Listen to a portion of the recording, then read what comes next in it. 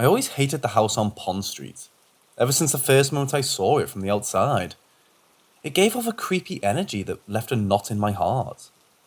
Inside, it was full of 6-foot mirrors. Every single room had something off about that I could never pinpoint accurately. The only room that gave me relief from this feeling was the bathroom in the downstairs efficiency apartment. I'd use it often. Every time I walked into the house through the back middle door, I'd feel someone watching me through the wall hanging a quilt. There was also a sense of annoyance and frustration emanating from that covered mirror, as if the lurker's view was blocked.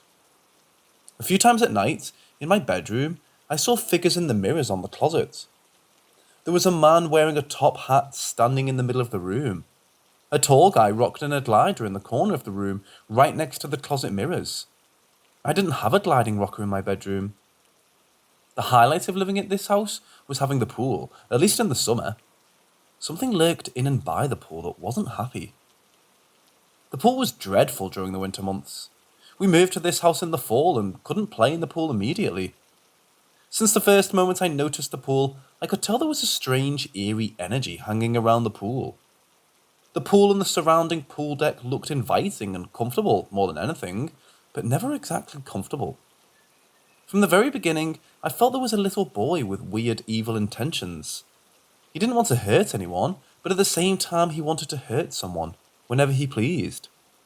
I dismissed the energy as electrical impulses from the pump and filter.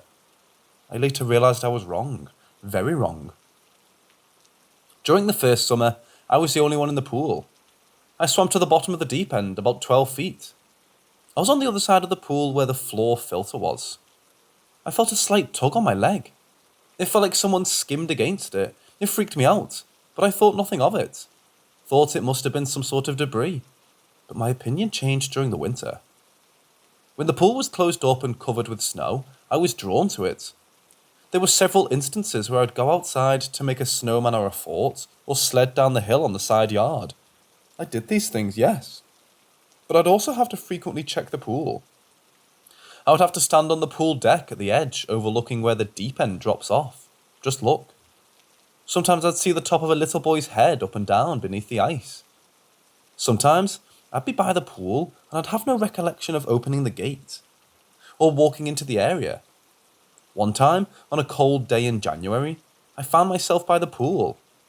Just as I realised I didn't remember getting there, I had a sudden urge to check the strength of the ice by standing on it. The conflicting voice of logic told me not to, and I didn't. At least I thought I hadn't. Next thing I knew, seconds later, in a trance, I found myself stepping down onto the ice.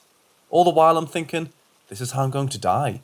I'm going to be 11 years old and I'm going to get trapped under the ice of my pool. I tried to resist, but I couldn't. My heart was pounding. As I'm standing on the ice, I managed to turn around. I tried to step up and back on the deck, but I'm paralysed. I'm terrified. I don't want to die, I thought. I heard an extremely faint, almost inaudible crack beneath the snow-covered ice as I plummeted into the icy water below. Instantly, after the trance lifted and I pulled myself out. I plummeted waist deep. I wasn't cold, but I felt shaken. I actually questioned if I had actually fallen in. Wet ski pants were a confirmation. I couldn't get the boy out of my head. As I went about my evening, the boy was on my mind. It was confusing. A chilling thought popped into my head. Is Pond Street named after a long-gone pond? Did a boy drown in the pool? Is there a mirror world where a boy drowned in the pool?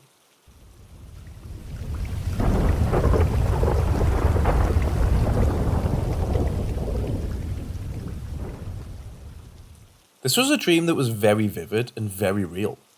A month later, and it's still disturbing to me. On an evening a few days before Thanksgiving 2019, my wife and I went to bed fairly early in hopes to get some much needed sleep before our 1-month-old son wakes up for a bottle. I fell asleep fairly quickly. I dreamt that I was in a dark grey night scene. It was a landscape similar to downtown Bangor, Maine, against the waterfront and surrounding land, but there were no cars parked on the street. There might have been a few stray cars, but for the most part, none parked anywhere. I'm apparently walking home, although I don't know how I got downtown, and I was having difficulty finding the bridge to Brewer. In the eerie grey, everything looked way too much alike. I walked a bit and realised that it was the wrong way. So I circled around in place and chose another direction and walked a little then.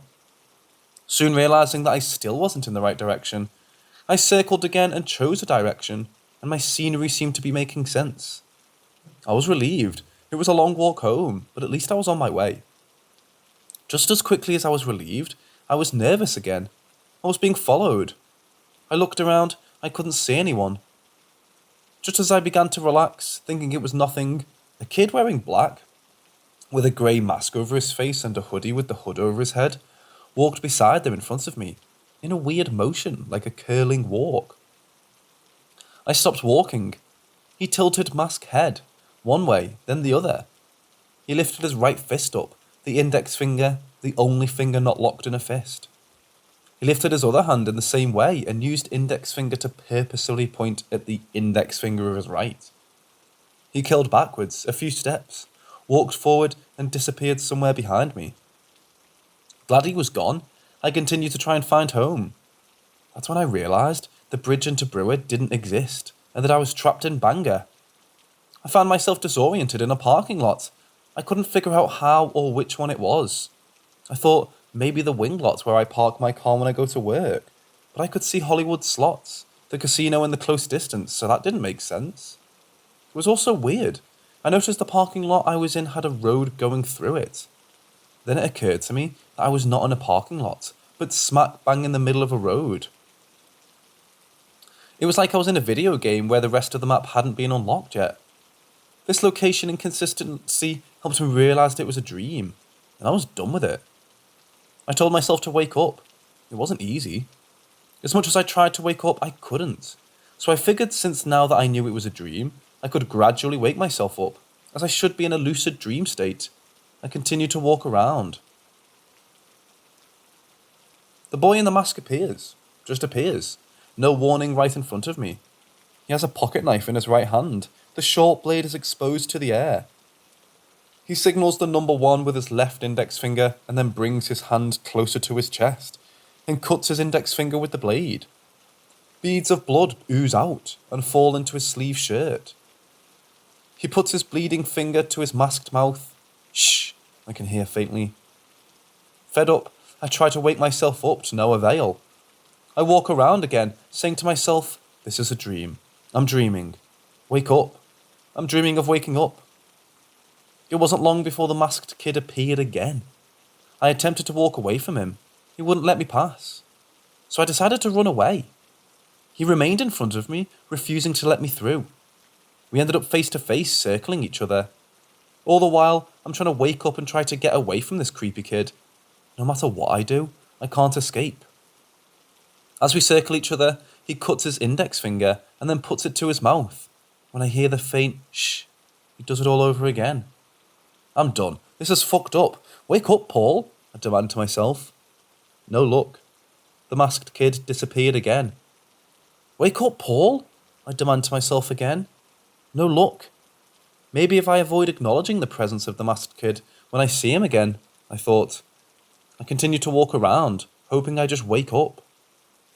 The masked kid appears again. I don't acknowledge I see him and just keep walking, all the while he remains directly in front of me. As much as I deny the fact that I don't see him, in actuality, I do and can't ignore him. He seems to thrive on the fact that I can't ignore him. He proceeds to cut his index finger as the blood rolls down his finger and into his sleeve. He puts the bloody finger to his masked lips. Shh. Again faintly, he mutters. I began to chant, I need to wake up, as we circle each other as before. He repeatedly cuts his finger and then puts it to his face. Shh, he mutters quietly. We repeated the cycle several times. Suddenly, in the background, I hear a baby's whimper. It sounded a lot like my son Matthew. I knew it was. I need to wake up, I yell. The masked kid puts his bloody finger to his mouth, shakes his head, no, and says, shh, in the typical fashion. We continue to circle. I continually tell myself to wake up. Meanwhile, my baby whimpers are getting louder in the background, and they're beginning to sound like a cry. As we continue to circle, my wife, Katie, nudges me. Paul, can you feed Matthew? I finally woke up. I'm lying in bed. I can see my bedroom. Yep, I reply sleepily. Then I'm dragged back to the dream, circling again. Matt needs me, I say to the kid. He shakes his head. No. Katie nudges me. Can you feed Matthew? Yep, I replied. I can see my bedroom again. I'm in bed. As I try to get out of bed, I find myself being pulled back into the dream. I resist with all that I can. I shook my head to wake up and force myself out of bed. I'm on my feet, in my bedroom.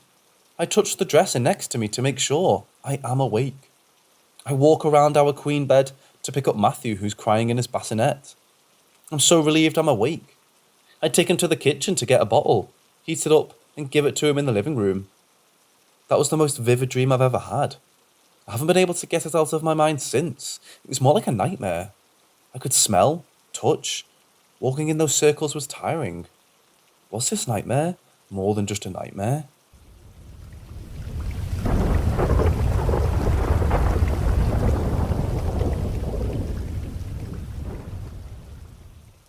Day and night, Mount Hope Cemetery is always unsettling.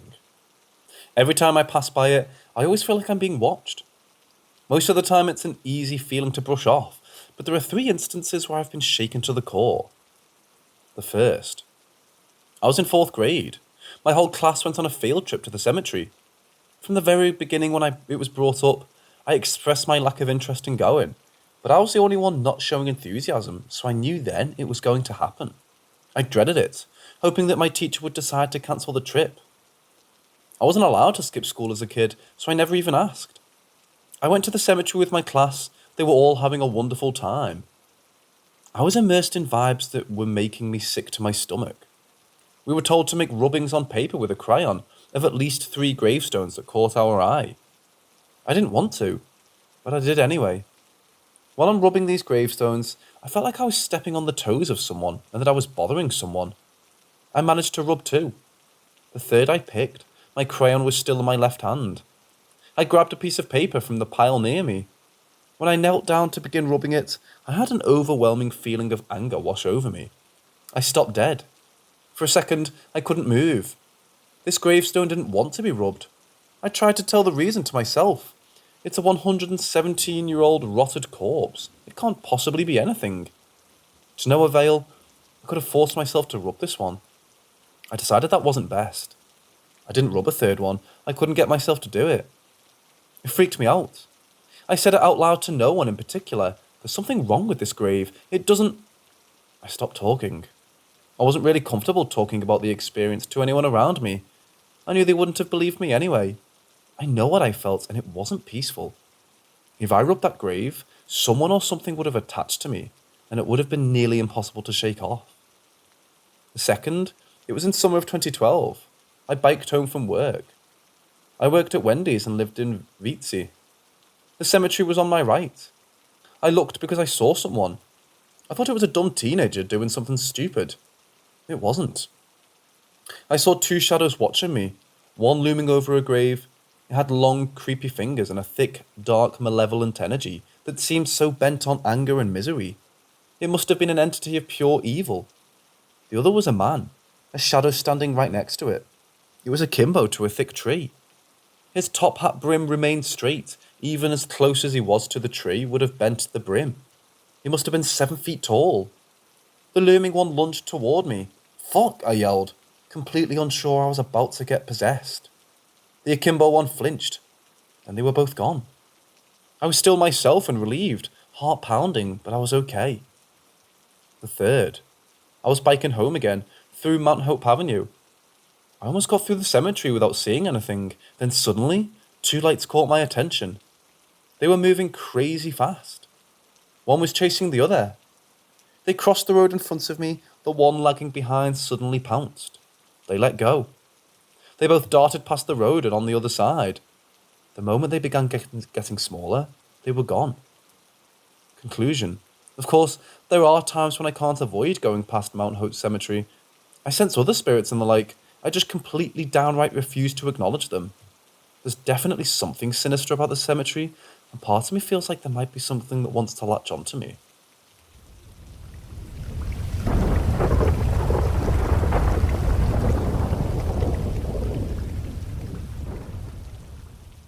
So I do ghost tours in Savannah, Georgia. A great start already. I love paranormal stuff. Ghosts, demons, angels, etc. And ever since I've started working here, I've yet to have a tour where something weird hasn't happened. So I have a lot of experiences around this. This one, though, was my very first. So a few months back in August, when I first started walking there, we gave tours through some homes. I'm contractually bound to not say where, sorry.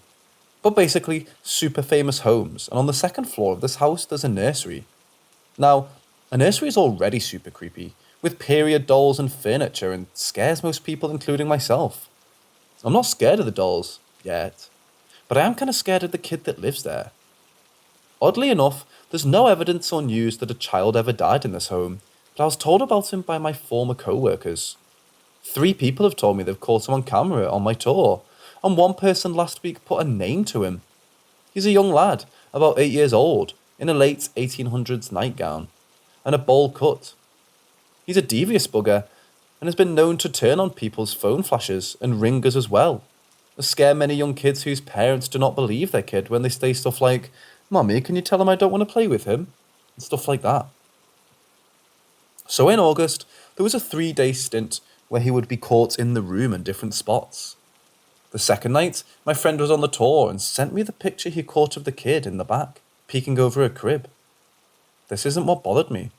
What really messed with my head is what happened the following week.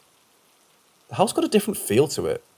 No one liked to be there for too long, and everyone, including myself and my co-workers, noticed it seemed much colder than normal. Note, we contractually cannot touch or alter anything in the house without receiving a massive penalty, fine, and being fired. Which includes the thermostat, obviously. Well, as we all braced ourselves through the week, I got caught up in something I really wish I hadn't. As we were moving people to a different room and I was waiting to get the next group into the house, I remembered that my manager had gone to the basement to use the private restroom, and I wanted to make sure that they turned off the downstairs light. So I make my way over the nook and open the door. There's a woman standing at the bottom of the steps. In the quickest instant, I noticed she had flowing brown hair and was dressed in a very formal, very 1800s hoop skirt dress. That was just in a split second, because before my brain could process a response or a greeting, she looked up the stairs at me and her eyes were glowing green, like flashlights through the dark downstairs area. She glared right through me and started running up the stairs. I say running, but more so like flying, charging right up the stairs. I slammed the door and book out of the house, call my manager to notify him, and take a needed break. Once shift was over without another hitch, I got to asking around and 4 separate people told me that I had seen Mary. Again, can't give the full name, sorry. As fate would have it, Mary died in that home and had quite a few children, not all of whom are fully documented for. They proceeded to explain that since infant mortality was so high, it's very possible many kids went unaccounted for, thus leading to a possible explanation for the kid upstairs. My major issue then is, why did she come after me?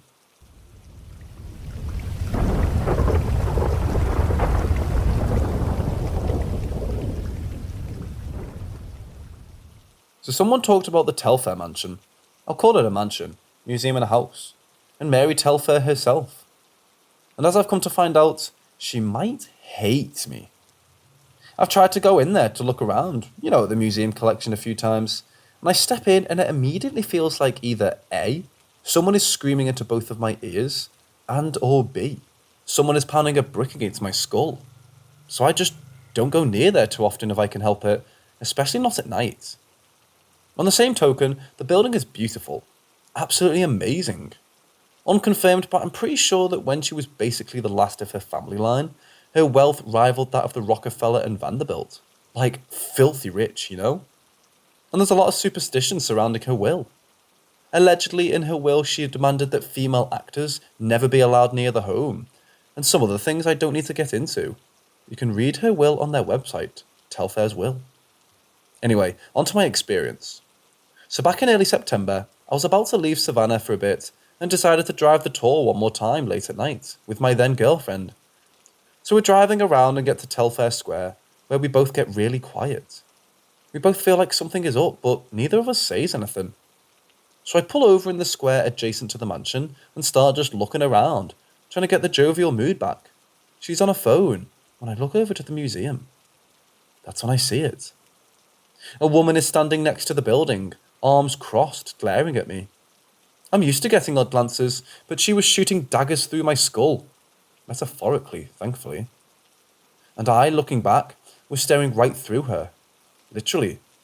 She was opaque, and standing behind her is a shadow, tall and only identifiable between the literal darkness, and it's the purple-like outline that kept flowing around it, like liquid darkness.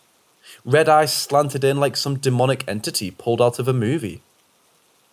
The moment this happens, my girlfriend, looking up from her phone, just says, "Drive," in the super concerned voice. So I do, because I don't want to stick around. I peel out of the square and it feels like we're being chased. She couldn't see anything, but it felt like we were surrounded by an inexorable darkness, trying to close in on all sides. And the red eyes blinking in and out of my rear view. Best idea was to not stop. That's when she starts spilling out directions. Simple, turn here, next right, go. Simple stuff, but all super concerned and rhythmic like a GPS without a destination. Just an escape route. We travel halfway across the city before the feeling begins to fade, and we both start panting as if we've been running for our lives. There's no safe feeling between us. We're scared. We find a safe, well-lit spot and we debrief. So I say what I saw, and she just said she suddenly didn't feel safe, so somewhat on the same page.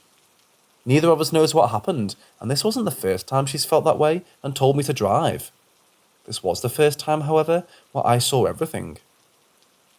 I don't know what happened or what I did to upset anyone near that house, but I still make a point to never travel around the city, especially near Telfair Square, alone.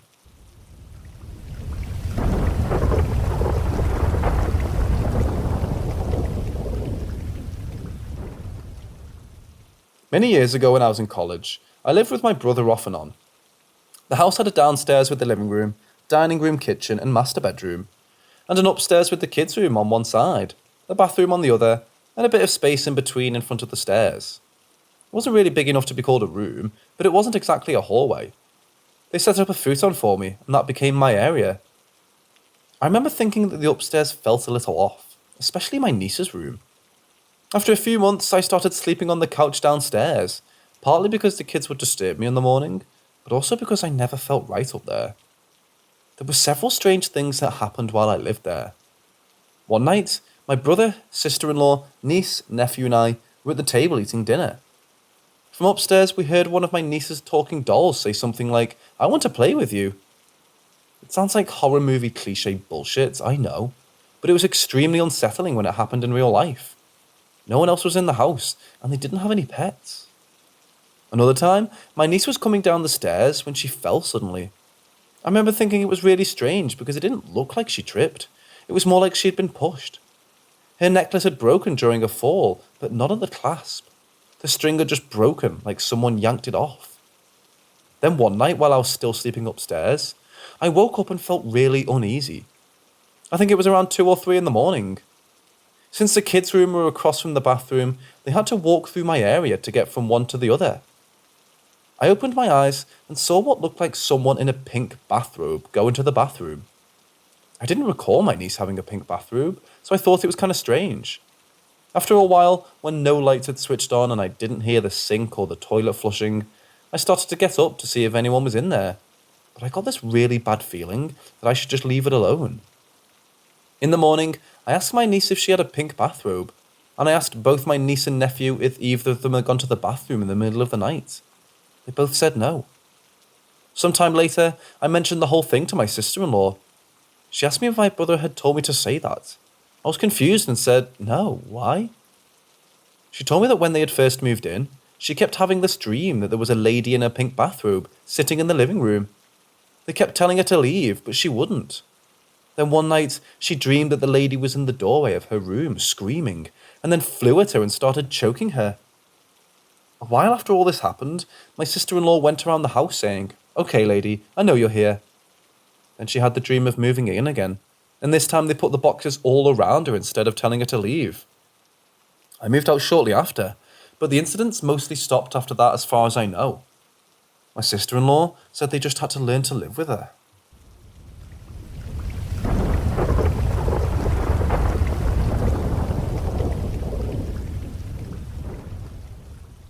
My brother and I have different dads.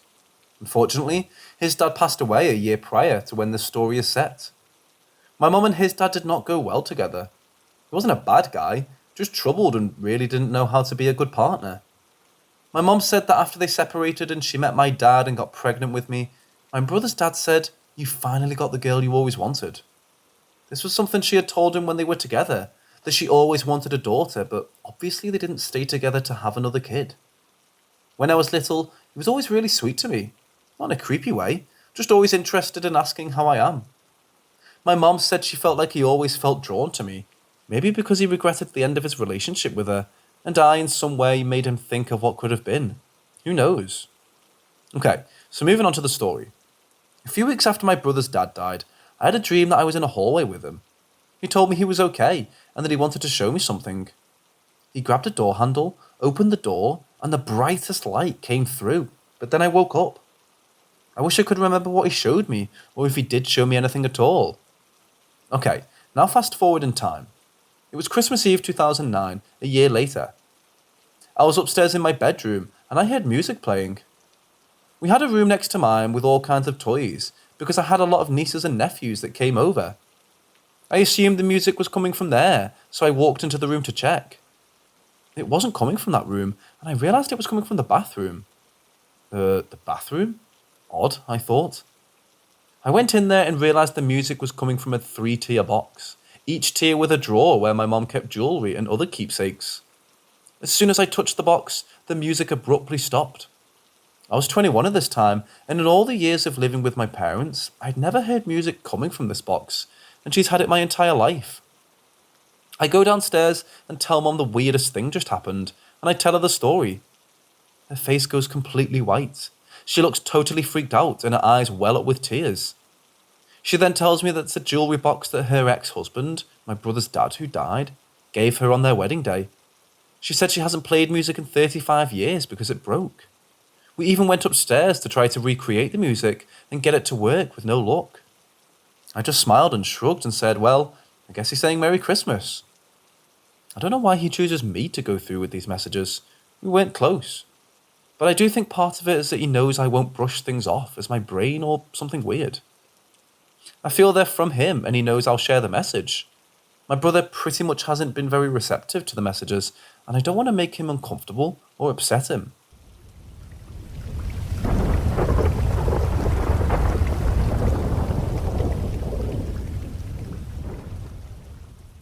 That friend of mine is a fellow student who comes from an old noble family in North Rhine-Westphalia in Germany that owns a rather large and old estate built a few generations ago, where the family lived ever since. He moved to his university city a few 100 kilometers away and only stays at the family house over the holidays and a couple of nights a year. One of those times, his parents left for a weekend and he was the only one home and spent the evening in the living room watching TV. The living room was the heart of the estate with an open fireplace and posh furniture. He was sitting in an old armchair he knew was older than himself, and maybe even his parents. The armchair stood freely in the room facing the TV, so that the closed living room's door were in his back. As you might have imagined, we now come to the ghost part of the story, as he heard clearly audible footsteps coming from the parquet floor in the lobby downstairs. He turned the TV off and tried listening closely when he heard them again. He knew he was the only one home and thought of intruders and whatnot. Maybe someone saw his parents leave and wasn't assuming anyone to be home, since he had moved out a couple of years ago. He got up, went downstairs, turned all the lights on, checked the locked front door, and searched the kitchen and the downstairs bathroom. No sign of intrusion, nor any more steps. Relieved, he made his way back to the living room and continued watching TV. After some time, the footsteps left his mind. After all, it was an old house and he wasn't used to its noises anymore.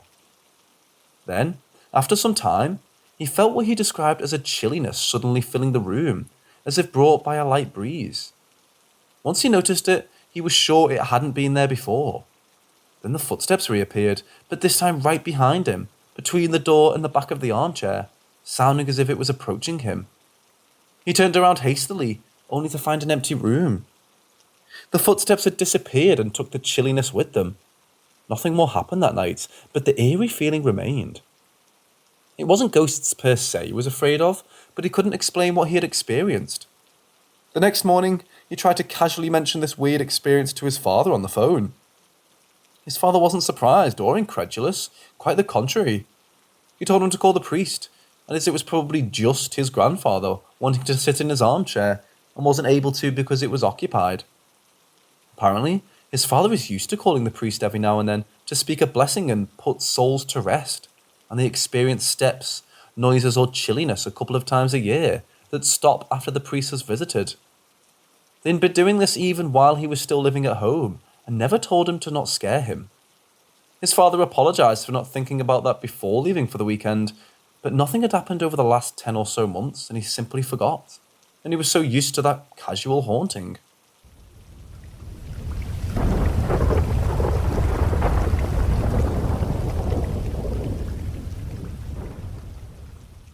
My dad was bought an old house.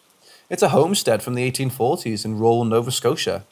It's been a ski resort, a bed and breakfast, a farm, an artist retreat, and had a woodmill on the property until the 1960s. It has a very long history, and many people in the community are familiar with the house and the lakefront property it sits on. Locals have told us how much the place meant to them, and told us stories about the owner of the house between 1971 and 2004. This guy was properly loved in the community and used to let community children swim in the lake. The house isn't on the lake, the house sits on a steep hill over the lake. It's about 200 feet in elevation change and 300 feet between the lake and the house. One winter, a brother and sister wanted to play on the ice and asked the owner of the property if they could. The owner said no, but they were welcome to walk down to the shore of the lake. The sister was fine enough with this answer, but the brother decided he wanted to do what he had done a month ago when the ice was thicker. He decided he would toboggan down the entire hill, onto the gravel and then onto the ice, a popular stunt many kids have done before, but never in late February/early March. With his sister begging him not to, he slid down the hill, across the gravel and onto the ice.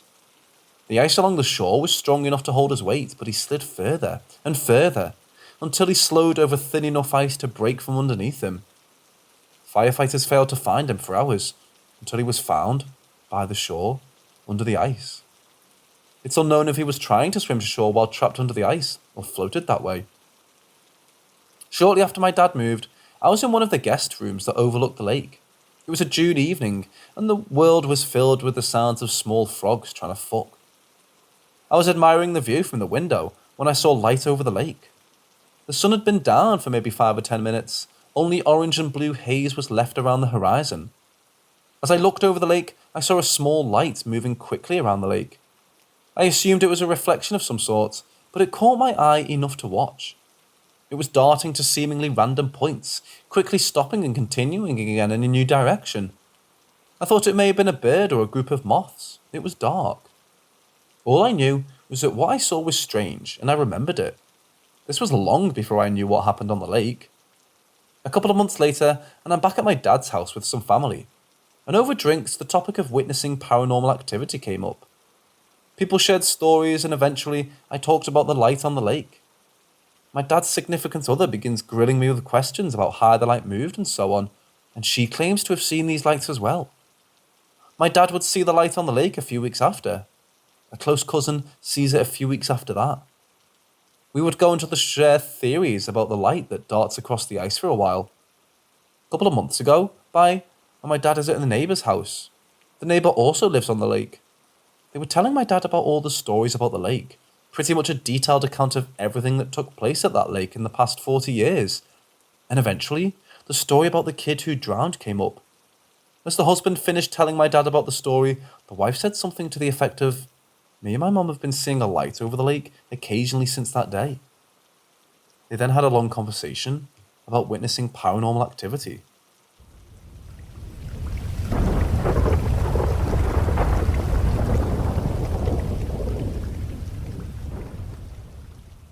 Both of these stories took place 7 or 8 years ago, but I still remember them vividly. They both took place at my grandma's house, which always creeped me, my siblings and cousins' house when we were younger. My parents have told me they even found the house creepy, like someone was watching them, that didn't want to scare us kids. Both events aren't that big, but I figured I'd share anyway. One night, me and my cousins were up late at night playing video games, probably 2 or 3 a.m, Of course, we got hungry and wanted to make some pizza rolls, so we sneaked by our grandmother's room. She didn't like us being up so late. And now we decide who's going to go downstairs first. To paint the scene, it's pitch black, like you can't see your hand 2 inches from your face black. And we're all a little scared, so my cousins force me to go down the stairs first. Since it's so dark, I'm slowly going down as I don't want to fall down. I also couldn't tell when I reached the bottom because the stairs and floor were both made of the same wood. So when I reached the bottom, I took a few more cautious steps forward just to make sure. That's when I bumped into something taller than me that felt like when you run into a person taller than you. It completely stopped me in my tracks. I looked up and saw this figure right in front of me move to the left. Remember, it's pitch black. And at the same time, one of my cousins turned on the light, and there I was, standing in the middle of the living room with nothing around me. They of course saw nothing, and I found it more creepy that something was probably just watching us walk down the stairs. The second story takes place in a very similar scenario, except I'm only with one of my cousins this time. We sneak downstairs to grab a bite to eat around 2 or 3 a.m. He's eating some cereal, and we're chilling at the dining room table, sitting across from each other. I'm talking while he's mainly focused on eating. Then there's this very loud growl next to my left ear, which freezes both of us. I look at him and slowly say, "Dude, did you hear that shit?" And he nods. Then we both started laughing, probably because we didn't know what else to do. The race to get upstairs once the lights were out was full of panic. I occasionally bring up the second story with the cousin who was there, and he still remembers exactly like I do, so I know I'm not imagining it.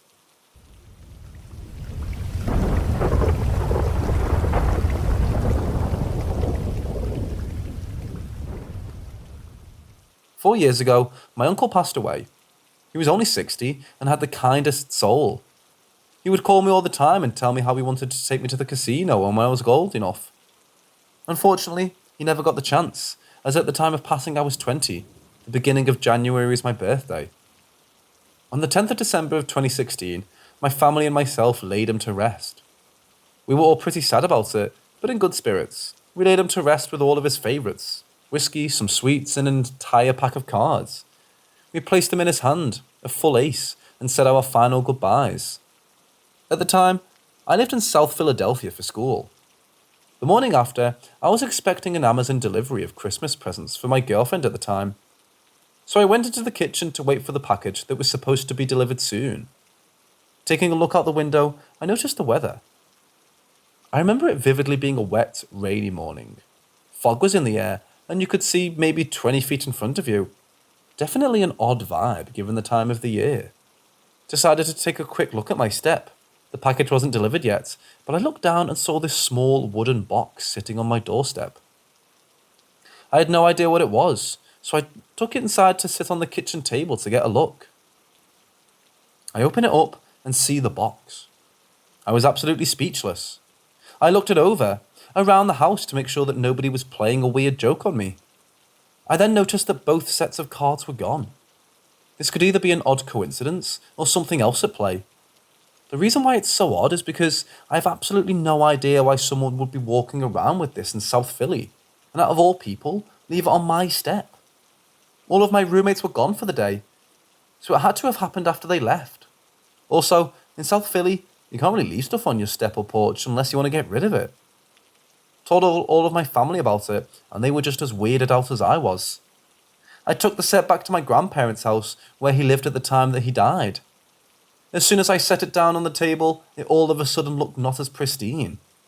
It could have been the light, but as soon as I went to move it for dinner, it fell apart in my hands.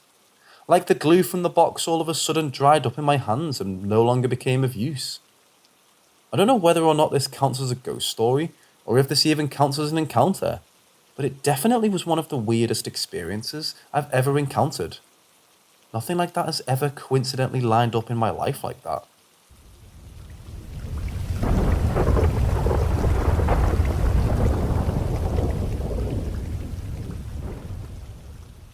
When I was in high school, I worked at a Boy Scout camp on the Buffalo National River.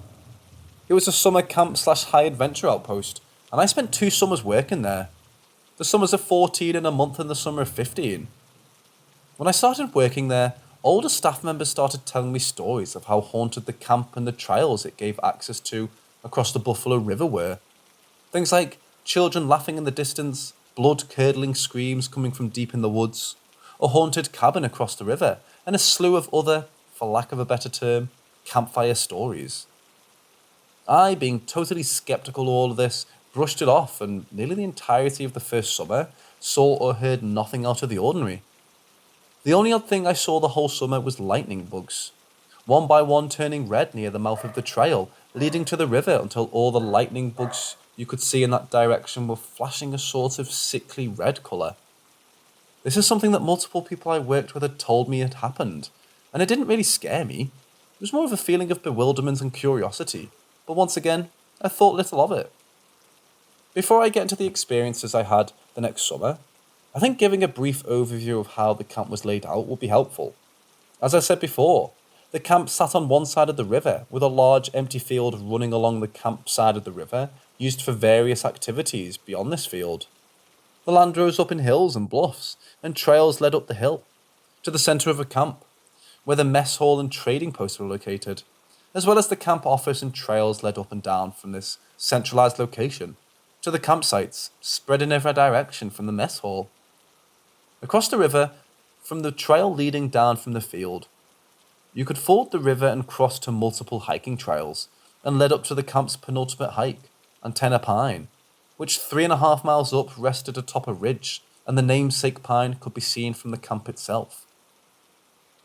The first experience that was truly strange at the camp was the second weekend I had been there in the summer of 15. A friend of mine that I worked there with, who we'll call M, had told me stories of a moonshiner who used to work near the camp. He told me that a still was out there and wanted to go find it. Given it was our day off and a beautiful summer day, I jumped on the opportunity to hike. We headed out of camp, crossed the river, and carried on up the trail. We ran across a group of the high adventure staff and asked one of them we knew fairly well if he had heard of a still in the surrounding area. He immediately answered yes and pointed directly off the trail to our right, telling us that we would run into a creek in the woods out that way, and to follow it away from the camp until we came on a rock outcropping the creek ran over. Having the directions we needed, we stepped off the trail about 1/2 mile from the river, and within about a minute, we found the aforementioned creek. We turned up to the creek and followed it away from the river for about 20 minutes, until we saw it. A rock bluff no more than 5 feet high, with about a 20-foot opening. However, the entirety of the mouth of the bluff had a handmade rock wall built into it, with a small door about 4 foot high in height in it, and a small window/vent for the still about 8 inches by 8 inches. We were blown away. I can remember it being one of the coolest things I've ever found in the woods, and after we both crawled inside, we found it empty, with the exception of some thin copper tubing and a couple of mash pans that were deteriorated greatly. We hung around for another 5 minutes or so, investigating the place, and noticed trails leading off in the opposite direction we had come in. Not well-made trails, but more like the type created by deer. I noted this then, and my friend seemed convinced they were moonshiner trails. We wanted to follow them and see where they led. Rolling my eyes again to his suggestion of there being hooch runner trails, I followed him. Not having an issue with getting more chances to see nature and enjoy the day, I followed along, looking to the left and right of me as I went, taking in the view. We followed these trails uphill that ran alongside the same creek for probably about a 1/4 mile, before M turned to me and said, "Hey, let's go back to camp. I don't feel so good." I thought nothing of this and turned around. We walked back the way we came for probably about 10 minutes, and I noticed M was sweating more than he had been before. He just told me the sun must be getting to him and kept walking. I had him drink some water and he seemed normal, albeit quieter than usual. We carried on and my worry faded as he was walking and breathing normally. As we walked, I continued to look around, and at some point zoned out staring at M's backpack. I eventually ran into the back of M's backpack and was snapped out of my thoughts. I pushed his backpack forward and told him to get moving. No response. I shook his shoulders and asked if he was okay. All he replied was, "Look," and raised his finger pointing directly ahead of us. Ahead was the still we'd been in not even half an hour beforehand. and immediately to the right of the door was without a doubt the most blood-chilling thing I've ever seen. As soon as I laid eyes on it, I was hit with the most real sense of dread and fear I've had in my whole life. It was as if I knew I wasn't supposed to be seeing it, and I was paralysed, frozen still. A black shape stood about 7 foot tall, motionless, albeit its composition appeared to have some sort of movement within it. It struck me as a shadow at first, and I immediately looked up to see if there was anything that could be casting it. Nothing, just the forest. I looked back quickly and looked at the object for another 5 seconds or so before it started moving. It moved itself directly centre on the doorway. It compressed down to the height of the doorway and rushed in. I thought that it was just a shadow, but when it moved, I could see there was dimensionality to it. And after looking at it for a few seconds, I could make out what seemed to be thick black smoke within this shape and filling it. It seemingly disappeared as soon as it entered the still, and before I could say a word, M was sprinting back towards the main trail and camp. I rapidly followed him, and neither of us stopped until we reached the river crossing and could see other staff across the river. As we sat there catching our breath, neither said a word. I sat listening and turned towards the woods we had just come out of, half expecting to hear or see something crashing through the woods behind. It was silent. All I could hear was my own breathing and the sound of the river feet behind me. No birds, no squirrels, no human voices, despite staff and even outsiders using the trails frequently on the weekends. As I was taking my shoes off to ford the river again, Em asked me, "What the fuck was that thing?" I simply responded with a shrug, not having the nerve to break the silence all around me. I was still hyper aware of how quiet it was while we were crossing and was almost slammed by the noise I experienced when we finally hit the other side. Birds were chirping all over. The wind was making the leaves on the trees rustle, and the voices of our fellow staff members carried through the field normally. Em never said anything about the sound, but I honestly think he was so shaken he hadn't noticed. I took him to the camp chaplain, who offered to counsel me on what had happened as well, but I didn't want to talk about it. The one time I asked M later about it, he said out of nowhere he had gotten this feeling telling him he needed to leave now. Something primal feeling almost, he said. He didn't say anything to me because he thought it was strange too, but had decided he wanted to leave.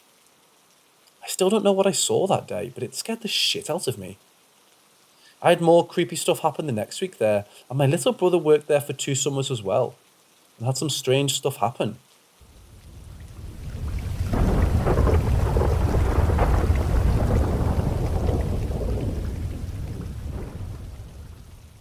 The last paranormal event I witnessed at the camp, and coincidentally the last time I've been at said camp, took place about a week after the events I recounted in my last experience. Myself and about 4 other staffers were in the lower field, about 75 yards from the mouth of the river trail, enjoying a fire. We'd snuck down to smoke cigarettes. While we were sitting there that night, the fireflies around the mouth of the trail were starting to flash red. At first, it seemed to be the whole forest in the direction of the river, filled with red flashes. It was somewhat unnerving given that I had seen the week before, but I myself had witnessed these lightning bugs doing this long before I believed in the paranormal. I smoked another cigarette and joked, talked and cracked wise ones about our boss, and just the people we worked with in general. It was just 15 and 16-year-olds doing their thing, lost in conversation for 10 minutes or so. We all failed to notice our friend, who we'll call Kay, standing away from the circle, facing the river trail. I saw her out of the corner of my eye, but just figured she was taken aback by the fireflies, that she had never seen them or something.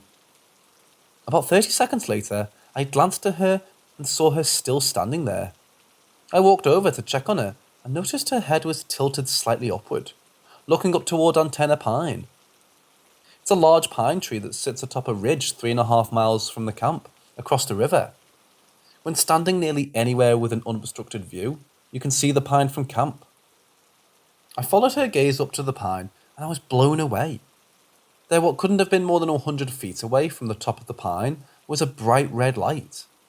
At first, I thought it was a rescue helicopter, maybe recovering someone from the top, but there was no sound.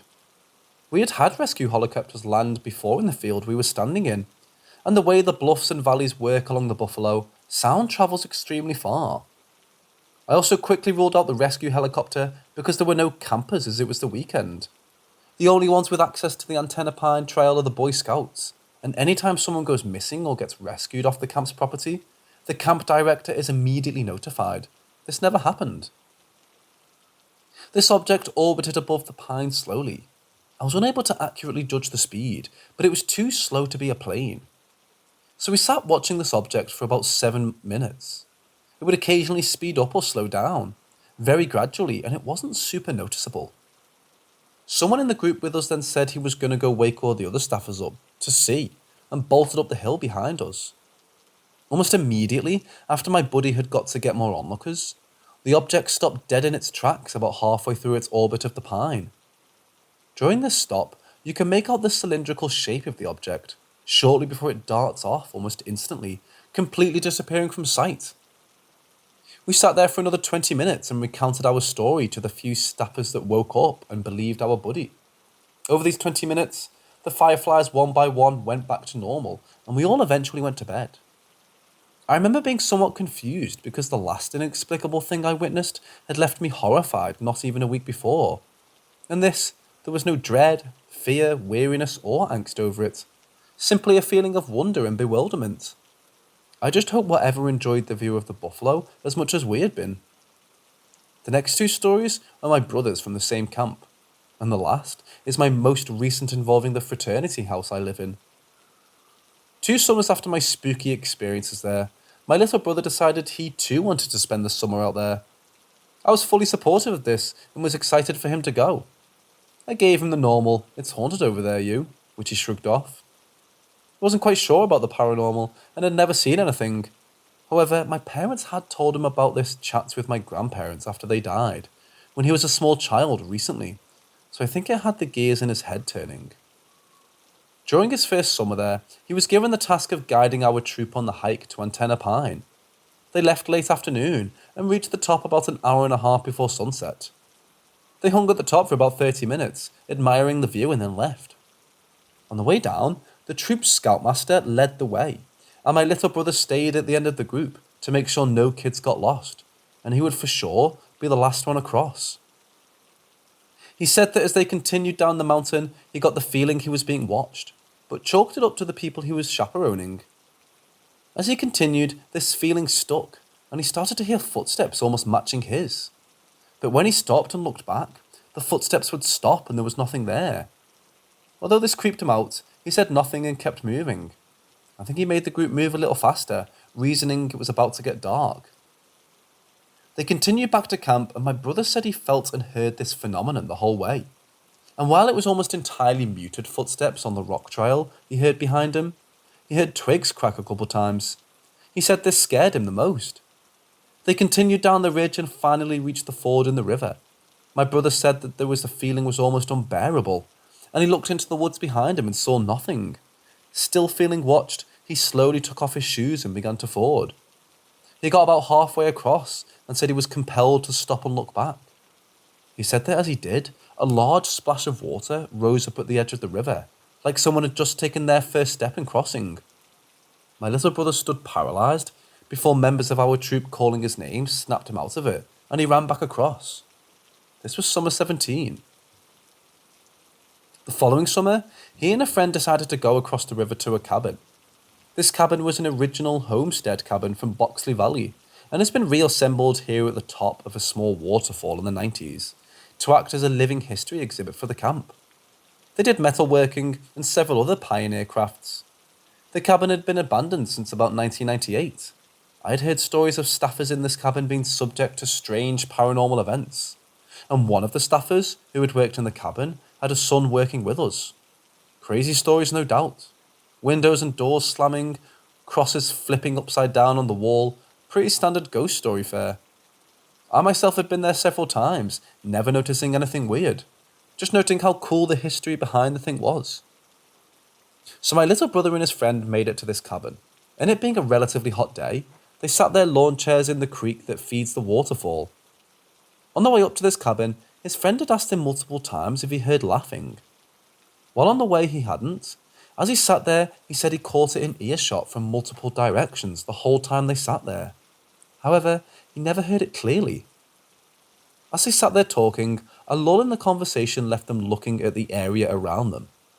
My brother said in this moment he noticed for a split second the only thing he could hear was the creek they were sitting in, and even then he noted it sounded almost muffled. As he realised this, the most blood-curdling, bloody murder loudest scream he had ever heard rang out. He said it lasted for a good 3 or 4 seconds and then stopped, but echoed loudly off the walls of the waterfall below. He and his friend were both terrified.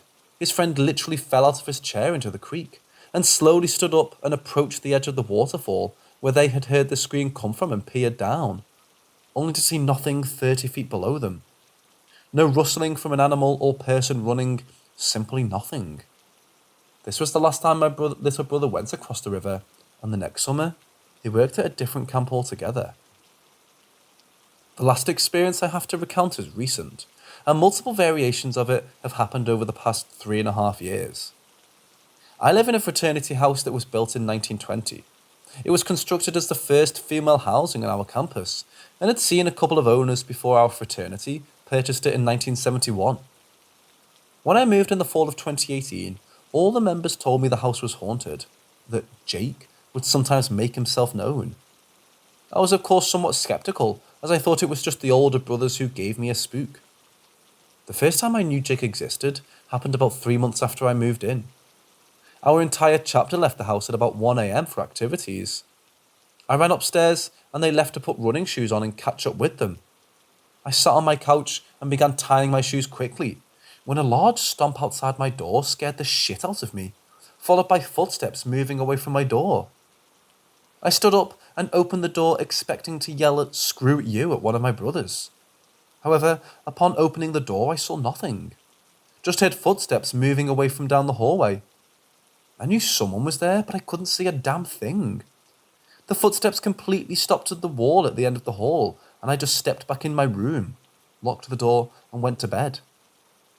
I asked my frat brothers the next morning, and they all asked me where I'd been.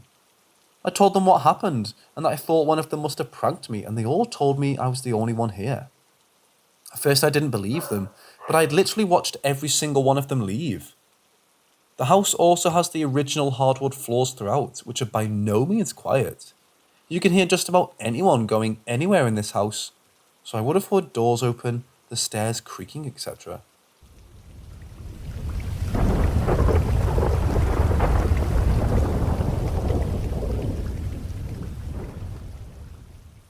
So this happened when my sister and I were in high school.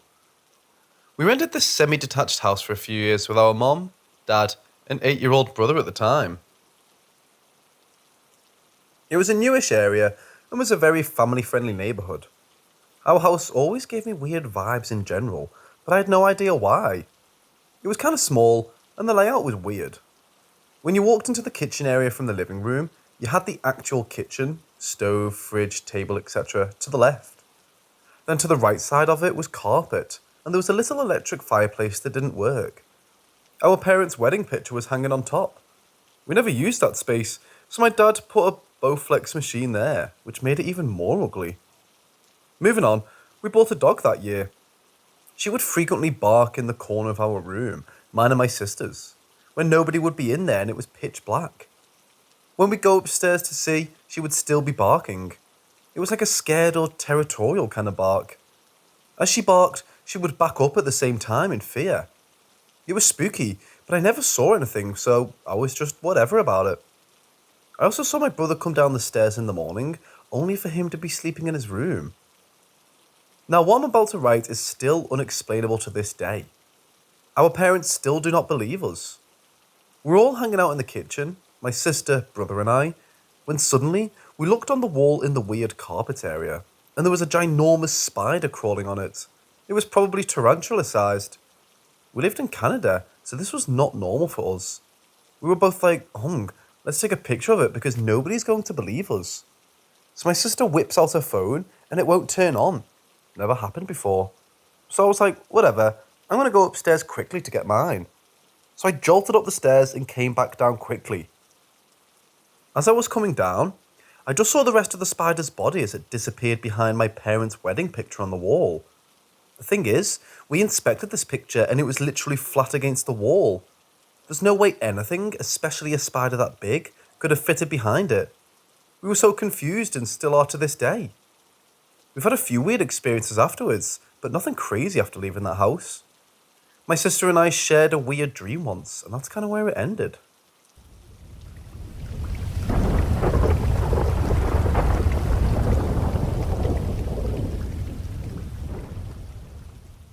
I was raised in a family that never once dismissed the paranormal. In fact, we all kind of reveled in it. I mean, hell, I remember at 8 years old, my freaking grandma bought me my first ever ghost book called The Everything Ghost Book. So needless to say, I was pretty much always a weird kid. My family had always been superstitious and even sensitive to a point. My mum would always say things like, I have a feeling I'm going to see this person today, and she would always run into them somehow. My first real experience started 10 years ago when I was 16 years old. My mom had found a cheap, foreclosed house in a ridiculously small town called Ponce de Leon in Missouri, or as I like to call it, Misery. Naturally, she fell in love with the house. My mom, my older sister and I moved in not long after. I was homeschooled at this time, and I wasn't happy about moving to such a small, rural area. When I say small, I mean I could literally walk to the town post office right around the corner, as well as the town church.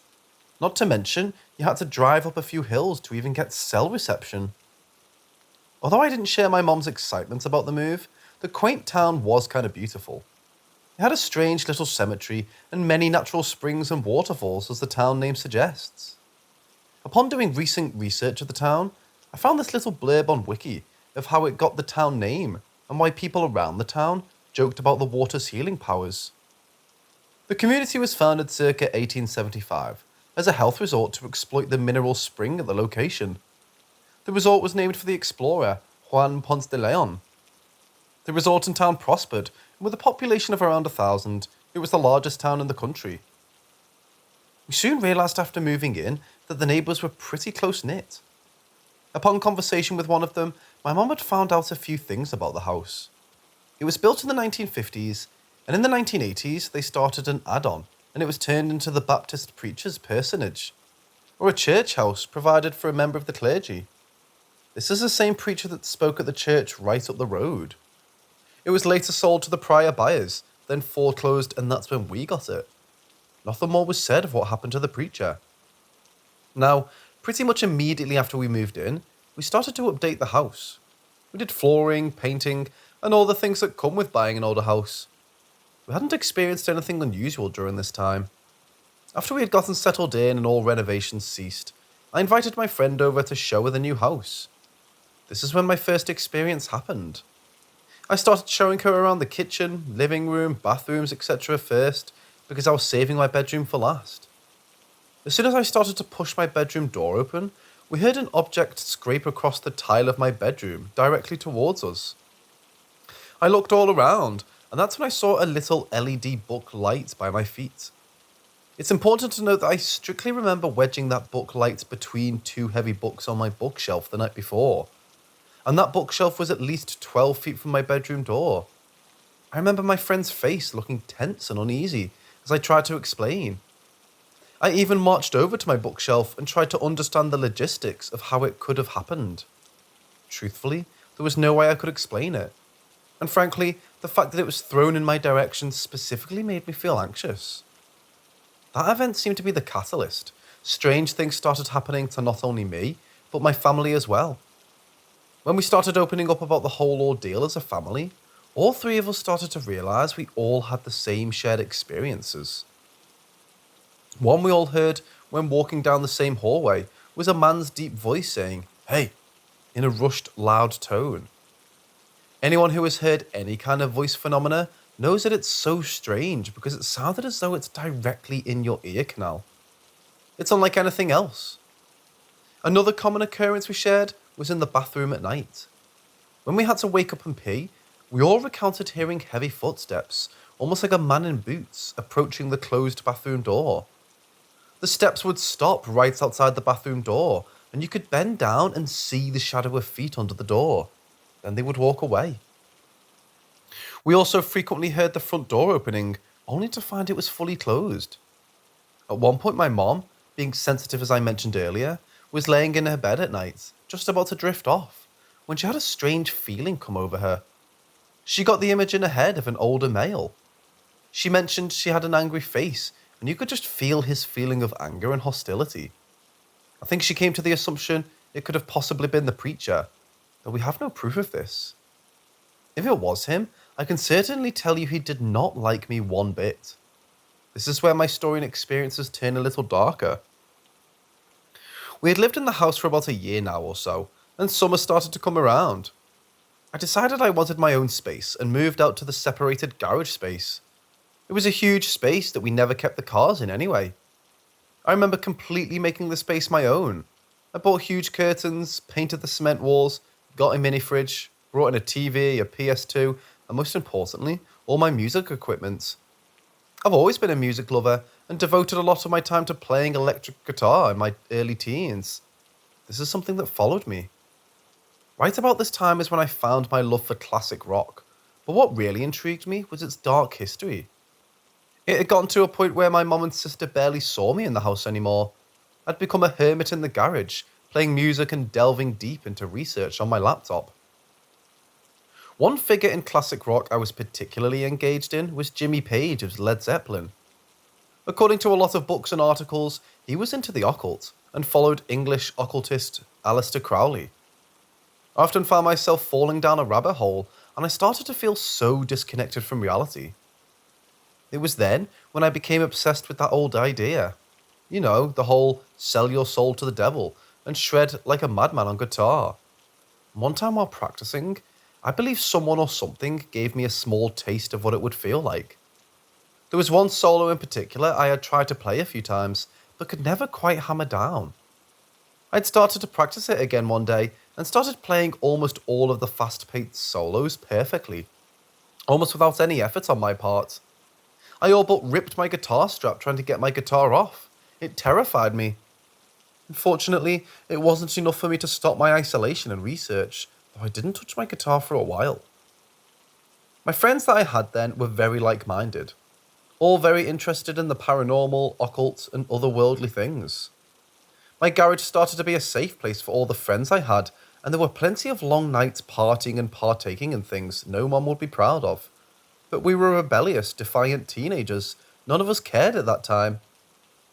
It was around this point I remember almost dreading going into the house, when I had to inevitably take a shower or use the bathroom. In a sense, I didn't feel particularly welcome there either. I remember taking a shower one day, listening to Black Sabbath on a nearby iPad. The music kept pausing, so I would reach out and press play again. This happened about 3 more times when I finally yelled, "I know it's you! Stop doing that!" And it didn't happen again for the remainder of my shower. It could have been a coincidence or a technical fault for sure, but I remember being so bold towards what I thought was the old preacher man, almost feeling a hatred towards him. One morning when I was still sleeping in the garage, my mum busted through the door and started to throw all my things around. She was screaming, "I don't know what the fuck is going on in here, but something's got to change. Something's not right." Her voice sounded angry, but I could hear the undertones of fear. Keep in mind, it's not like I had a huge pentagram spray painted on the exterior of the garage. As far as I knew, she had no clue of what I was looking into and what I'd been experiencing. The intuition of a loving and concerned mother, I guess. She proceeded to rip down my posters and grabbed random items of mine and threw them outside the garage door into the lawn. I remember this like it was yesterday, because I think it finally hit me how far things had gone. And seeing my mum so upset and ultimately scared, I think knocked some sense into me. It was then that I also moved back into the house, as it was turning to fall and started to become too cold to stay in the garage overnight anyways. Ultimately, I purged anything that I had truly had any dark personal significance to me during my move back into the house. The last thing that happened, and probably the worst of all, happened to my sister. The only way I heard her story was by listening to her explaining it to my mom. Even though I was completely moved into the house now, my family still kept their distance. I knew they felt something too. I felt as if I really divided my family. My sister had a job that required her to get up early in the morning, when it was still dark outside. She was smoking a cigarette on the back porch, which has a direct view of the garage and the steep hill that runs alongside the detached garage. She said she saw a dark mass low to the ground. She first spotted it coming from behind the back of the garage. It then started to charge down the steep hill towards the back porch where she was standing. She expressed to my mom she had never felt so much fear in her life. She quickly shut the back door. She also said she didn't believe it was an animal because it was charging towards her. There was absolutely no sound. No paws, hooves, or sound of feet on the soft ground. The house seemed to go quiet after that. No voices or footsteps. Unfortunately, a few years later, my mom could no longer keep up during a harsh winter. Everything started to break, and we didn't have the money to repair things. We couldn't even keep the house warm. We decided to get up and leave. Most of our belongings were still in the house when we did leave. We came back a few times on warmer days to grab some of our things, and I started to see our old home become in a complete state of disrepair. Mold growing absolutely everywhere, paint starting to peel, and all the hard work we had put into it gone. It was harder for my mom to see. It was her first house she bought, and it killed her to just abandon it. It eventually went back into foreclosure. When I turned 20, I got my first apartment that had to be blessed twice. I thought everything had gone back to normal at that point. I then met my now husband, when I was still in my first apartment. He had no idea of my dark past and admitted to me that he felt something dark in my apartment. One night, it got so bad he said to me to pray over me. I've had 2 apartments since then, and we both don't sense anything inherently dark. Sometimes I still wonder if it's truly left. I got in contact with a good friend who distanced herself from me during that dark time. I would actually consider her my closest friend.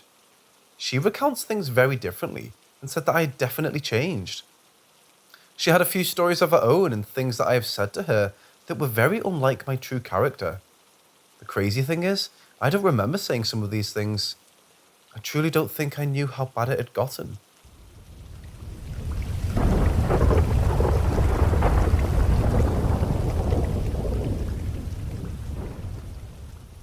About 10 years ago, when I was in my early teens, I experienced my first and so far only paranormal experience. During the summer when this happened, I was visiting my father in Hungary with my 2 sisters. The night this happened was just like any other night. My grandmother was staying over, and between her, my father and my sisters, all 3 bedrooms were taken, leaving me to sleep on the sofa in the living room. My sisters and I had just gotten back from a late night of hanging out with some friends, and decided to get ready for bed immediately, since we were all very tired. As I got into my bed for the night, my sisters continued talking quietly in their room with the doors open and the lights from their bedroom on. My father and grandmother were asleep. My father's house wasn't creepy by any means, but the one unnerving thing about sleeping in the living room in the dark was the fact that all 3 doors leading into it had a large panel of frosted, wrinkled glass on the top half, allowing you to see fuzzy shapes or figures of people on the other side of the door. This made what I saw all the more mysterious, and at the same time terrifying. Still wide awake, I looked through the glass of one of the doors, and looking as clear as anything I'd ever seen, was a hooded figure staring right at me. Grey and featureless, it was standing on the other side of the door and perfectly backlit by the lights streaming out of my sister's room. I immediately froze, unable to take my eyes off of it. The figure was clearly watching me, although it didn't have any eyes or face that I could see. Any defining features were obscured by some type of hood or shawl it wore over its head and shoulders. As I lay there frozen in fear, my mind quickly eliminated all of the possibilities of this thing being a human. Both my grandmother and my father were asleep, and my sisters were still talking in their bedroom. Not to mention, why would any of my family just stand there, looking at me without moving in the dead of night? After some time, I finally plucked up the courage to call out to one of my sisters to come, unsure of what else to do. She told me she'd be there soon, leaving me staring at this figure for another terrifying period. Then, just figures before she was about to step out of her room, and through the very same door the figure was standing behind, it glided away out of sight, and my sister walked through it as if nothing had happened. For me, This was the nail in the coffin that I witnessed some type of spirit, ghost, or guardian angel that night. The way in which it glided away on the other side of the glass was so unhuman-like in its movements. I know that what I saw that night was something paranormal.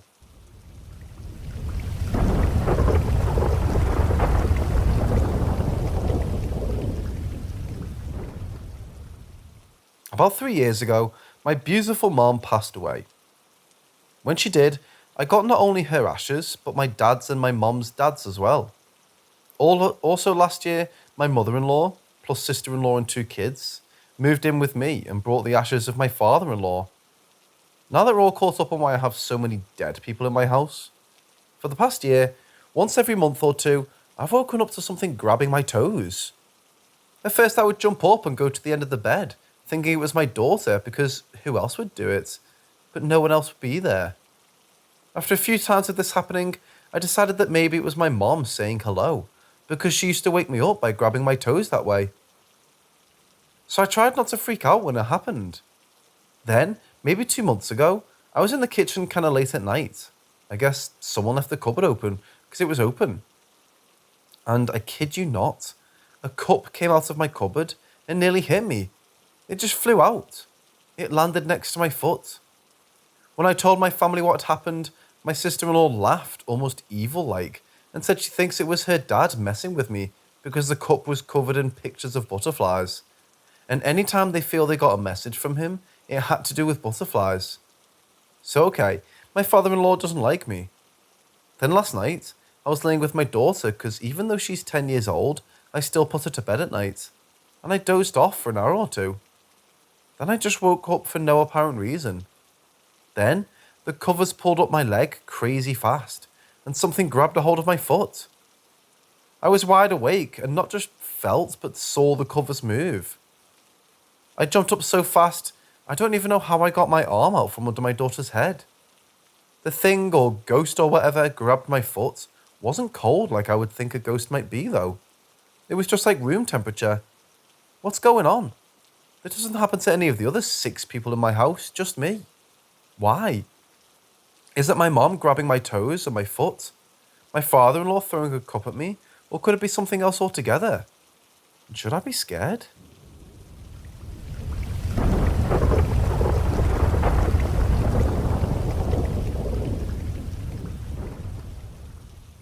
My family and I moved countries when I was young, and the first house we moved into in that country was about 40 years old, owned by a young guy. It was a rented property, and nothing out of the ordinary, other than multiple neighbourhood cats roaming around the dying garden with very much dead lawn. When we moved in, we were fine for a few weeks, and then it started. I had a really good relationship with my family until we moved into that house. Everyone started to pick fights with each other, and when we were living there, nothing ever was going right. Everyone was on edge. The vibe was off. I sometimes saw pearly dust floating above me at night while lying down on the bed. I reasoned it as cars passing by, producing that reflection on the walls or something, but it was still there, even after the cars passed by in the street. I didn't think much of it at the time, and as a kid, I just thought we moved to a dusty old house. Then, the house would randomly get cold, and when it did, it would never get warm, despite the 3 portable heaters in the same room, and scarily enough, they were all functioning fine. And where it would get cold in the house would vary every time. At the time, we just thought that the construction of the house was old and maybe we had thin walls, or the heaters were all defective. Then one day, I saw it. Before I get into details, I want you to imagine this corridor, right in the middle of the house, surrounded by bedrooms and bathrooms. Basically, this corridor had no natural light, and it was very, very dark if all the bedroom doors were closed. Going back to the encounter, I was in the bathroom washing my hands, and as I opened the bathroom door to exit, I see this fog that resembles a human arm moving back and forth as if it was walking, and disappeared at the end of the corridor. A full arm stretching from shoulder to the tip of the fingers, moving as if attached to an invisible body, resembling a brisk walk in that dark corridor. There couldn't have been some light coming outside from the windows, because it was in the corridor that didn't have any natural light available. Plus, it was daytime. Only after this encounter, I felt the shiver down my back, a genuine shiver that you get when you see something that you cannot logically process. I didn't share these encounters with my family back then because I didn't want to scare anyone, and I was in doubt about the experience. When we found a new place and moved out of that house, I finally felt ready to share this experience with my family, jokingly saying that the house was haunted. I only got to know then that everyone had their same experience. Seeing something in the air, nightmares, ghastly arms and cold spots. My mum would have nightmares of these black shadows trying to enter into the house, while she would hold them back out. My sibling, who also saw the arm, told me that while the arm was moving away, exactly the same way I've described as above, he swears that the temperature in that corridor must have dropped in that moment, as he could see his own breath. I feel like this whole thing could be explained due to the stress of moving to a new country. I don't know. I'm just thankful we were only renting it temporarily, and that we were able to leave.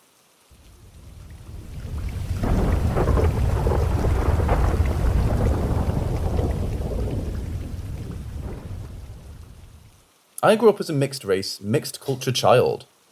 My mother's a black female, and my father a Native American. Traditionally, natives are very in tune with the spiritual world. My mum not so much, mostly holding that good old Christian belief system, and often referring to my dad's spiritualism as his crazy native beliefs. However, I've always connected to ghostly entities, and kept quiet for the most part, not wanting my mother to refer to me the same way. I often called the entities my guardians when I was a child, because whenever I did something stupid or unsafe, they, or some of them, would protect me. So, I literally grew up not fearing the supernatural. Now, so you can understand why I was so comfortable as a child, I'll elaborate a little on my interactions. I was a latchkey kid, so after school I would walk home, lock myself into the house, and then go about my day, feeding myself, doing my homework, and watching TV. It wasn't uncommon for an elderly woman spirit to often sit down on the couch with me until my nana, grandmother, got home from work.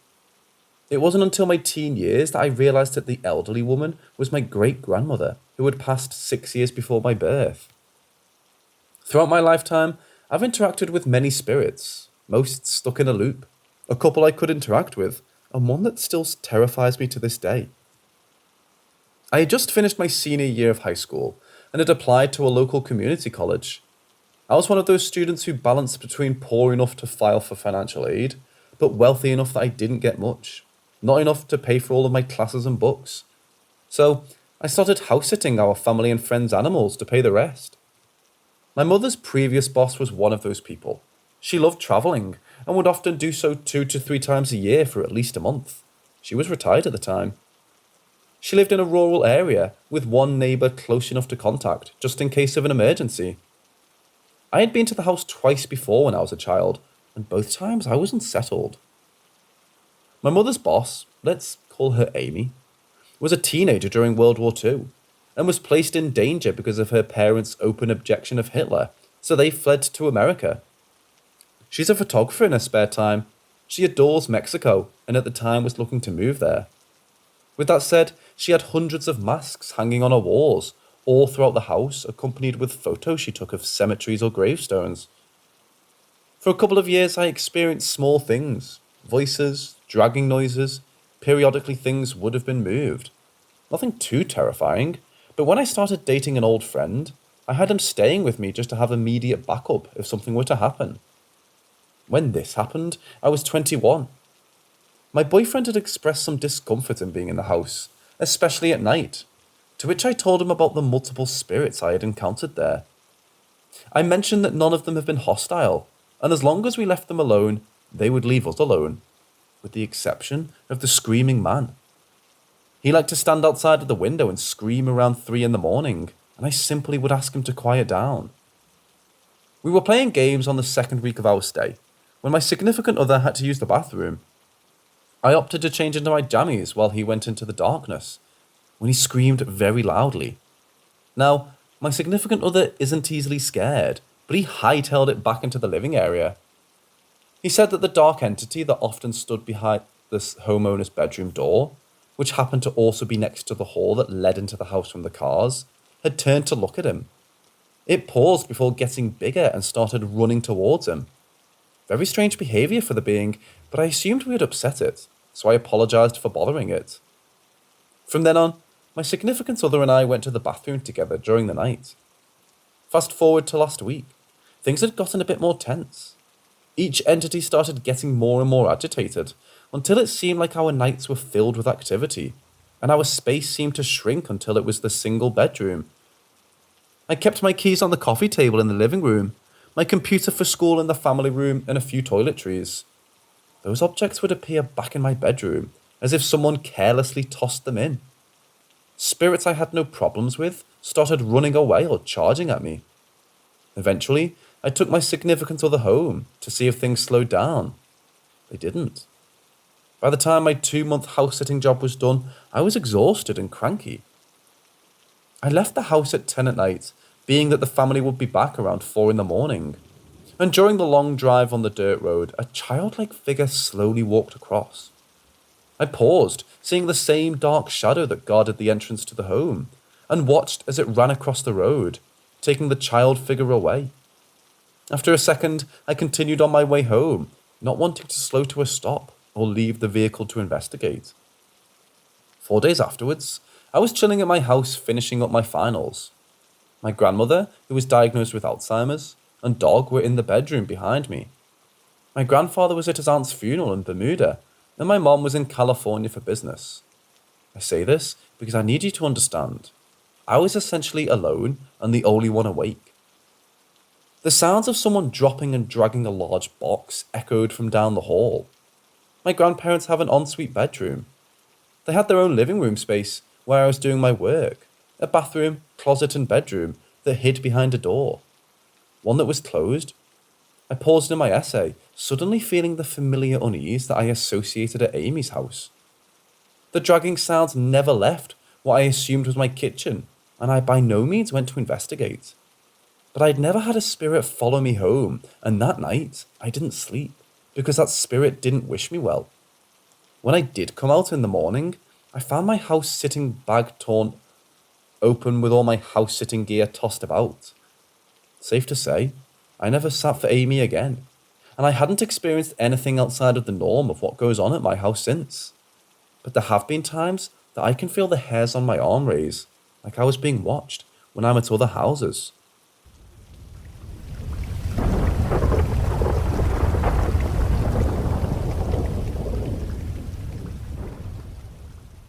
So I never knew my grandfather. He passed away 2 months before I was born. He died in November of 96, and I was born in January of 97. And I'm the only grandchild he didn't get to meet in person. So growing up, I always knew who he was, and I always assumed it's because I was told who he was when I was little, until I was 15. So I'm at a hospital visiting someone who just had a baby, and somehow the topic of dead relatives visiting people in dreams comes up. My mother proceeds to tell a story of when my grandfather visited me when I was little. I got so emotional at 15, I had to leave the room in hospital entirely to collect myself after the story was told. The story goes like this, as my mother told it. I was playing in the living room one day while my grandma was looking at photo albums. I was maybe 3 at the time, and I walk over to my grandma as she's looking at a picture of her late husband, and I say, "That's the man that plays with me in my dreams." My grandmother responds, "What?" I continue to repeat what I said before, but I add, "Before he leaves, he kisses me right here and tells me to be good." I gesture to the middle of my forehead in between my eyebrows. This is where my grandfather kissed all of his grandkids before telling them bye. Something I would never have known unless I was told or experienced. My grandmother freaks out and calls my mom at work and asks her if she had ever mentioned Herman, my grandpa, to me. My mother responds no and says, "The only thing I've told him is that Daddy is his guardian angel, and he'll always look over him, and I told him that the day he was born." My grandma proceeds to tell my mom to come home, so she does. Once my mom arrives home, my grandma pulls her to the side and asks her a bunch of questions, then brings her into the living room, where I'm just doing 3-year-old things. She then pulls me over and says, "Tell Mama what you told me about this man," as she points to the picture of my grandpa. I responded, "That's the old man that plays with me in my dreams. Before he leaves, he kisses me right here." I gestured to the middle of my forehead between my eyebrows once more. My mother and grandmother are now both freaking out as I continue to play with my toys. That's where the story ends. As far as I've been told, my mom never mentioned to me who my grandfather was, other than what she told me when I was born. I've always known who he was and had this weird connection to him. I guess since he never got to meet me, he made up for it in that way. He's the reason for my obsession with music. He was a travelling bluegrass musician in Kentucky. I was raised hearing stories of him singing and playing guitar. I've idolised him my entire life, so that story was very emotional for me to hear.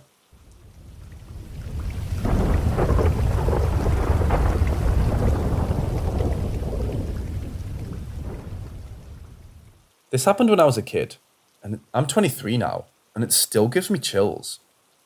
Okay, so I'll jump right into it. Both of my parents were volunteer firefighters, and I practically grew up at a fire station, around all sorts of first responders. This fire station was connected to one of the county police department's offices, which was a small 4-room office upstairs with 2 entrances, a door that led outside and another that led downstairs to the bay area where the fire trucks were. Everything seemed normal and fine, until a friend of my cousin and my cousin's husband, an EMT, used a Ouija board to try to talk to an officer that had just died a week before. So let me give you a rundown on this cop real quick before I get into the paranormal stuff that started happening after his death and the Ouija board use. So from what I remember of him, which isn't a lot, he was a pretty crooked cop. He would arrest people in the small town for drug possession, and then he'd give the drugs to his son after they'd been processed into the system and counted, so his son could sell them and they'd split the profit. This goes on for years and there's rumours, but no proof of who was stealing the drugs, until he died. This officer had a surgery and was taking stolen pain meds and accidentally OD'd. They found his body and a large amount of stolen drugs in his home. Okay, now to the paranormal. So my cousin told me about them using the Ouija board there. This officer's death was recent, so them doing this to talk to him, well, me, a kid who loved horror movies, was super cool and fascinated. The one key detail I remember from the story my cousin told me was that they asked the spirit who it was, and the spirit whispered the officer's name into my cousin's ear. For a while, I thought my cousin was messing with me to scare me, until a few months later, I had an experience there. So I was about 10 when this happened, maybe 12 at the oldest. I used to go work out with my parents at the fire station, because I was a chunky kid and the family doctor rode my parents' ass to get me to lose weight. Well, one night, we had finished working out and my parents got towed to a house fire, and my mom agreed to stay there with me until my dad got back. So we're sitting there watching old training VHS tapes on the TV in the dark, and we hear loud stomping upstairs. My mom and I immediately froze and looked at each other because we thought it was just us there, and we're pretty sure it's just us. It was bizarre. The stomping would start in one room, then stomp to the other. Filing cabinets would open and slam, doors would open and slam almost as if it was looking for something. Then the stomping got to the middle of the room and stopped. It was so quiet you could hear a needle drop. The way this fire station was set up, there was a ramp that went down to the bay where the trucks were. So my mum and I are sitting there in silence, just listening. And we hear the door to the bay open and someone walking up the ramp. My mum got up and went to the open door that looked out into the hallway at the ramp, and nothing was there. Not a soul. But as clear as day, we heard a person walking up that ramp. Moments after that, every sink in the downstairs bathroom turned on. All 8 of them. And I know someone will say it could have been faulty pipes. But do faulty pipes turn all the knobs on the sink? I don't think so. This all took place in the span of 10 or 15 minutes. We turned off the sinks, and shortly after, maybe 15 or 20 minutes, my dad and all the other firefighters pulled into the fire station. My mum and I told my dad and everyone else what had happened, but they didn't believe us. They told us we were making it up and we were hearing things. Ever since the Ouija board was used there, the feeling of that place is just weird and creepy, where before it seemed very familiar and welcoming, like a place of safety.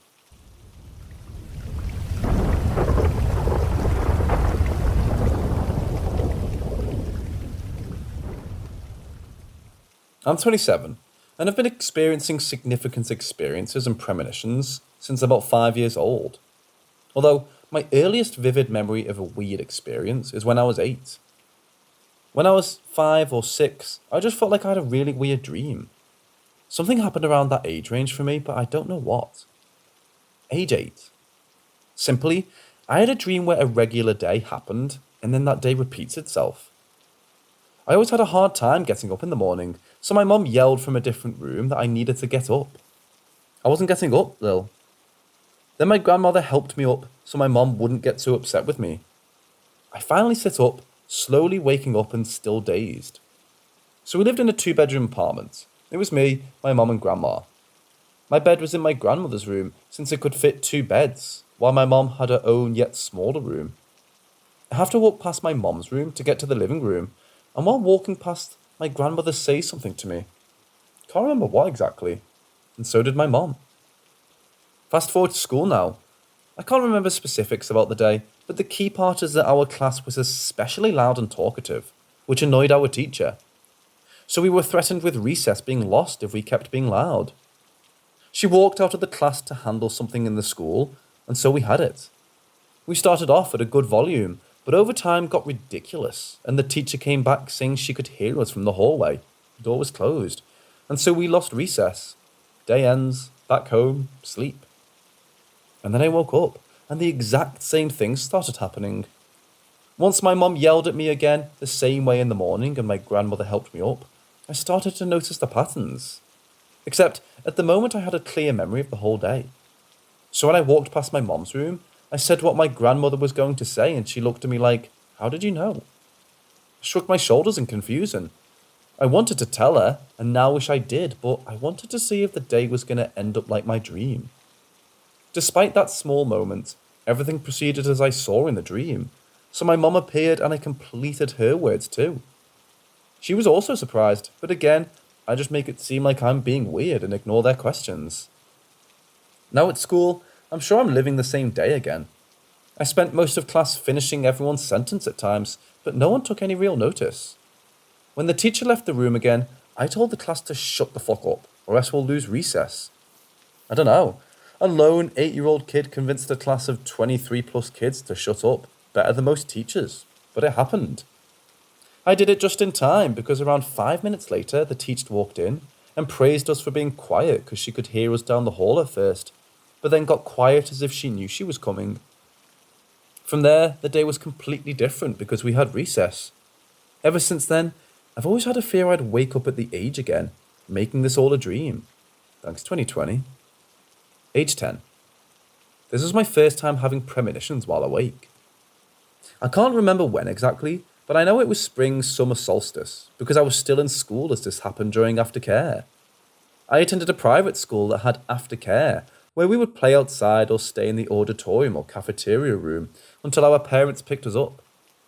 Anyway, it was a hot day and all of us kids are just kicking it.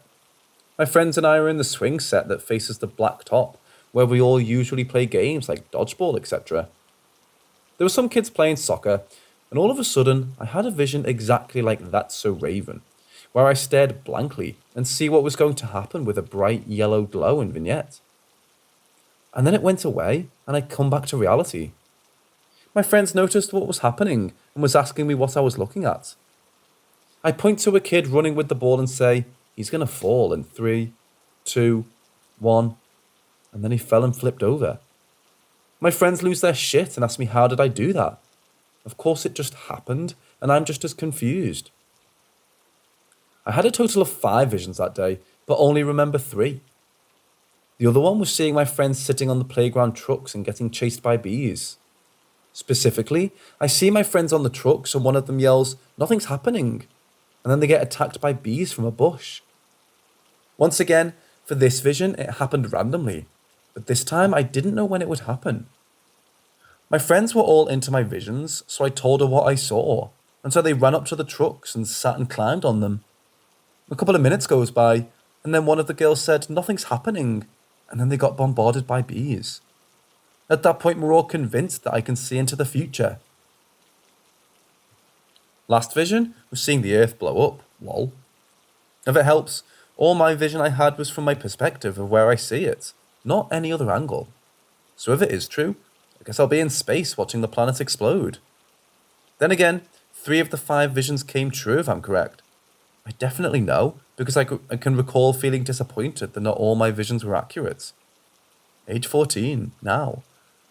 Since around 14, I would have random premonitions strictly in my dreams, and it would be for mundane things, like a lunchbox falling on my face when I open a cabinet, or having a specific conversation when walking in a theatre. I've become able to discern my deja vus when I experience them, because I would intentionally try to remember them when it came from a dream or a sequence of events, actually repeating itself perfectly. And other times, I just sometimes know when something is going to happen, and thus I've predicted a lot of personal events or read people perfectly, even though I don't know them. I may have seen a spirit too. Oh, and something winged demon-like flying in the sky. But overall, premonitions have been the most consistent phenomenon I've experienced throughout my life thus far.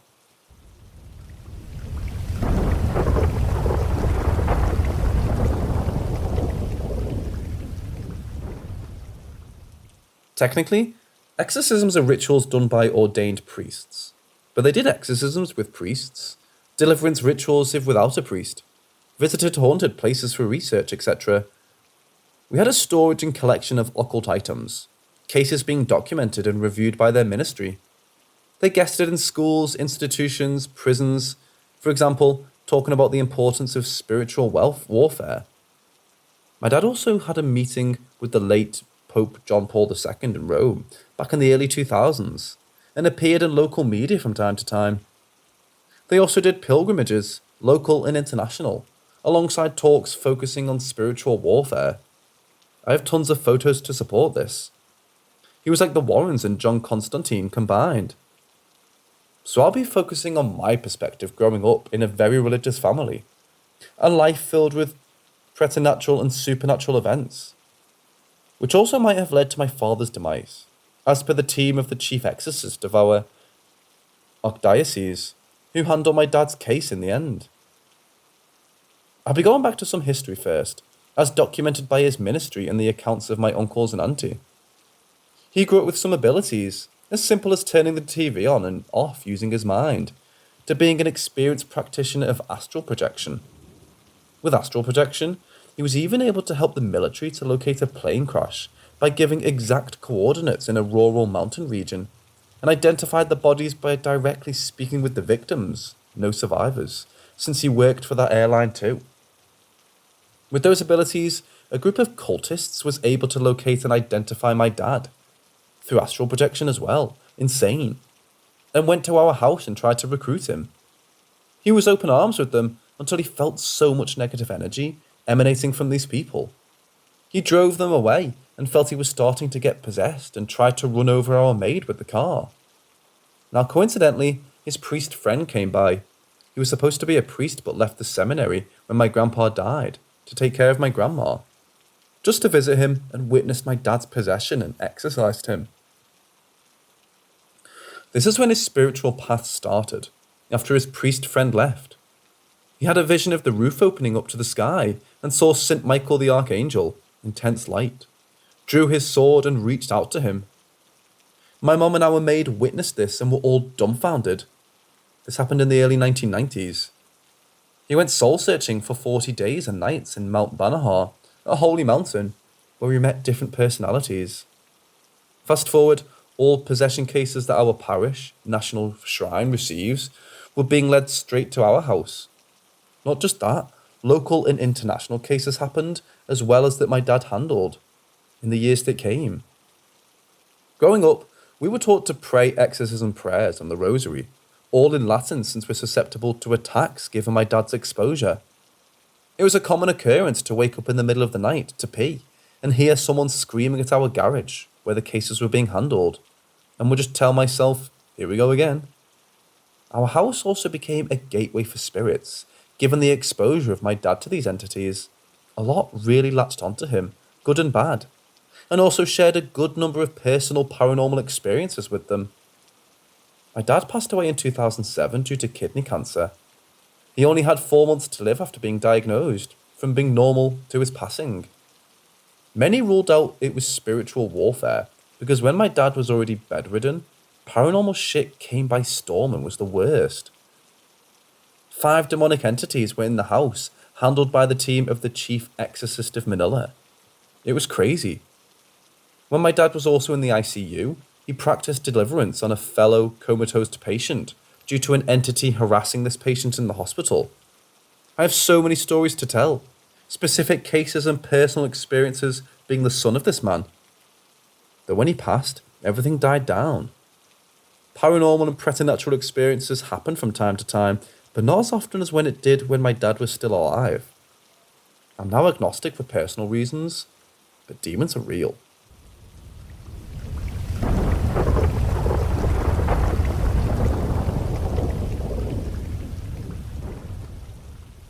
This happened when I was 11 or 12.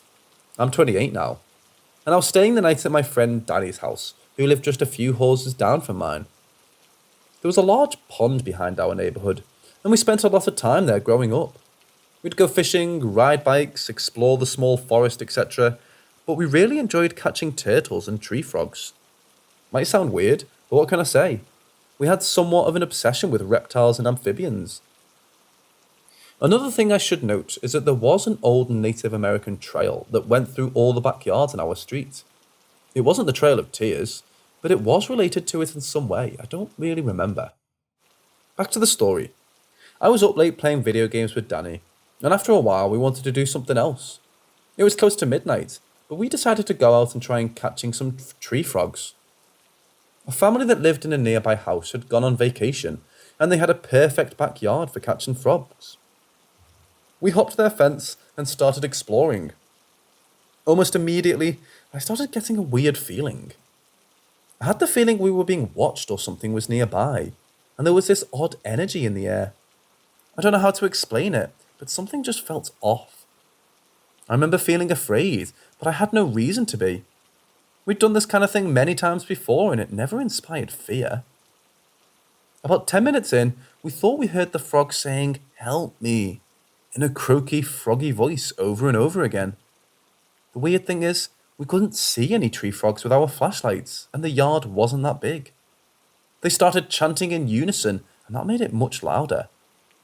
Feeling more than a little creeped out, we bolted out of there and back to the street. Now, we were standing under a streetlight on the street corner, across from where the frog house was.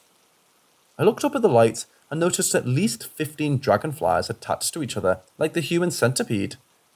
They were doing a spiraling motion as they flew closer and closer to the light. It was weird. So we heard and saw 2 unusual things, but you could possibly explain them away.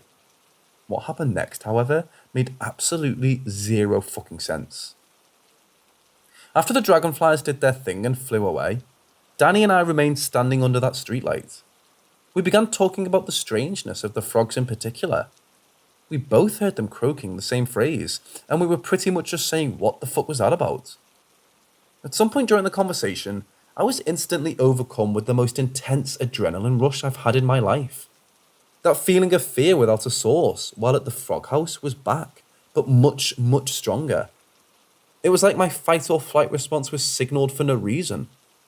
Once again, everything felt off, and it felt like there was intense energy all around us, making the air heavy. I was terrified, and I found out later my buddy was feeling the same thing. I became as still as possible, listening intently to my surroundings. I didn't hear anything unusual, but I suddenly began to feel drawn to look at the street behind me. I knew something was there. Whatever was behind me was the source of my fear, and it was putting out overwhelming energy with its presence alone. I hesitantly turned around and looked. I have full body goosebumps just recalling this. In the middle of the street, about 20 yards away from us, there was an ordinary looking 5 or 7-year-old girl with long, dark black hair, wearing a white nightgown. She was sitting Indian style on the street pavement with a doll in her lap, and she was combing the doll's hair with a hairbrush. I was pretty much terrified beyond imagination. I was frozen with fear and could barely think straight. There was an incredible amount of energy in the air, and I knew something wasn't natural. She looked innocent enough, but I felt like she would snap me in half with the snap of her fingers if she wanted to. Another creepy detail was that she never even looked at us. She kept her head down and focused on her doll, but she definitely knew we were watching her. After what felt like an hour, realistically probably 15 to 30 seconds, a car turned onto the streets and began heading down the hill towards the girl. I remember the headlights getting brighter and brighter as it approached her. You would think maybe I would try to save her real quick, but I legitimately couldn't move. Also, I didn't really expect to get hit for some reason. I never felt like she was in any sort of danger. Eventually, she became lost in the car's headlights, never looking up from her doll this whole time, by the way, and the car just passed right through without any sign of a collision. It stopped at the stop sign 15 feet from us and made a right turn. We took our eyes off from where the girl was as we watched the car turn. When we looked back to where the girl had been, she was gone. Instead, there was a dog on the sidewalk precisely parallel to where the girl was sitting in the street. The dog was looking right at me when I noticed it, almost like it was waiting for me to see it. Then, it just turned around and trotted up the hill in the other direction. After a few seconds, the shock wore off and we sprinted back to Danny's house and spent half the night looking out his second-story window towards the street. I don't know what I saw, but Danny saw the exact same thing. I've always felt like there was a reason it happened for some reason, or a reason it showed itself, whatever it was, to us of all people. Last thing, the house was in front of where the girl was seen was haunted. I lived on that street for 10 years, and 4 or 5 different families lived in the haunted house during those 10 years. All of them said it was haunted. I have a couple of stories about that too, but this is already way longer than I wanted it to be.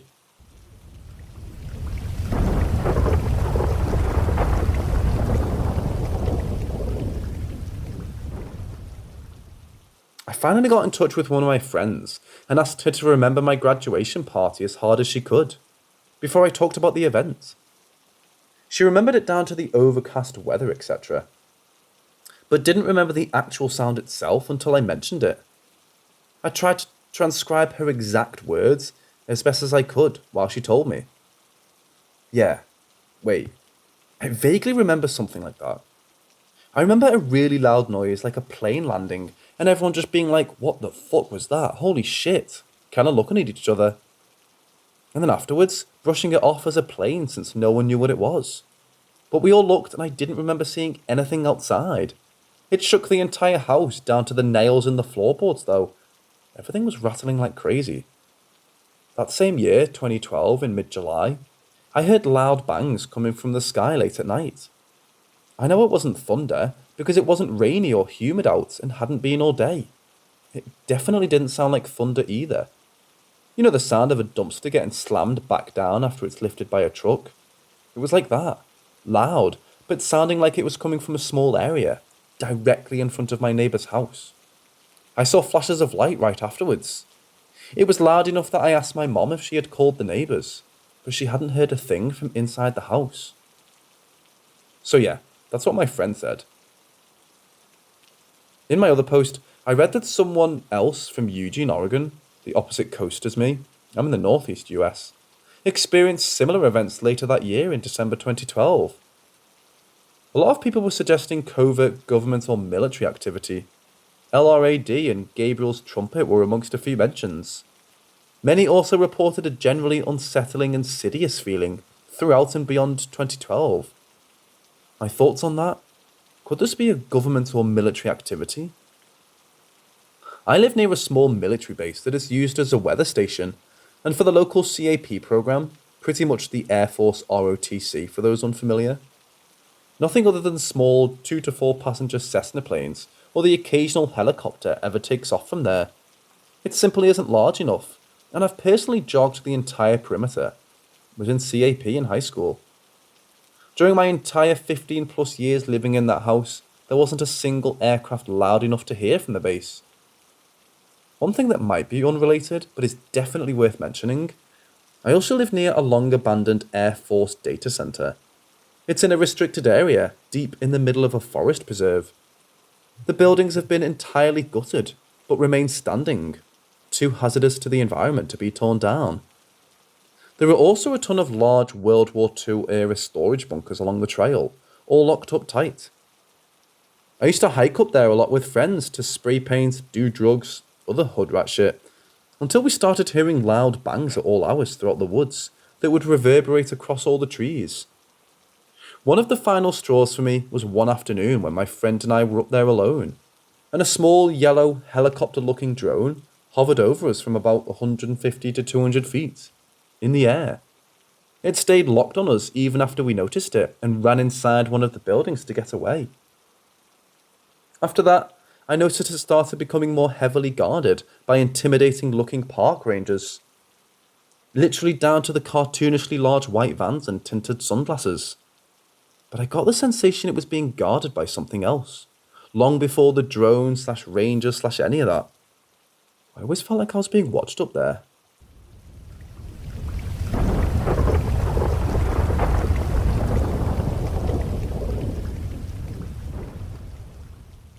It was a sunny evening in 2012, probably late June. I had just graduated high school after turbulent 4 years, and my parents let me throw a little get-together in the backyard with friends and family to celebrate. In total, including myself and immediate family, probably 15 to 20 people tops. My dad had just finished grilling all the food and everyone had moved inside to a small screened-in porch area to eat, just in case it started getting buggy.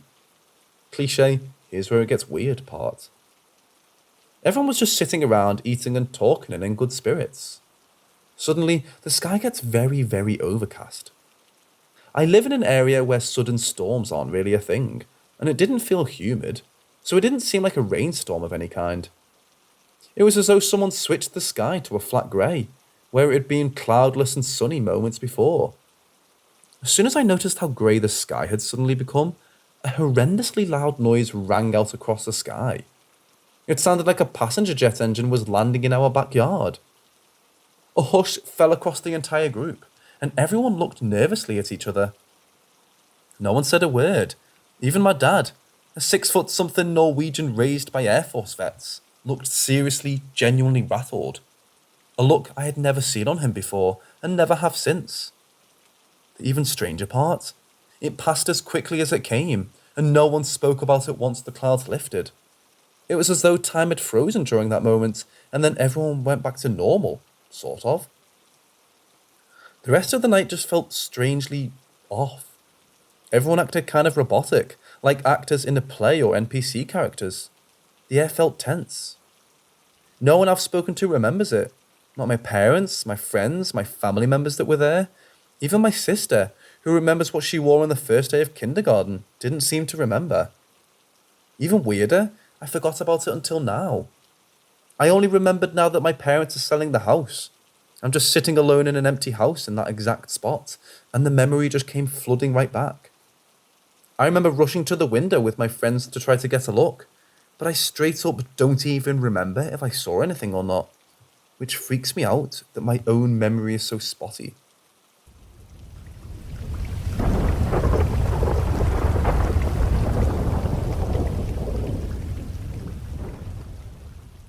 So due to having a family that don't celebrate Christmas, due to religious reasons, I often spend Christmas with my girlfriend and her family. In my girlfriend's room at the top of her wardrobe is a music box which was a gift from her mother from a Christmas years ago, I believe.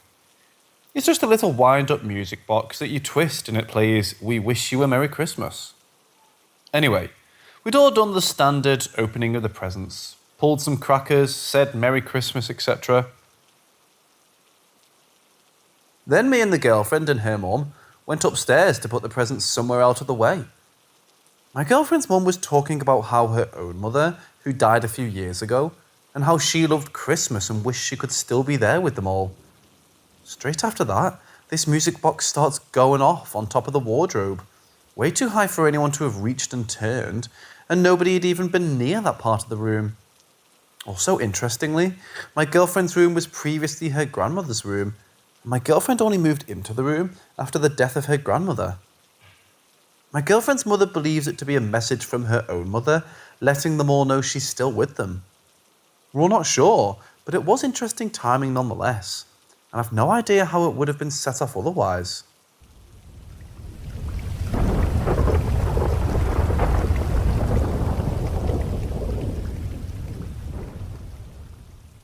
I had a friend I made in Indonesia while I worked in Jakarta. I was chatting to her one night via Yahoo Messenger with the video on. This was back in 2010, a few months before I met my wife. I've been chatting to her for some time, and at some point, I noticed a girl behind her sitting on the floor. She was just chilling out, smiling with legs bent in front of her. I was really amused because my friend had been chatting to me for some time, and it turns out she's been ignoring her friend the whole time. So I teased and said, "Hey, a head just popped up behind you," expecting her to say, "Oh, that's my friend, such and such. She's just hanging out." Instead, she said, "What head? I'm alone." And I say, "There's a girl with glasses behind her, and she looks totally freaked out." I joked that she had a ghost. I didn't mean it. It just looked like an ordinary young woman. And it kind of looks like the woman ducks down and is gone. I asked my friend to get up so I can see her room and it's empty. She says she's totally alone. My friend looks really frightened and I try to calm her down and say I might have been imagining things, but I only say it to calm her down because she looks so scared. It was late, but at that time I regularly went to bed late and I felt pretty awake because text chatting always makes me a bit nervous for some reason. Then, she says that 3 of her other friends told her they can see a girl in her house, but she's never seen the girl herself. They all described her as wearing glasses, except everyone else she is wearing different clothes. 1, actually 2, says it's a red dress. Another, a dark blue shirt, and for me, she was wearing a white sort of blouse, shirt and pants. Her glasses are big and square, and she looks to be in her late teens or early 20s. Indonesians can be hard to age. Anyway, she tells me she basically didn't take her other friends seriously. Indonesians can be a bit superstitious. For example, I had an Indonesian colleague who was training to be some sort of shaman. And my friend was not into any of that stuff. Did not believe in ghosts or have any real religious beliefs. I didn't believe in ghosts either, and if she hadn't looked so freaked out and told me about her friends, I might have put it down to a hallucination. The other thing was that the video window was quite small, but the picture was clear, and it wasn't glitchy or blocky. It would be weird if my imagination overloaded a hallucination so perfectly to appear partly obscured by my friend's desk on the floor behind her. The funny part of the story is that we both thought the other person was lying. I thought she was lying there, being no one in the room, and she thought I was lying and didn't believe I saw someone. Nevertheless, the fact I saw this girl independently of her other friends, each of the other 3 also saw the girl independently of each other, intrigued my friend, and so she asked me questions about her. Although I only saw her briefly, I still remember exactly what she looked like. The next time I chatted to my friend on a different day, we talked about it again. Apparently, she asked more questions of her other friends. She had a friend that claimed to be a psychic that supposedly communicated with the ghost, and the ghost said she liked it in the house, and that she was kidnapped, murdered there, back when the area used to be farmland. My friend lived outside of Jakarta in a place called Depok. I don't know if I believe any of this bit. I only know what I saw, and what I saw just appeared to be an ordinary young woman. Totally solid, not transparent or anything like that. I went back to Jakarta as part of a Southeast Asian holiday with my wife and met up with my friend. I asked her again if she was playing a joke on me, and she still claims she wasn't, and we chatted about it again. If she's playing a prank on me, 1, she's an amazing actor. She really looked scared when I said there was a girl in her room. 2, she improvised a story about her friends also seeing a girl really quickly. And 3, it really wasn't her style of humour. It's made me more open to the idea of ghosts, but being scientifically trained, I still have in my mind that it might have been a joke or a trick of the mind. I kept the transcript of the text chat, though, and it still strikes me as very genuine on my friend's behalf. It's a shame I couldn't save the video, and even if I could at the time, I didn't think I was seeing anything unusual, apart from the fact I thought my friend was being really rude and ignoring a guest. I'd post the transcript, but there are bits of it I found cringy because we had a running joke where we sort of jokingly flirted with each other, but it only makes sense in the context of our friendship, and it's a bit embarrassing.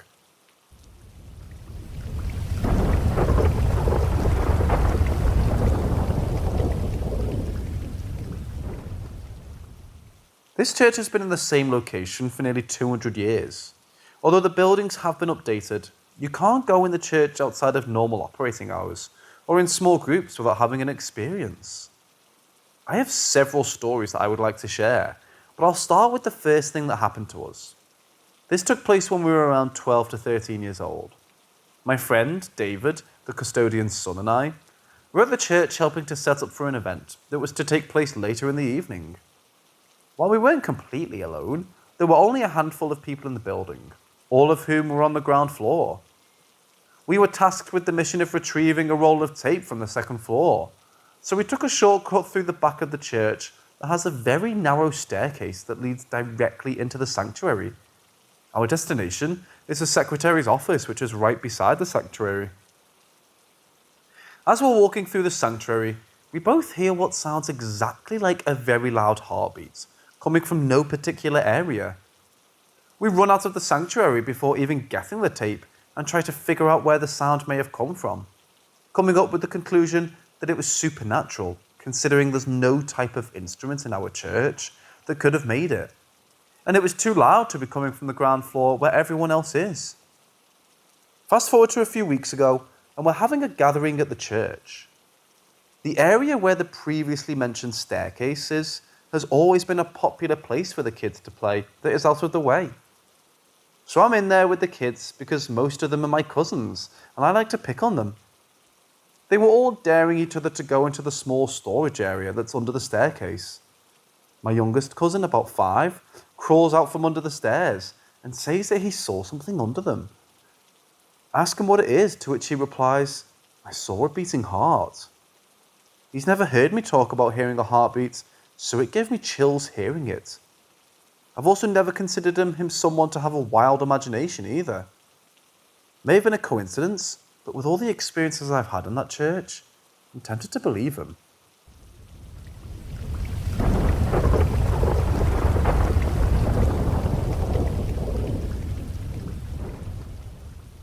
So, my church is haunted, but there are areas that one might consider a hotspot.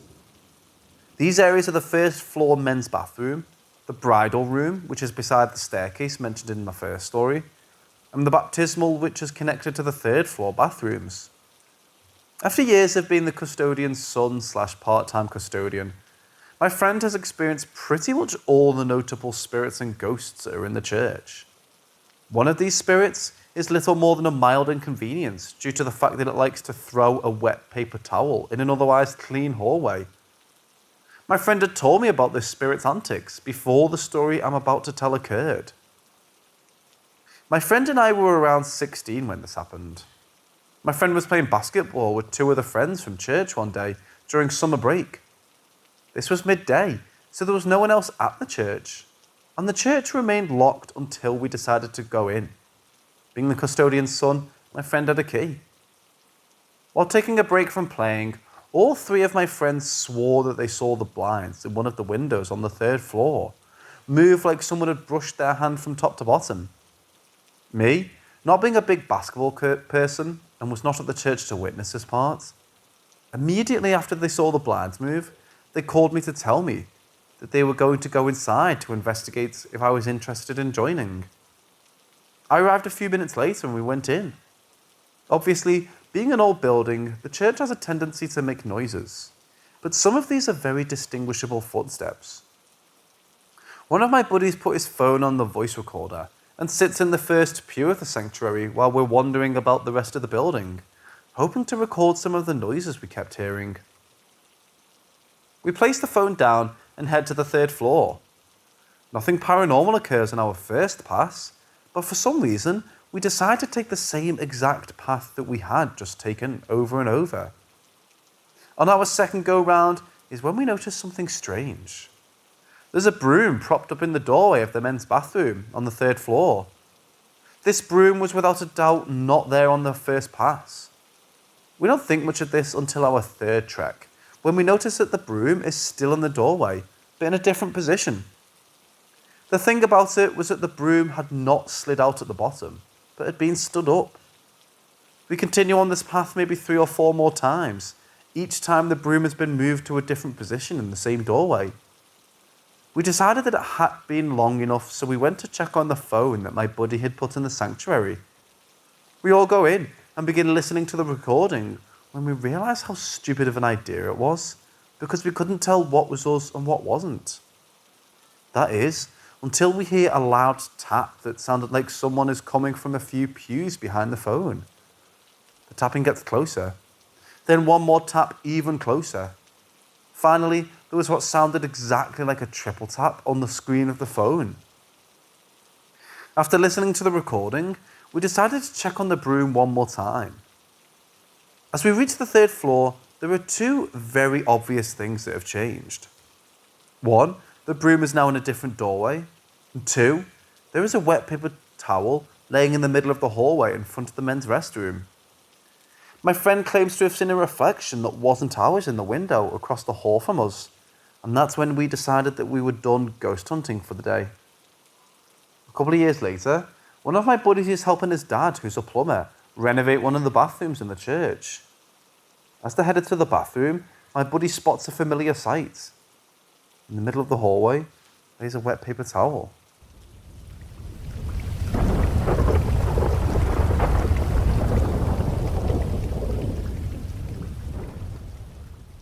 The first story is about the parsonage that is beside the church.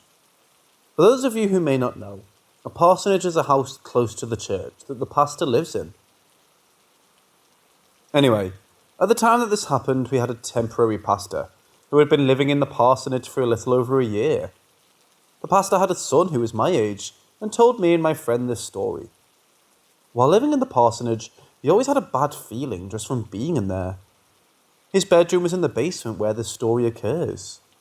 One day, our pastors went into the basement to retrieve something from one of the storage areas. When he opened the door to the storage room, he was chased from the basement by a single crow. How the crow, if that is what it really was, got into the basement and then into a closed room is still a mystery to me. The second takes place in the ground floor bathroom. In this bathroom is a storage closet that has an unfinished floor that's just dirt. Pretty common in basements. This area is occasionally called the portal to hell by some of the kids my age, due to the uneasy feeling you get from being around it. As I was washing my hands, the door to the closet was pulled open, fast enough to make wind. Luckily, I was only washing my hands because I was out of that bathroom in a second flat. The third story takes place in the second floor bathroom. This bathroom is built up against a storage and maintenance room. During a gathering at the church, I went to an unoccupied area of the church to do my business, because I'm a gentleman. Anyway, as I was sitting there, I heard a loud scratching sound coming from the cinder block wall right behind my head. Trying to stay calm, I told myself something had tipped over in the maintenance room, and that's what made the noise. I finished up and decided to look into the closet. The door, which was normally locked, opened right up to reveal that there was nothing in the room that had tipped, nor was there anything that could have even produced that noise in the first place.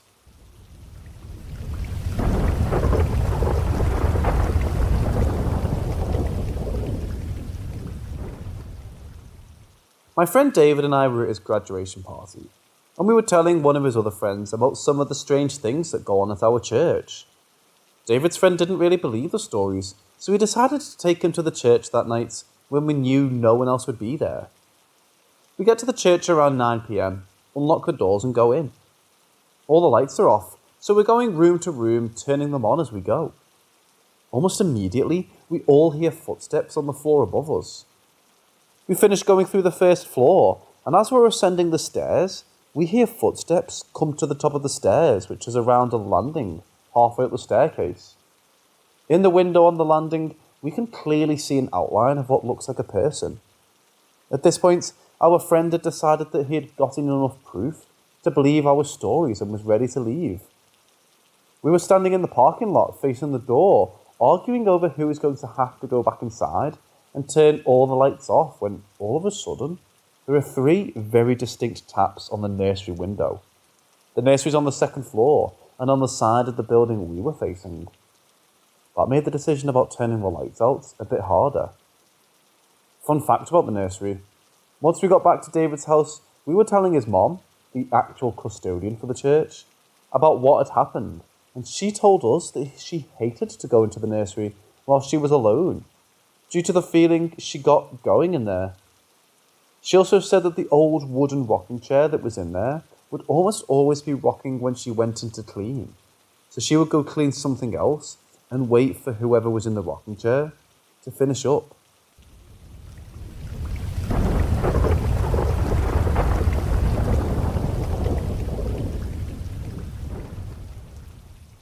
I wasn't raised in a religious family. I like to think of myself as an analytical person and try to rely on evidence for most of my beliefs. Growing up in Midwestern Michigan, there was a time in my adolescence that I'm sure many people experienced. A time when I was looking for some place to belong.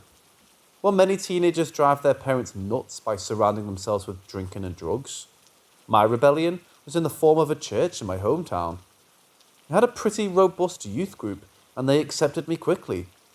It was a safe place, a community that acted like a family I could confide in. I threw myself into it and spent a few years being embroiled in everything they did. So much so that my parents questioned whether I was involved in a cult. The prolonged encounter with the church was an important step along my personal development and would also become the catalyst for one of the most frightening moments of my life. This was during a mission trip that we took to Sarasota, Florida, in the summer of 1997. Sarasota is a small city with a population of a little more than 50,000 people.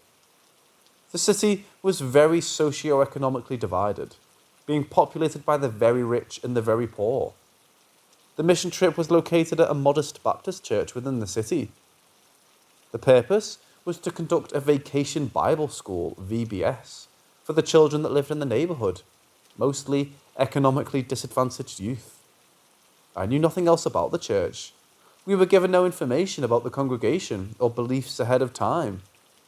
The only background provided was that our youth pastor, David, made contact with this small church and agreed to donate our time to help coordinate this VBS program. I was relatively close with several of the people on the trip. However, we were joined by a student who was not part of our youth group named Alvin. I do not remember exactly why he came, as I was never close to him, but I remember being told that Al's mother wanted him to be a Christian, in contrast to that Asian American heritage, an idea at the time that he seemed to be disinterested in. A dry, straight-laced young man, he was almost an opposite personality of my friends and me, largely immature, outgoing goof-offs looking for attention. Nevertheless, he attended the trip with the rest of us. We all loaded onto the bus and headed south. We arrived in Sarasota, got to work, and the first part of the trip was pretty uneventful. Nothing seemed unusual. We worked, teaching certain classes ranging in topics that a normal, non-denominational Christian Sunday school would usually teach. It wasn't until the last couple of days of the trip that things started going off the rails. Close to dusk, the second to the last day of our trip, our group was outside playing kickball with the children while we waited for their parents to pick them up. It was a hot summer's day in Florida, so many of us Michigan kids were not used to the humid, hot evenings that followed. I decided to go into the church to get a drink and cool down, escaping the large number of gnats that constantly accosted me whenever I stepped outside. The church itself was made out of white plaster, a common style in Florida. The exterior was peeling, but the inside seemed to have been cared for meticulously. The dark green carpet was everywhere except for the chapel, which itself was burgundy with gold designs. The building of the church was shaped like a T. You entered the double doors at the bottom of the T. The long hallway had an extended mirror that was attached to one wall, and a sitting bench was on the other. There was wood bedboard-type panelling that went halfway up the wall to the mirror. As you continued down the hall at the T-junction, you could take a left and walk into the chapel, or you could go right and walk into a large dining room that was filled with tables. I walked through the doors at the bottom of the T, and as teenagers are wont to do, I glanced at the mirror to check my own reflection, check the outfit, the hair, the overall appearance. Adolescence is a vain time. Anyway, as I looked in the mirror, I saw Alvin sitting on the bench opposite the mirror, just looking at me. I quickly questioned what he was doing inside, away from everyone. "Hey Al, what you doing, man? Don't like kick..." And then, as I'm saying it, interrupting my sentence, he smiled in what felt like a disingenuous, menacing simper. He then raised his hand, forming a gun-shaped hand gesture, and winked while pointing at me, clicking his tongue to make a sound, acting in a way that seemed uncharacteristic for who I knew Alvin to be. I chuckled and turned away from the mirror to speak to him.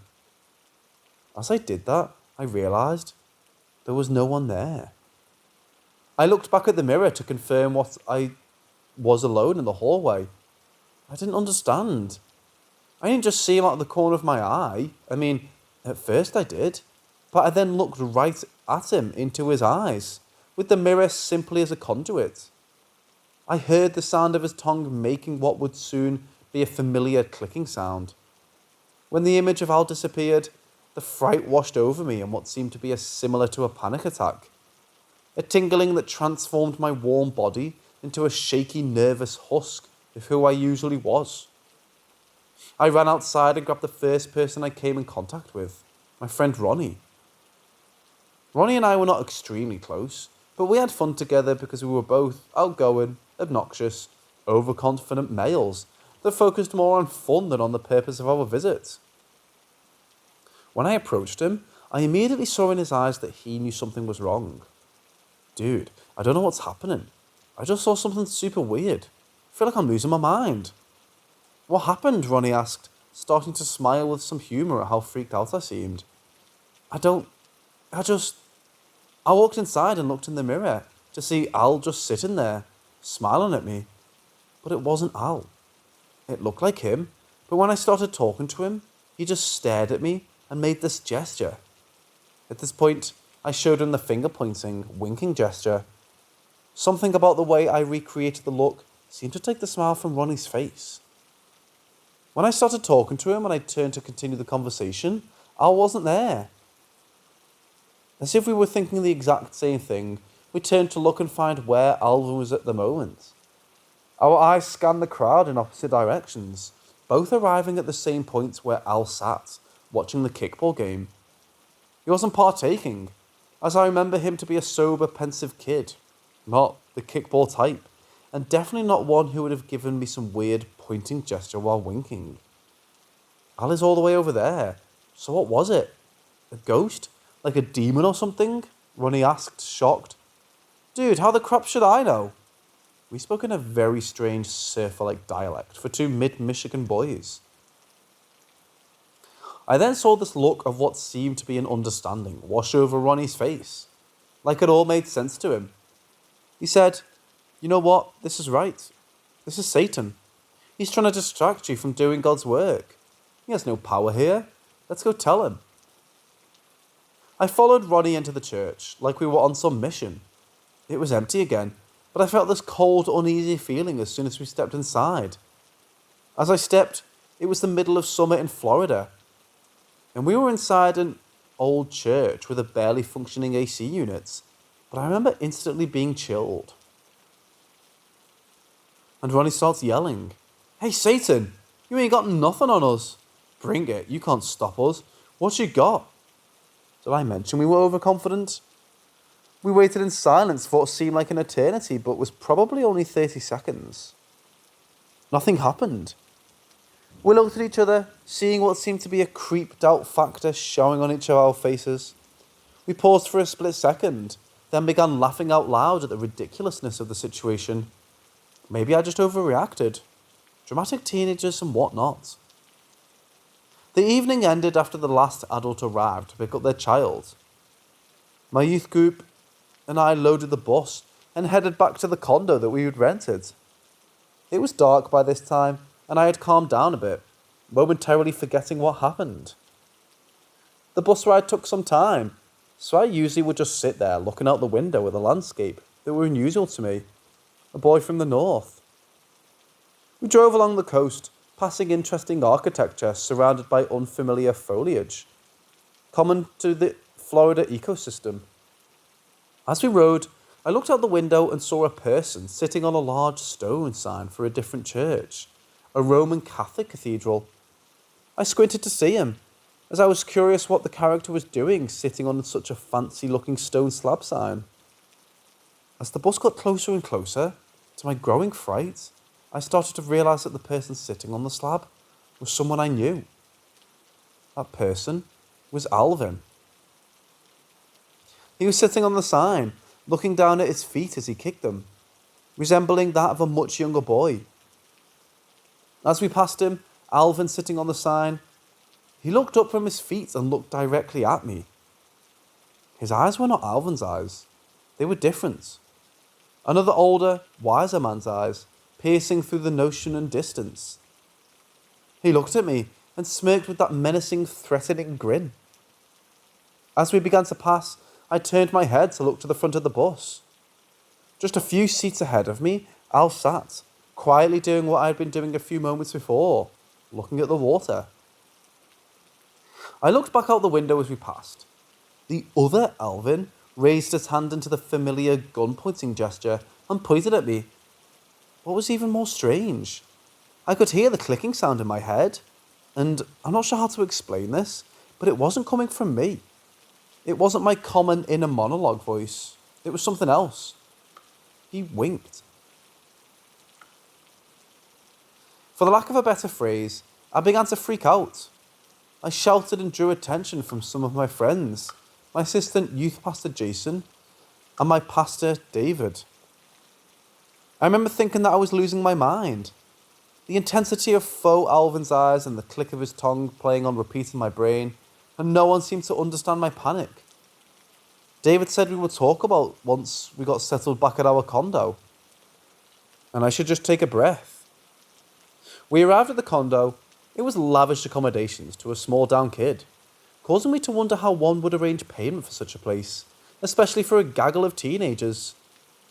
It had tall vaulted ceilings, and the decor was designed in the early 90s, so it was fitted with brass lighting fixtures and lightly stained oak finishings.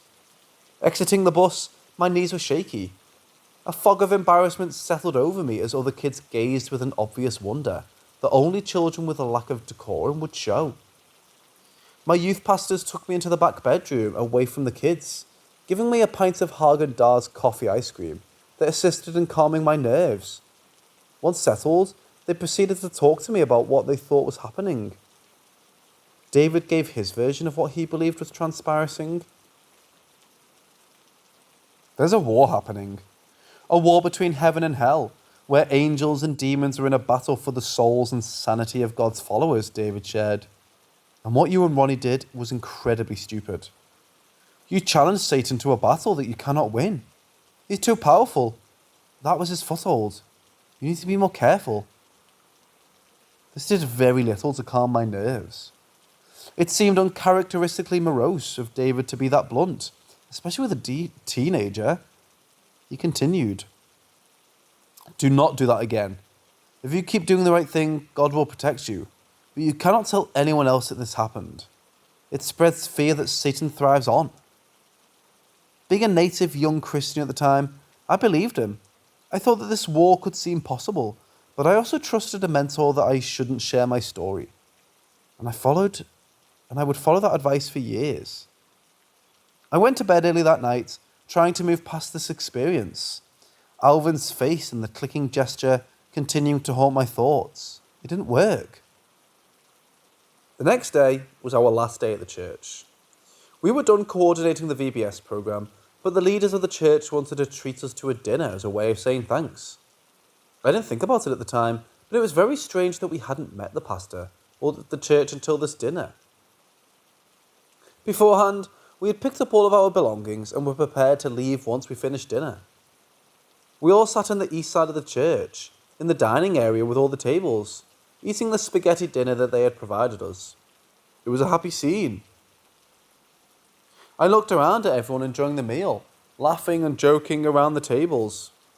Suddenly, the back door of the church opened, and a cold gust of wind rushed past me. Bizarre for a Florida summer afternoon, followed by the entrance of a tall, elderly man and two slightly younger women behind him. As with all members of the youth group, I had never met this man before. He was introduced to us as the pastor, but none of us recall ever hearing his name or last name. All I could focus on was his eyes. They seemed familiar to me, although I couldn't place them. They weren't kind eyes, although I couldn't articulate that in my mind at the time. He spoke a short sentence or two of thanks to the group, and then proceeded to move past the tables, sharing short statements of small talk, referring to my friends as guy, ladies, or, in the case of Ronnie, young man. As he slowly approached me, I continued to eat spaghetti because free food. The pastor moved deliberately behind me until I could feel his bony hand touch my right shoulder. I turned around to look and saw the pastor glaring straight into my eyes. Not a polite stranger's glance, but a deep, disturbing stare. Those eyes. I'd seen them before. He took his hand off my shoulder and spoke. "Hey, how's it going?" Something was wrong, and it was immediately obvious to me. No one had met this pastor. He didn't know any of us from Adam, and he referred to everyone as such, with generic titles like son and darling. But he knew my name. He looked at me like he knew me, and then he did it. He smiled in that familiar, menacing way, lifted his hand and made the pointing gesture while winking. He closed it out with the tongue-clicking sound. I shot up, backed up quickly, clambering for my footing as I knocked over some empty chairs and ran out of the dining hall. I ran to the adjacent chapel and did the only thing that came to my mind at that moment. Sat in a pew and cried. My pastor and my pastor's wife, Kathy, followed me shortly after. I expected to hear their voice of reassurance, the kind people that had been mentors to me for years. This is not what followed. "What are you doing, P?" "That was the rudest thing I've ever seen. What's wrong with you?" David shouted. "You're acting like a baby," Kathy exclaimed. This was extremely uncharacteristic of both of them, so I knew something was wrong. They were usually very calm, kind people in public. So I ran from them. I ran out of the chapel, down the long hallway, past the mirror where I had originally seen who I thought was Alvin, and out of the front doors. Followed directly after me, Kathy stepped out of the door before the door even closed. I turned to see her express transform, from angry hunter to concerned caregiver. "What's wrong, honey? Why are you crying?" I knew immediately why the anger left her. She had left the church. She was outside. Something was wrong with that place. After discussing what I felt had happened, I never went to that church again. I waited outside for the rest of my group to finish eating. Afterwards, David, with a small group of us, did some weird type of ritual where he anointed the church and its door with oil.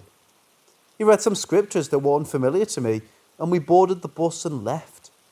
I haven't spoken with David or Kathy in decades, but directly after this happened, Kathy, while coming short of saying I was lying, disagrees with the sequence of events. She seems to believe that she heard me making a ruckus outside, so she followed me directly out there, concerned for my well-being.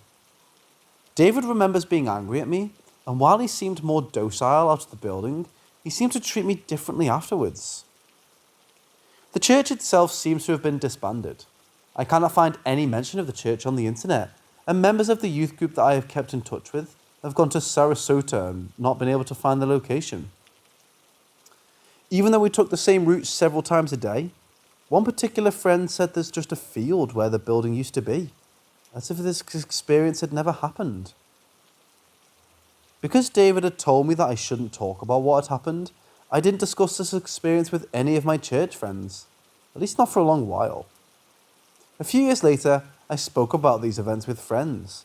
I made out so at the church. My story is often met with the mixture of interest and skepticism that I often would experience this phenomenon.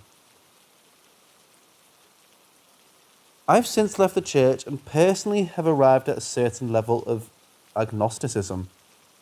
I like to think that I do not believe in ghosts or demons, but I also cannot deny that which happened to me in the summer of '97. I don't have an explanation, and there are too many things that do not make sense.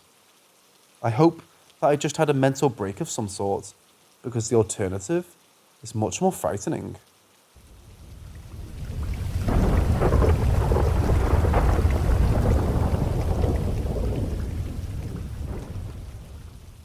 I live in a house with my mom, sister, stepdad, stepsister, 2 dogs and my cat. My stepdad is a major paranormal skeptic. My sister is a little over-believing. And my mom and stepsister are mostly neutral. A lot of my family has experienced some really scary things. My grandpa has moved because of it. And it's sort of common knowledge that we can all tell if something is paranormal or not. My grandpa has had weird, terrifying things happen that he'll insist aren't paranormal at all, and some things that are slightly less scary that he'll insist were. I can generally tell if someone else is telling the truth about some experience, but for myself, I just can't tell the way they can. And I think it's partially because of my anxiety, which is constantly making my thoughts contradict themselves. Anyway, I have several seemingly disconnected incidents that I guess I can just bullet point out. They're over my entire span of living here, so I can't really remember the order.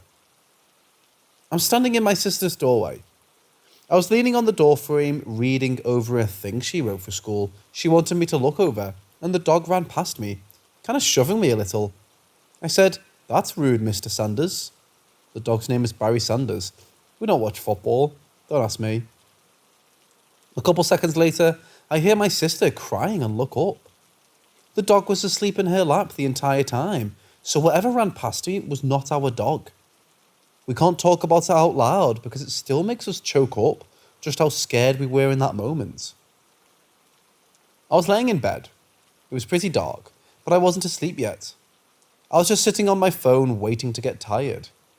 I heard a really loud bang come from my closet, and my cat ran over and laid directly on my neck, which she does when either one of us gets scared. I already had Snapchat open, so I decided to start recording to see if it happened again, because I was pretty sure there were animals living in the walls, but my parents insisted they weren't that big of a deal.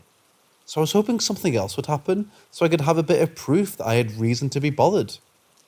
You can't see anything in the video though, there's only sound. At the time, that didn't faze me because all I needed was proof the animal made sounds. Instead of another noise down the closet walls, there was a click, which you can barely make out in the video. But from my bed, I could see that it was the door handle turning. After that, the closet door swung back and forth, creaking extremely loudly when it normally hardly does at all. For the 11 seconds, if I remember correctly, that I kept recording. I stopped it because I wanted to turn the light on and immediately went to show the video to my mom. It happened another time after that, at night again, but I didn't record. I didn't feel threatened, but I did start keeping my laundry basket in front of the closet door and haven't had it since then. This one is possibly the scariest experience because no one has been able to explain it in a way that matches up with the story. Me and my sisters were in the kitchen. Both parents were taking a nap and had been for about an hour. We were the only ones in the kitchen for at least the previous hour. On the counter, there were some dirty dishes, and out of nowhere, my mum's measuring cup just exploded into tiny pieces all over the kitchen. We couldn't even walk anywhere and had to yell for our parents to put on shoes and sweep the floor around us so we could go and shake the glass out of our hair and clothes. I've looked it up and found some things about Pyrex measuring cups exploding, and not to the extent ours is, and ours was not a Pyrex. It was a really old one with all the measuring letters engraved so they wouldn't wash off. My grandma had given it to my mum about 3 or 4 years earlier. I was looking at different measuring cups for the sake of this post, and it was the same general look as a bread bunny, but I don't believe ours was. Once, I was on the phone with a friend and 2 things on my wall, one hung canvas and one hung glass frame, both fell at the exact same time. That's probably the one that can be explained the most easily, I guess, and it's also the shortest, but it's still weird. Similar to the dog incident, we, my stepsister and I, once opened the front door to get ready to go to school, and something large and black, a little bigger than our lab, looked like it ran through the house. However, we knew it wasn't the dog because he was already inside, and again, this was bigger than him. I don't think it was the same situation as the dog incident though, because it didn't push us at all, and didn't really have a specific shape. Whereas the previous one was so much like our dog that Had it been in another room when it happened, we wouldn't have ever thought about it again. But this was just sort of a black blob that appeared solid but wasn't. By the time we turned around, it was gone. There's some other smaller things, like canned goods falling over when they shouldn't be able to do that by themselves. The shower curtain being open, it was almost definitely closed before. Things going missing and showing up in odd places. My family also had quite a bit of paranormal and non-paranormal disturbing backstory if anyone might be interested in more context. Specifically, some things that happened when I was in my early teens, some things my grandpa said, who my stepdad brought the property from, and my family's very weird trademark of having near-death experiences and dying young, and how death follows us around in general. I really don't know if I'm looking to be proved wrong or told if I can't be. I guess it would just be nice to get some other opinions. I've also neglected to include the door video because, as I said, it's really only audio, and I believe that was the first paranormal aligned incident I actually paid attention to, and it was over 2 years ago now. If anyone really thinks it'll help, I can try to find it, but I honestly don't think it'll provide much since there's just the sound of a door creaking, and that could be faked pretty easily. Like I said,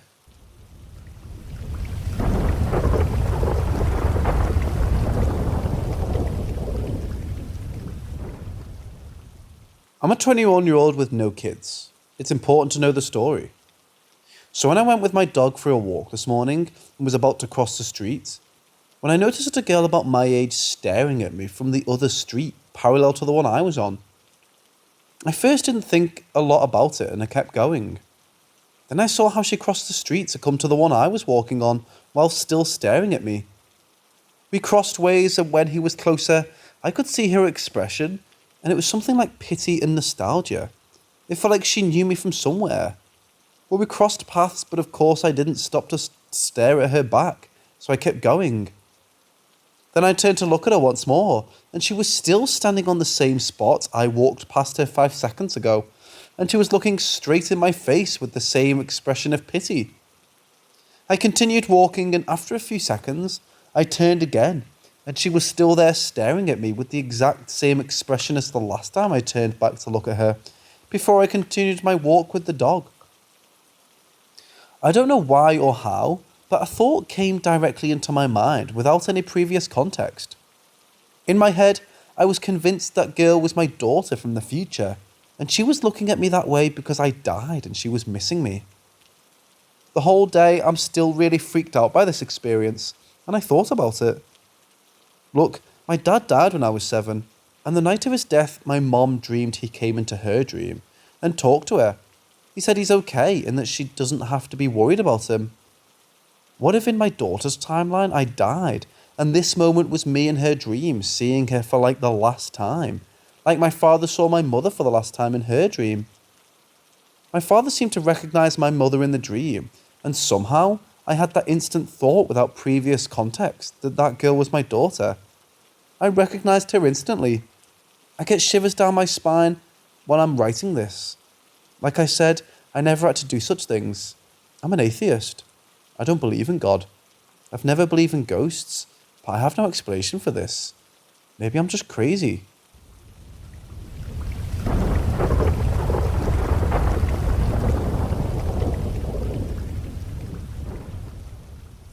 So we moved into an old farm a few years ago, did lots of renovation work, found lots of strange things, boarded up rooms, bricked up the entrance to a cellar, loads of old abandoned items left there too, etc. The thing that's really bothering me is in our main kitchen, there's a small larder there. When we renovated, we wired some electrics and plumbing into there, and the room is used to store the fridge, foods, washing machine, etc. However, shortly after we started using that room, I began having a recurring nightmare. During the nightmare, I'm stuck in a wall cavity. I can hear moaning, screaming, crying and scratching sounds, etc. I scream for help, but nobody or nothing can hear me. I'll usually wake quite agitated and worked up from this nightmare. I've never had this nightmare before we moved into this house. After the first couple of times, I noticed a small pattern. I only had that dream when the door to the larder was left open.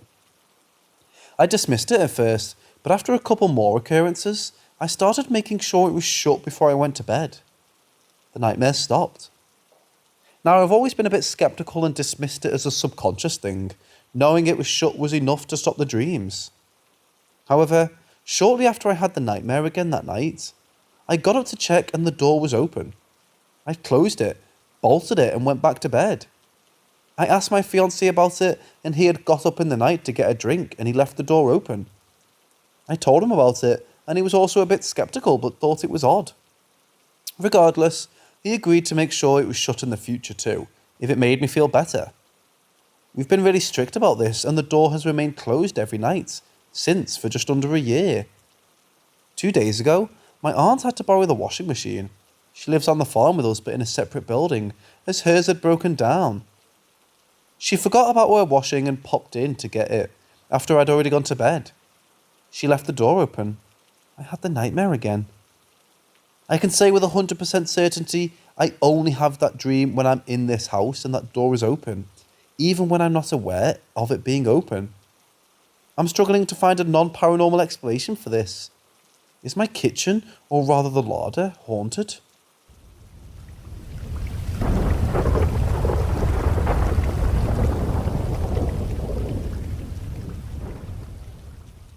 When I lived in the apartments, at a young age, I would always have nightmares.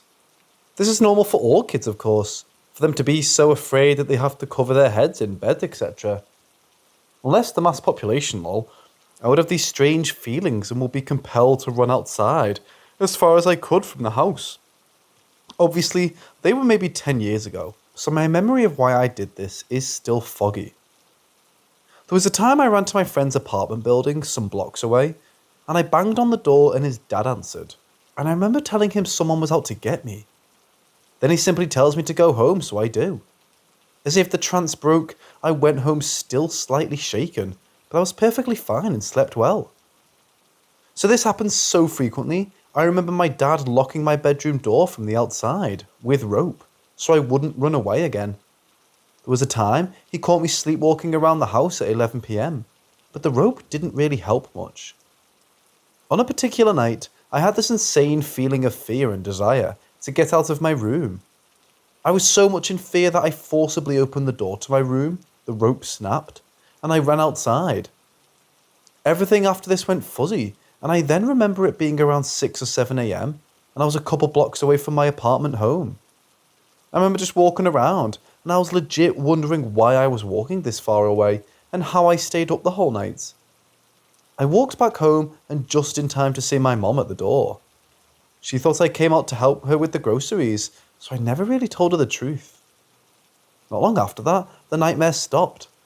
I ended up moving farther south of Jersey, but the sleepwalking and the sleep talking never stopped, till this day.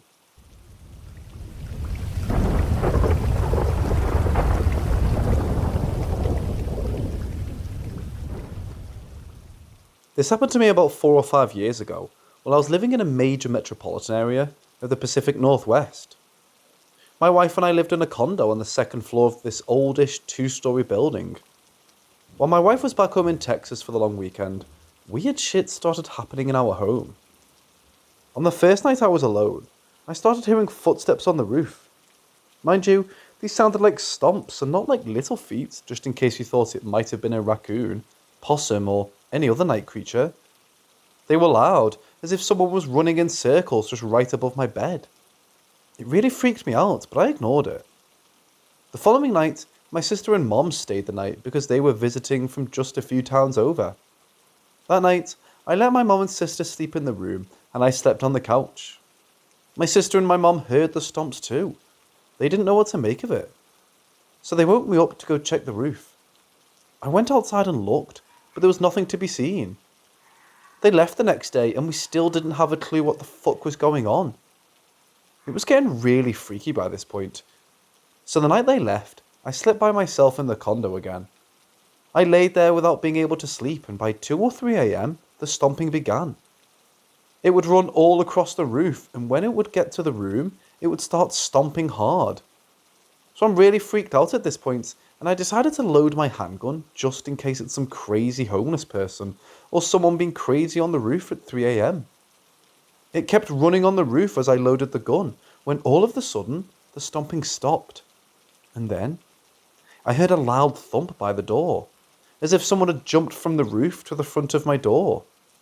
It knocked on my door 3 times, loud as fuck. By this point, I'm paralysed in fear, but I said fuck it. Whatever it is, I'm going to get bullets straight to the head. I walked carefully towards the door, opened the door as fast as I could, but no one was there. I checked the roof, under the stairs, and there was no sign of anyone. The fear I felt ran cold through all of my body, because I still felt its presence, but I just couldn't see anyone. I went back inside, locked the door, and laid in bed with my gun next to me. I was terrified and couldn't sleep all night. The next night, my wife comes home. I told her everything that had been going on, and she just couldn't believe it. She asked me how come I only heard it when she was gone, and it had never happened in the past while she was there. I told her I didn't know why it happened that weekend when she wasn't around, but it happened. I had witnesses, my sister and mom, who had also heard the stomping. So I'm not going crazy, and this isn't just my imagination. I'm perfectly healthy, mentally and physically, so this couldn't have been some mental disorder. We went to bed together that night, and she told me not to worry, and that I probably had smoked a little too much cannabis during the weekend. I'm a bit pissed at her, because she doesn't believe me and thinks I'm being superstitious. As we're falling asleep, something pulls on my toe. A hard pull on my toe, not some light touch.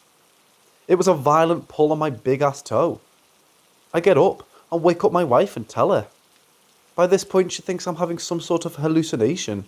I should probably not smoke weed anymore, and I even started believing I was losing my mind.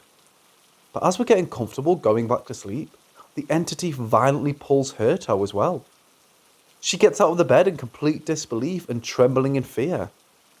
We turn the lights on, checked to see if someone was under the bed, but there was absolutely no one. We couldn't get back to sleep that night, and a few days later, the nail on my big ass toe turned a light shade of purple. What the fuck happened? I have no fucking idea. To this day, I have no fucking clue.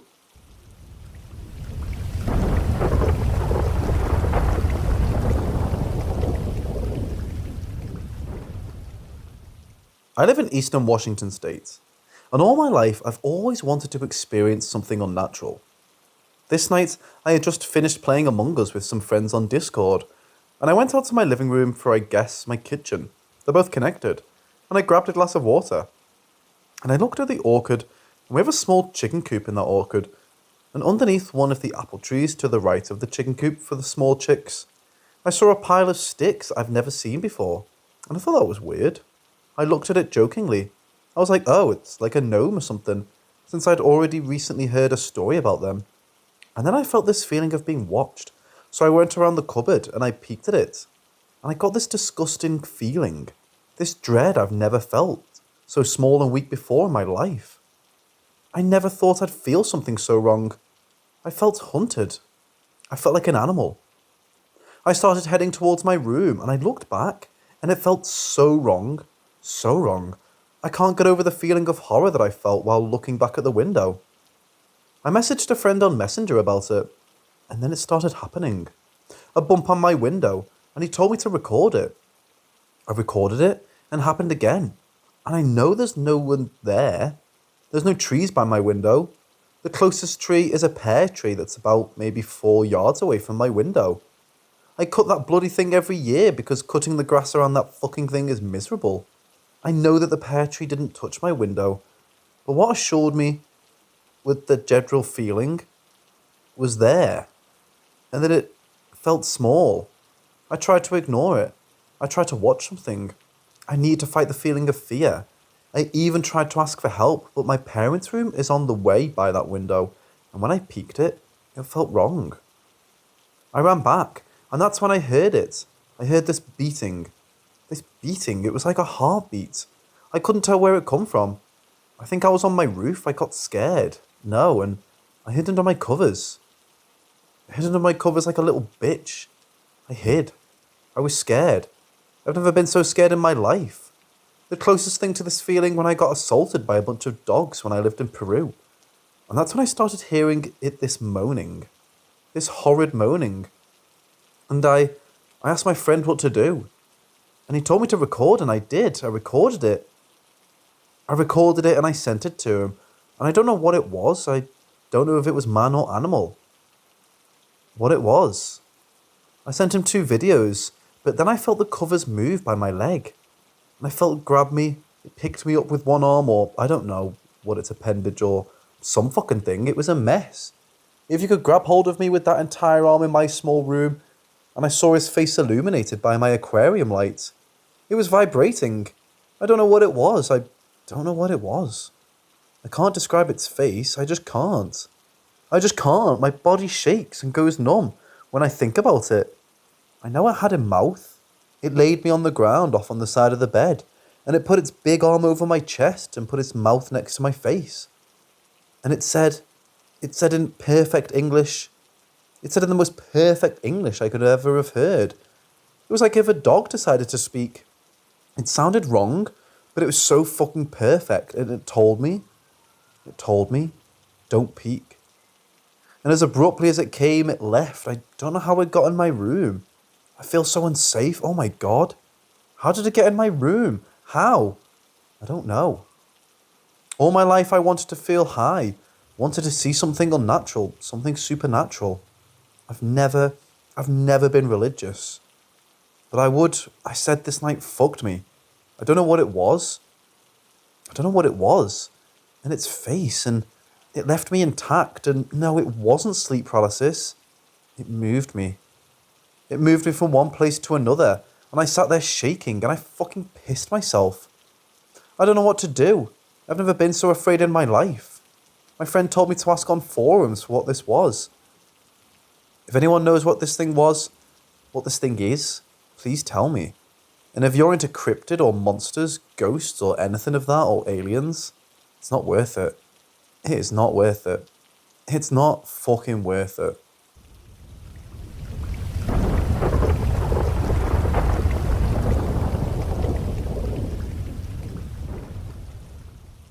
So this happened to my family a few years back, but I believe it's a rather interesting, unexplained phenomenon, and I just discovered this sub. A little background before I get started. Me, my mum and uncle all reside in Texas.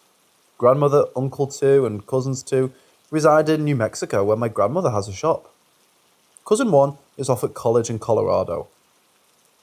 Uncle 1 decided to go visit Cousin 1 at school, but on his way, stops in New Mexico to see the family for a few days. While visiting, a strange woman stops in the shop and asks for directions. She and Uncle 1 get to chatting, and I'm not sure of the specifics that led to this conversation, but she proceeds to tell him about a dream that she had recently. She says that in her dream, she was driving through the mountains and suddenly came to a halt. She realizes that there was a mountain lion lying dead in the middle of the road. She gets out to see if there's anything she can do, but when she approaches the mountain lion, it takes life again and runs away into the mountains. The conversation comes to an end, and the woman takes her directions and goes about her way. Uncle 1 brushes the whole thing off as odd, but doesn't really give it much more thought. Days later, Uncle 1 convinces Uncle 2 to accompany him to Colorado to visit Cousin 1. It's important to note here that Uncle 2 has emphysema. Where they were visiting was at a higher altitude, and Uncle 2 ended up getting severe altitude sickness. It became so bad, they ended up in the hospital in an induced coma. Me, my mom, aunts, grandma, and cousin 2 all travelled to Colorado to be there with him. Days turn into weeks, turn into months, and he's not getting better, let alone coming out of his coma. One day, we're all tired and stressed as things are looking grim. We're trying to decide where to eat when one of cousin 2 asks for Applebee's. No one else wants to eat there.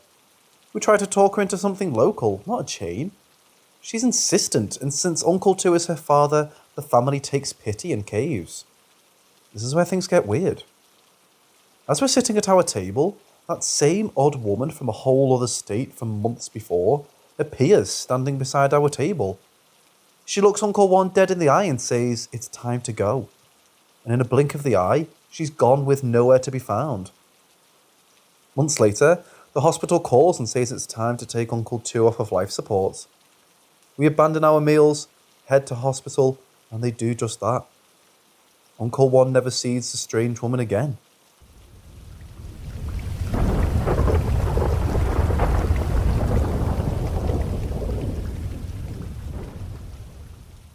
This happened nearly 10 years ago, but I, 32F, can't shake the experience.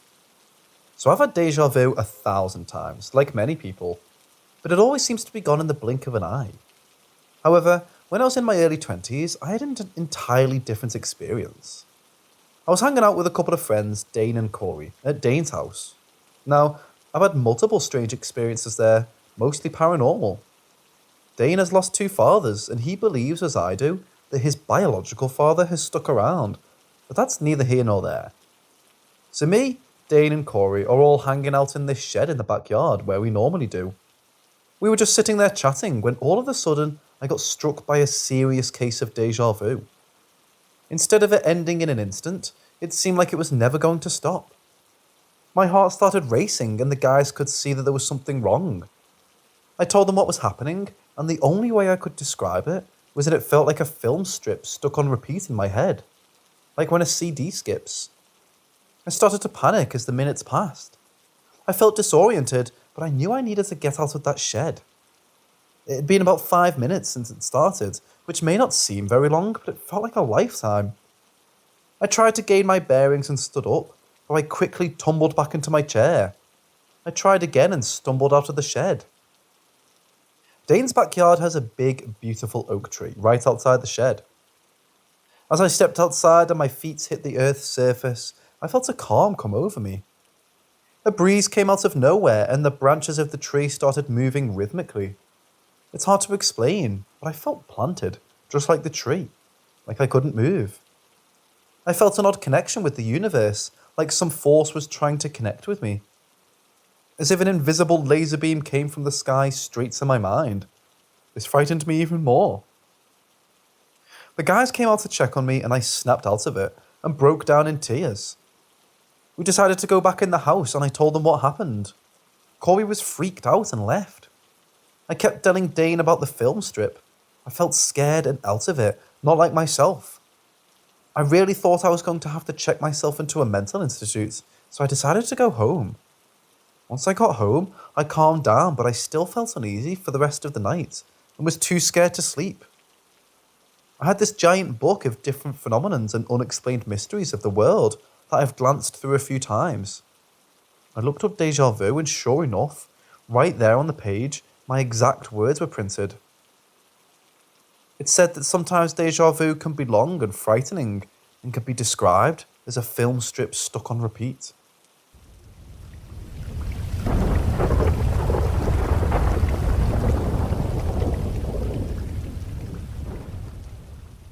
About 5 to 7-ish months again, I decided to hang out with my ex-wife to see how things were going. A foolish mistake that I chose to partake in. I meet up with her at night time and I drive her around town. I had a feeling that I shouldn't be around her due to the obvious reason as to why I divorced her in the first place. But my human mentality and maintaining a relationship took over.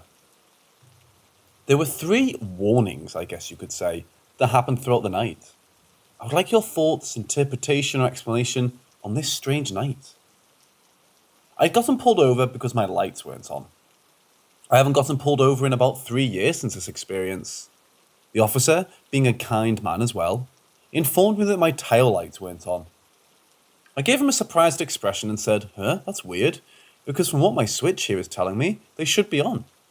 He raised his eyebrow, walked to the back of my car, came back and said, surprisingly, they're on now. I didn't touch my car's light switch at all. They were supposedly on the entire time from when I started my car like 30 minutes prior to this. The officer apologised for the misunderstanding and bid me a good night. Nice guy. We were driving around on the country back roads and ended up in a small town. I wanted to park and chill because the cop experience weirded me out a little. I pulled into the parking lot of an older church and drove all the way in the back as no other cop would pull in and question me. I parked in the back and turned my car off. Me and her started conversing. About 20 minutes into the conversation, we both noticed that the street lamp in front of us was flickering at an odd pattern. The lamp would flicker violently for a couple of seconds and fade in and out of brightness before being shut off. We looked at each other confused. The lamp next to that one had shut off, repeated the same pattern but backwards. It faded in and out of brightness, flickered violently, and then shut off. A sense of dread and doom filled the atmosphere around us. I turned my car on and slowly drove out of the parking lot. When I turned into the main road and began to drive away, I glanced over to my rear view mirror and saw that the two lampposts turned back on simultaneously. Coming from the old church, we drove back to the city that I had gotten pulled over in. I parked in front of a closed coastal Mexican food restaurant. We started talking, and the atmosphere in the vehicle got hot and heavy. She wanted to make out and made the first move. Me being me, I didn't decline this offer. We started to make out. I told her to get in the back. She did, and I followed. As things were on the verge of getting far from just a simple makeout session, as clear as day, we both heard a loud, intense, and heavy growl from what seemed like a beast coming from the rear passenger side of my car. The growl vibrated the vehicle from what it felt like. We stop, sharing an expression of fear towards one another. I hear a disembodied voice say, "Tell her to leave." I get out and investigate around the car. Me and her are the only living things out here. I tell her we need to leave and the night is over. I drive her back to her car and we go our separate ways. I later found out that my ex-wife had been using black magic on me for years and had been paying witches to manipulate my emotions and beliefs, as a result to continue staying with her and seeing her when I shouldn't be. My personal belief is that my guardian angel or whatever being was trying to warn me and alert me to not see this woman again. Me being stubborn as hell and or having my judgment clouded by dark forces didn't listen until it became obvious. A whole ass different level of craziness. So, what are your thoughts on this?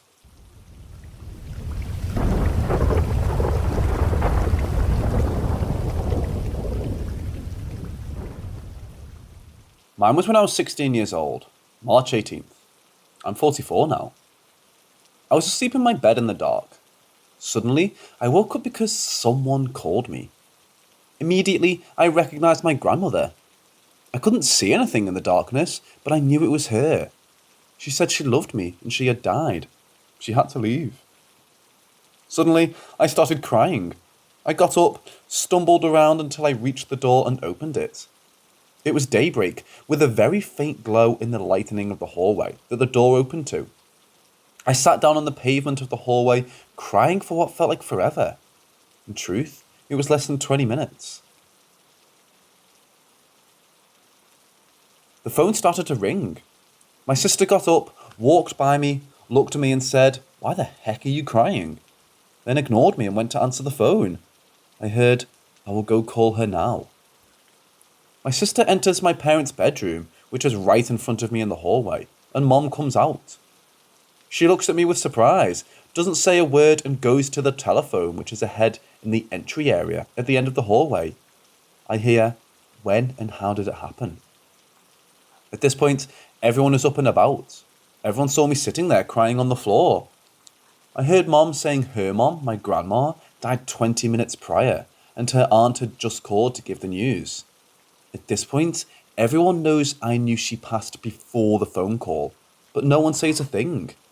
Everyone swipes it under the rug, acting as if nothing happened to me. I'm crying for hours. No one will believe what I say, even though they all witnessed it as it happened.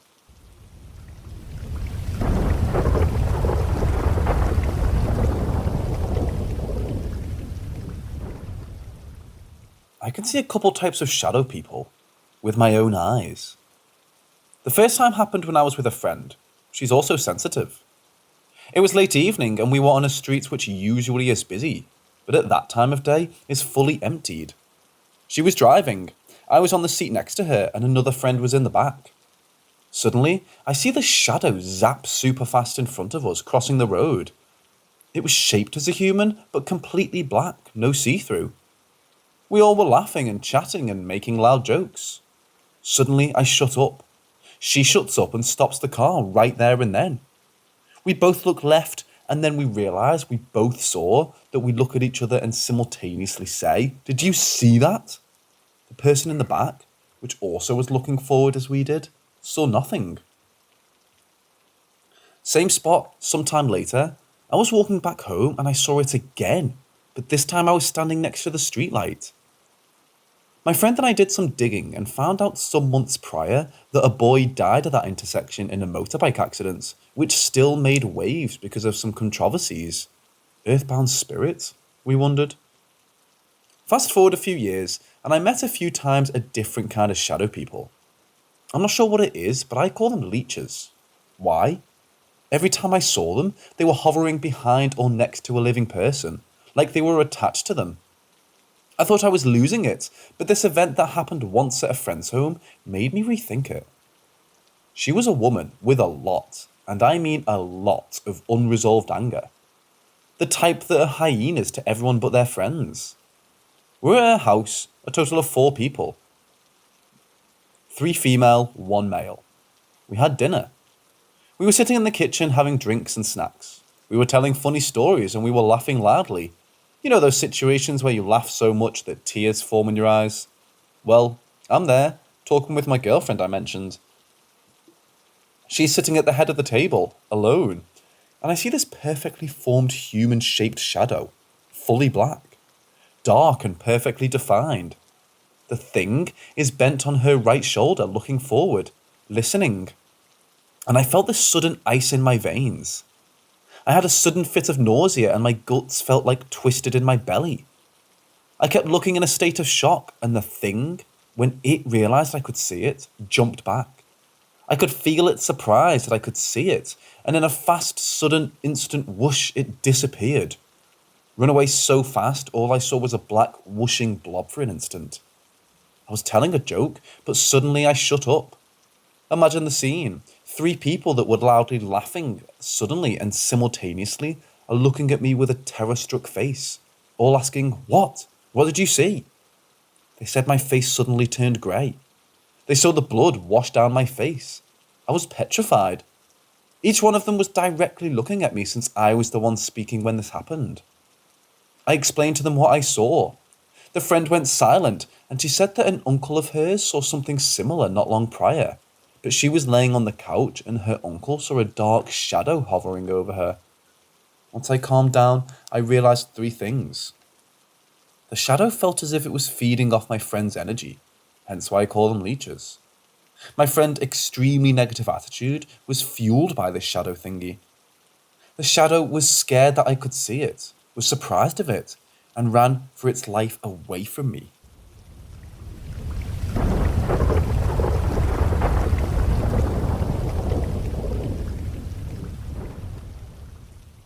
In 2006-07, I had a huge change in my life. One of those things, those pivotal decisions that create a shift in reality. I lived in Italy, where I was born. I dumped my boyfriend of 8 years. I met my now husband, which I married a year later. I moved to the United States.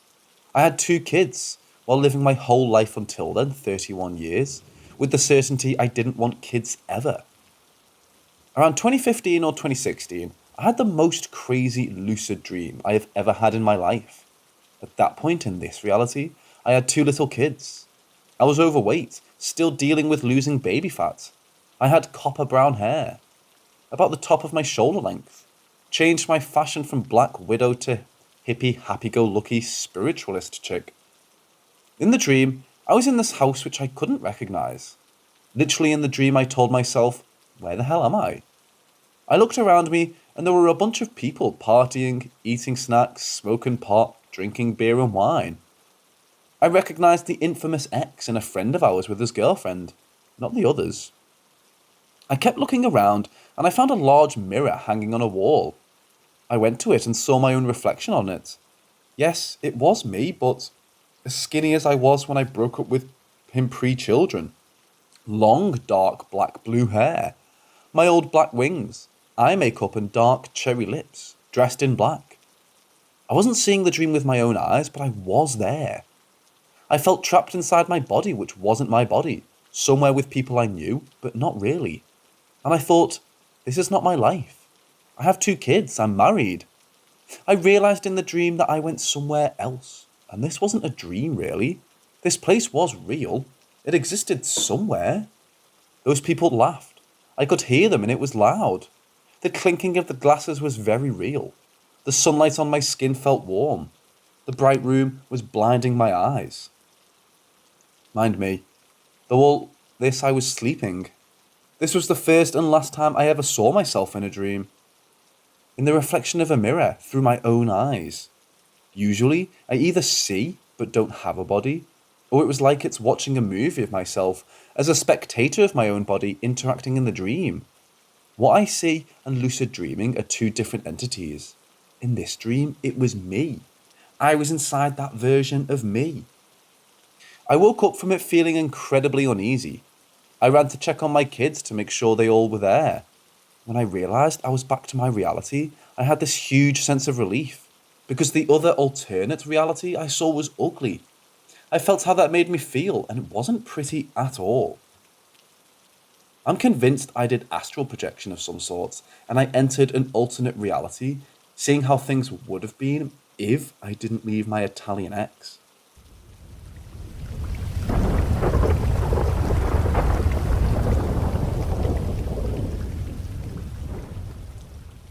My son is 9 years old, and he's always been sensitive to energies and spirits. He's able to see how energy changes colour too. This past year, we're struggling with these shadows. When I asked him to describe them to me, he said they're small. They move incredibly fast in every direction. They don't interact with him. He stated, "It's like they can't see me, but I see them. They feel frustrated." Now, I myself about all clairs more or less. Some stronger than others. I have a 100% accurate radar of creepy, dangerous, or annoying energy. Whatever it is, a simple pissed off spirit or something way lower in the scale. I can't sense those shadows. I don't feel my radar go crazy, but my son is really scared of them. He says there are so many. For the past few months, we've had a long ritual before bedtime. First, I set a UV light in his room. UV lights don't allow a safe energetic vibration for ghosts to manifest. We do the energy bubble.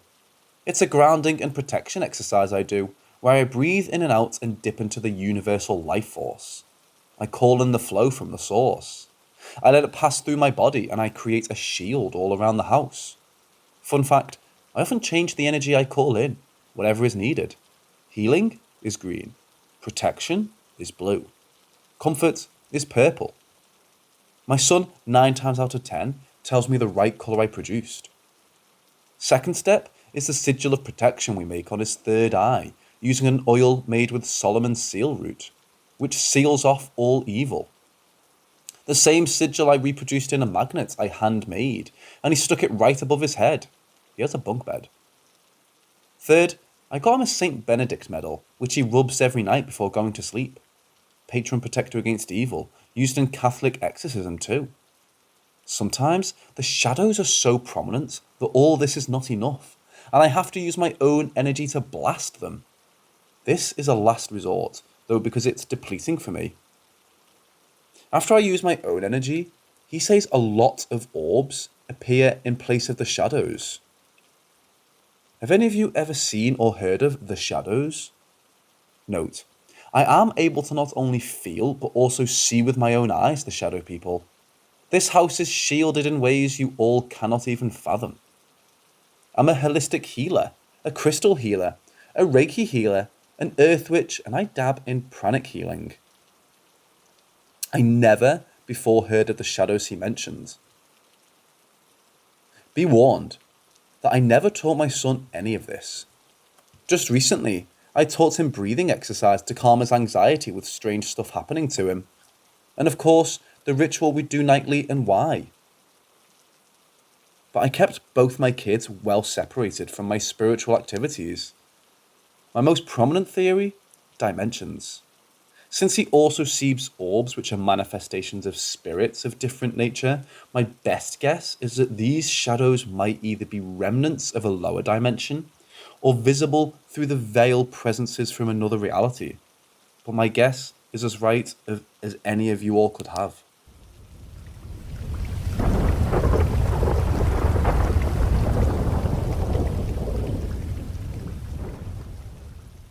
My husband and I live on a farm of about 100 acres and raise cattle. It's a family farm. My dad grew up here, and my grandpa lived and worked this land until the day he died. I'm familiar with every inch and have never felt scared walking the farm or the surrounding land. A few months ago, one of our cattle disappeared. She had a calf, and if you're unfamiliar with cattle, it's pretty strange for a cow to leave her calf, depending on the cow, of course. Our farm is in the Appalachian foothills in Kentucky, so there are quite a few hollers. We figured that the cow went down into a holler, died in the brush somewhere, or got out into a neighbour's field. My husband looked and looked but never found her, never found a body, never found any evidence of that cow. The day she went missing, there were some strange spots in the grass of the field, where it was all laid down like something had smashed it, and oddly enough, 2 vehicles ran out of gas right near those weird spots. I thought it was just a weird, spooky coincidence. Until today. Today, my favourite cow went missing. My husband, sister and I spent approximately 5 hours searching for this cow. We combed every inch of the fields. We searched the hollers. We checked the neighbours' fields. No sign of her. She also had a calf and was a notoriously good mama, and the calf is still here. I figured she got out into a neighbouring cornfield, or perhaps someone stole her, which would have been weird because she was an older cow and was the only missing cow. Until I experienced the strangest thing that makes me think maybe it is supernatural. My sister and I were looking out for the missing cow around 6:30 or 7 p.m. And between 2 of our fields, there's a piece of land that we don't own. That's just in between 2 of the fields we do own. It's mostly wooded and bordered with a barbed wire fence. I knew our cows sometimes crossed over, so I wanted to search there. My sister and I are both in our late 20s and grew up running wild in the woods. We hunted, climbed waterfalls, dodged snakes, pulled ticks off ourselves. Nothing scared us then, and nothing scares us now. I crossed over the barbed wire to go look for the cow, and my sister stopped, which is weird. She's my younger sister and always follows me. I was teasing her, calling her a chicken, and telling her I'd been there before, and that I wouldn't take her anywhere dangerous, and that she knows that. She kept stalling, and I finally got short with her and yelled at her to come on. She crossed the barbed wire but kept stopping. Finally she caught up to me. But as I walked further into the woods, I got a bad feeling. The only way I can describe it is dark. My sister also kept saying she couldn't hear me, even though I was talking loudly and was only 2 feet away from her at the most. I finally stopped, turned around, and we booked it out of there. Once we crossed back over the barbed wire, the bad feeling went away. My sister went home a couple hours later because she was unusually tired. I texted her and asked her if she thought the woods felt off. She says that she was terrified the entire time. I'll quote her text now. It was like we were going down a dark path to nowhere. I like to explore, but it didn't feel right. It gives me chills and almost makes me cry thinking about it, so I just told myself I was psyching myself out. It was right when we passed the fence, like we were somewhere we shouldn't have been. I was actually scared. I trust you and everything, of course, but the feeling I got standing and looking into the woods was just telling me not to go, not to cross the fence. The farther we went, the worse it got, like a dark shadow or something screaming at my insides, telling me to go back. Afterwards, I got a heavy feeling, making me so tired. This all happened this evening. We never found the cow or any sign of her. I also have this horrible lingering feeling from being in those woods. I feel dread when I think about it. I'm exhausted and I'm jumpy. I wanted to recount this story somewhere so I wouldn't forget the details, and to see if anyone had any similar experiences or thoughts on what might be happening, supernatural or otherwise. I can tell you, I've never felt anything like that in my entire life, and my sister is never scared, which scared me even more.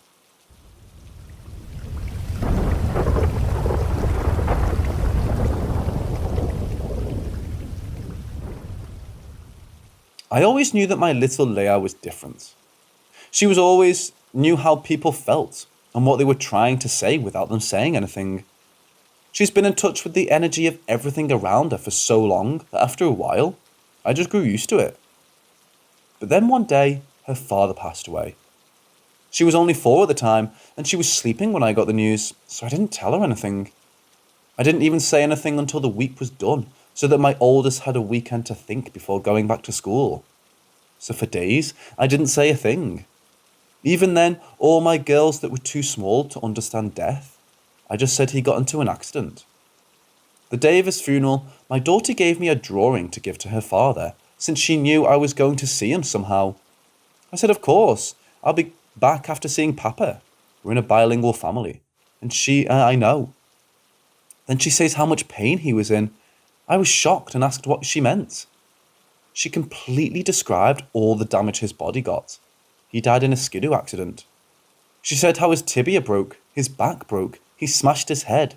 His glasses exploded in his face. His lips were bleeding and he was coughing up blood.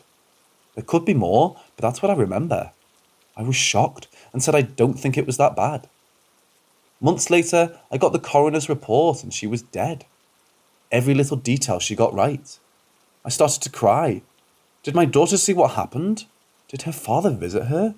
How could this 4-year-old know so much? Was someone in her body? Still to this day, this story gives me the creeps. And I'll never forget that day when she was able to say everything with a smile on her face.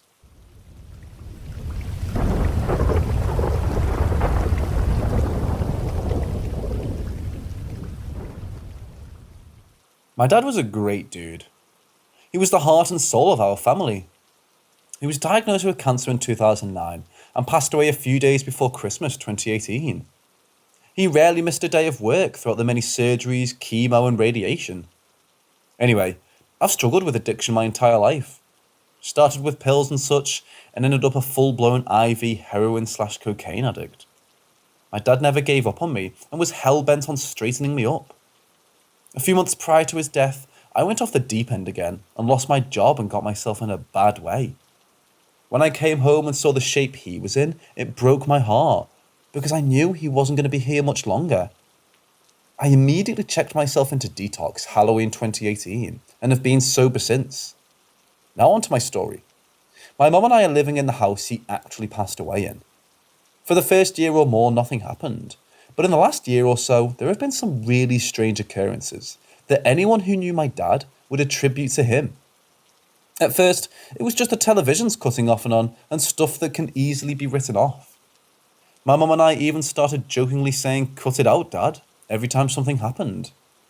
Then it was his alarm clock, which made us really give it a second thought due to the fact that he was the most organised and punctual man you'd ever meet. He was an hour early to everything. Also, the blinds on our back door are open every morning, even though we keep them closed or else our other dog will stay there looking in and whimpering all night. Every day I tell Mum to quit opening the blinds and shut them, and every morning they're open again. My dad used to do the same. When my sister and I were in high school, my dad would come into our rooms every morning on weekends and open our blinds to make us get up. Finally, once we started to acknowledge the things happening, a timer that my dad used to teach my niece how long to brush her teeth every night when she was a child, she'll be 14 in May, went off in the middle of the night.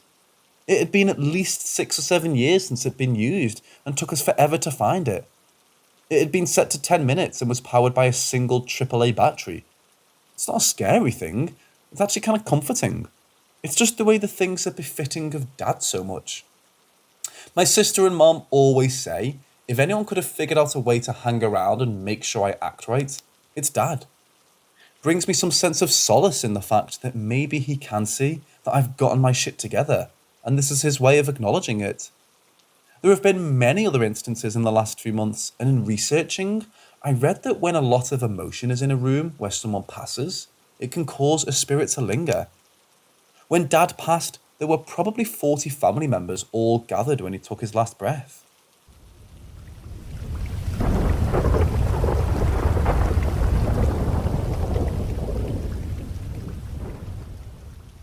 I was in freshman year of high school when one of my friends asked if I wanted to go to Florida with him and his family. We went, and the first half of the day was fine at the resort. until me and my friend went back to the condo. So a quick view of the condo. The front door was at the front left corner of the condo, and to the condo, from inside the condo, and to the right of the door was the kitchen and mine and my friend's room. In front of the kitchen and door was the living room. On the same side my room is in the condo, but on the other end is my friend's mom's and little brother's room. Now onto the paranormal stuff. I was sitting on my bed facing the door, looking into the living room. I saw a male, teen or early 20s, in red swim trunks. I remember he was white and had short blonde hair. He walked from the kitchen area to my friend's mom's room. I was shocked, but kind of felt fun seeing a ghost. Later that night before bed, me and my friend witnessed some stuff get dragged. A pair of earbuds was on the centre of the drawer by my bed, and a pillow got pushed from the centre of my friend's bed onto the floor. The next morning we woke up to every drawer in my room and the bathroom, inside my room, forgot to mention that, and in the kitchen, was pulled open, including the bathroom door, the closet door, and our room door, which was locked. Later that night, or the night after, my friend went to ask his mom a question in her room, and when he walked by the couch, he saw a black, human-shaped lump on the couch. He thought it was his brother, so he kept walking. When he went into his mom's room, he found out his brother was taking a shower in her bathroom. He was freaked out for 30 or so minutes and wouldn't tell me what he saw, but he told me after a while. I don't remember anything else happening after that. It was a fun ride hanging out with that ghost. I have a bunch of other paranormal stories that are as wild as that one.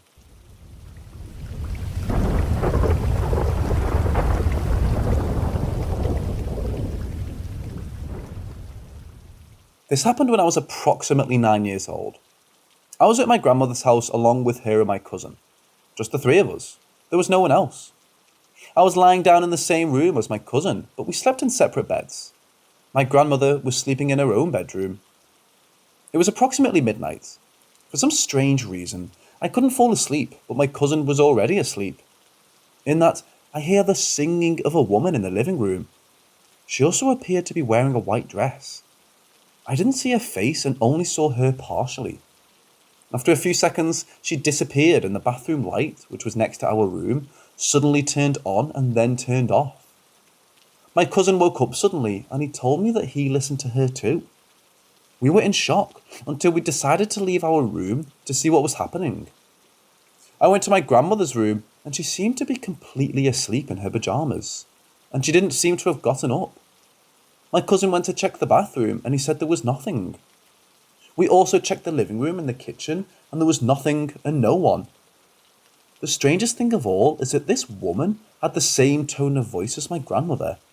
But as I mentioned earlier, my grandmother was sleeping in her room and didn't seem to have gotten up. She also has very heavy sleep, and it's extremely rare for her to get up at midnight. Also, as far as I remember, she didn't have any white dresses. For starters, she never wears dresses. My cousin and I were very surprised by this. We decided to go to sleep. The next morning, we didn't say anything to my grandmother, mainly so as not to scare her since she lived alone back then. However, we seriously asked if she had gotten up at midnight. She said no, that she was deeply asleep. With the passage of time, and until now, I'm currently 20 years old, I keep thinking about it. This is the only unusual experience that has happened to me. For now.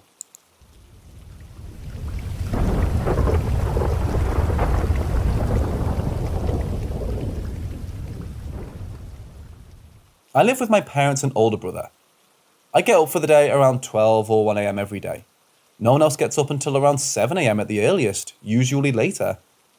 Since no one else is up, I'm very careful about being quiet and turning lights off, to the point that I double and triple check that yes, I physically flipped the switch. The light went off, no more light. This occurs in almost every room, but mainly our small hallway bathroom. I go in, turn the light off, make damn sure it's off. No other light is on in the house either. I'll walk back out less than 5 minutes later. The bathroom light is on. Every morning, usually multiple times.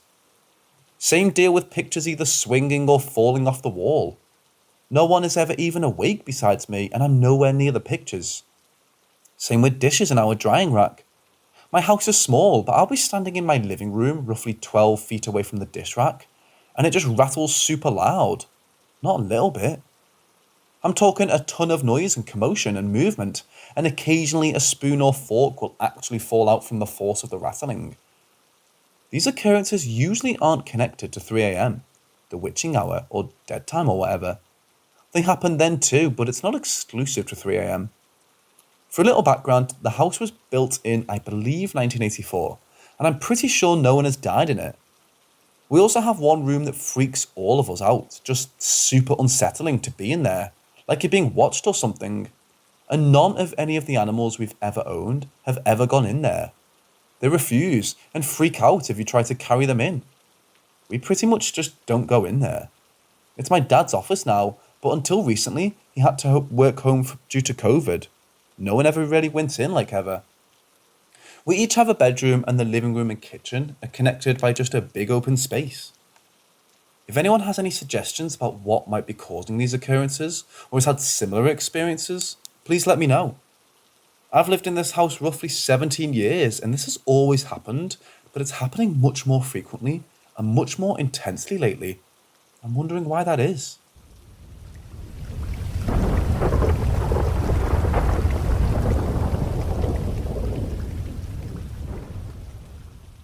Chuck Hin was believed to appear as a young virgin with 150cm long hair. The goddess, infuriated at her exile to the outhouse by the supreme deity Chunjiwang and kitchen goddess Zhuangxing, was said to spend time by counting all her hair. The goddess was believed to appear in the 3 days containing the number 6. Koreans avoided the outhouse in these 3 days in order not to accidentally provoke her rage. Thus, Koreans held Jesus, or rituals, to her in the 6th, 16th, and 26th days in the lunar calendar, or when a shoe or a child fell in the pit toilet. Jesus was also done for when a pig contracted disease and died, when a prophecy warned of the anger of the goddess, or when the outhouse was built. In the Jesus dedicated to Shukshing, Koreans put all ingredients possible inside a taeok, which was called the tong taeok, meaning dung rice cake. The tong taeok was then served to the goddess. Non-gluttonous rice was also served. She was regarded to be the most dangerous of the Gashnin. She was believed to despise children, possibly because of her downfall by the child Nokti singing and topple them into the pit toilet. When children fell into the pit, it was believed that they would die before reaching maturity, unless a jezza was done to appease the goddess. If anyone entered the outhouse without coughing 3 times, Chukhin was believed to use her long hair to attack the intruder. When the hair of Shukshin touched the skin of the intruder grew sick and died. Even a mudang or shaman could not appease the goddess if she attacked a person with her hair. She was believed to embody a strip of cloth or white paper on the outhouse ceiling. She was also believed to be the deity of legal punishment, following the orders of the house deity, Sung Jushin. No gut or shamanistic rituals were held to dedicate Shukshin, unlike the many guts and bone pulis, biographies of deities, dedicated to the other Gashin. This was because it was believed that Shukshin was an evil and malevolent deity, unlike the other Gashin. Because of the conflict between Joangshin and Shukshin in Korea, it was taboo to bring anything from the outhouse into the kitchen, and vice versa.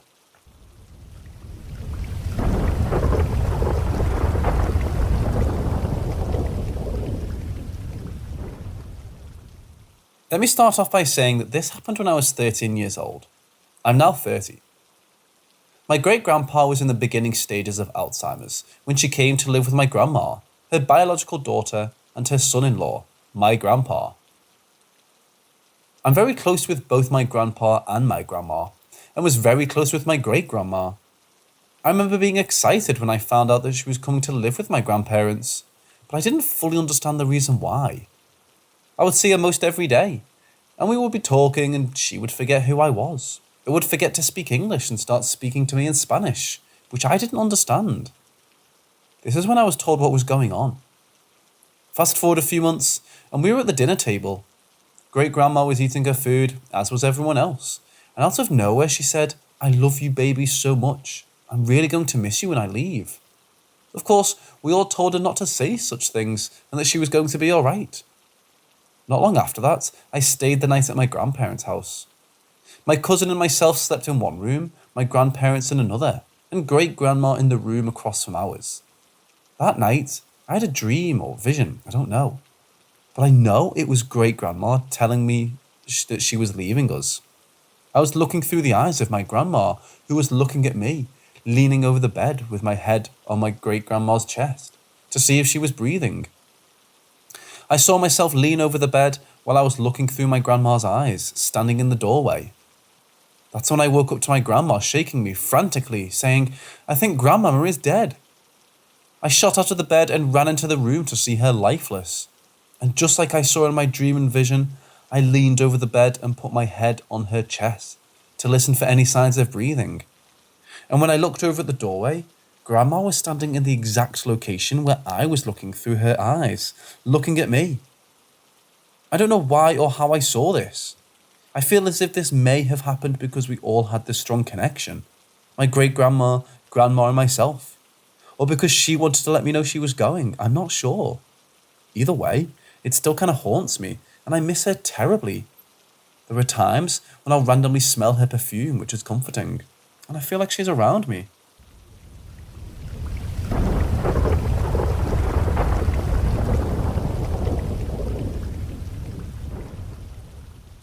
This experience happened about 6 years ago. I was dog-sitting for a family of my then girlfriend's family for some extra money. I would go over to their house once in the morning and once in the evening to feed the dog and walk it around the backyard on a leash to do its business. It was a smaller dog, one of those that seems to overcompensate for its size by trying to be big, bad and scary, barking at everything with no fear. I was doing this for a solid week. On the second to last night I was over there, I was walking the dog in the backyard as usual. It was fairly dark by that time, not pitch black, but dark enough that you couldn't comfortably walk around without a light. The moon was out, so that helped a bit, but I also had my phone's flashlight on. The backyard wasn't fenced, hence the leash, and it was probably a good 15 feet of flat ground before it became thick, tall, grassy weed type foliage. Behind that was just woods. The dog always took a long time sniffing around every damn weed, rock, what have you. Then it suddenly froze, as if too scared to move a muscle. At the same time, I heard a rustling maybe 20 feet ahead of me and to my right. I shined my phone's flashlight over in the direction, but it was obviously not helpful. The rustling grew louder, but did not sound like it was getting closer to me.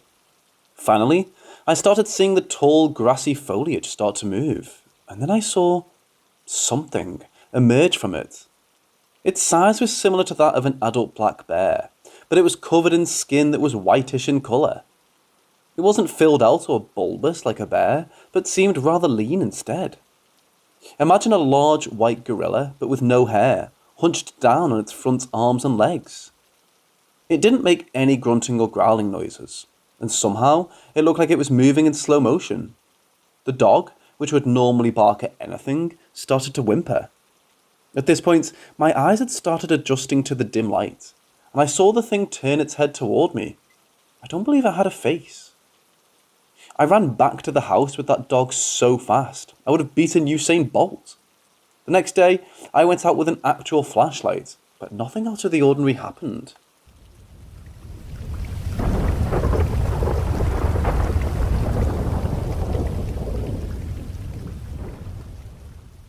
First of all, let me start off by saying I usually don't believe in evil spirits and being haunted by one. However, I've had such creepy encounters in my sleep that I felt like this is the right place to share. The past couple of years, 1 or 2 years, I haven't had that good of an experience with sleep. I visited a small town in Italy with 2 of my best friends, who happened to be a couple, this past summer. Of course, they slept in a double bed, while I slept on a convertible sofa in another room. Our accommodation was, to our surprise, located on top of a mountain, far, far away from the town we initially wanted to stay in. I'd say about a 15 or 20 minute bus ride, and the bus only drove 3 times a day. That was a huge disappointment, but not really part of the story. Since we were located on top of this mountain, right along the main road where vehicles passed very seldomly, I tended to feel uneasy during the night time, especially since I slept alone and we rented a holiday apartment, not a hotel with many other people or something of that sort.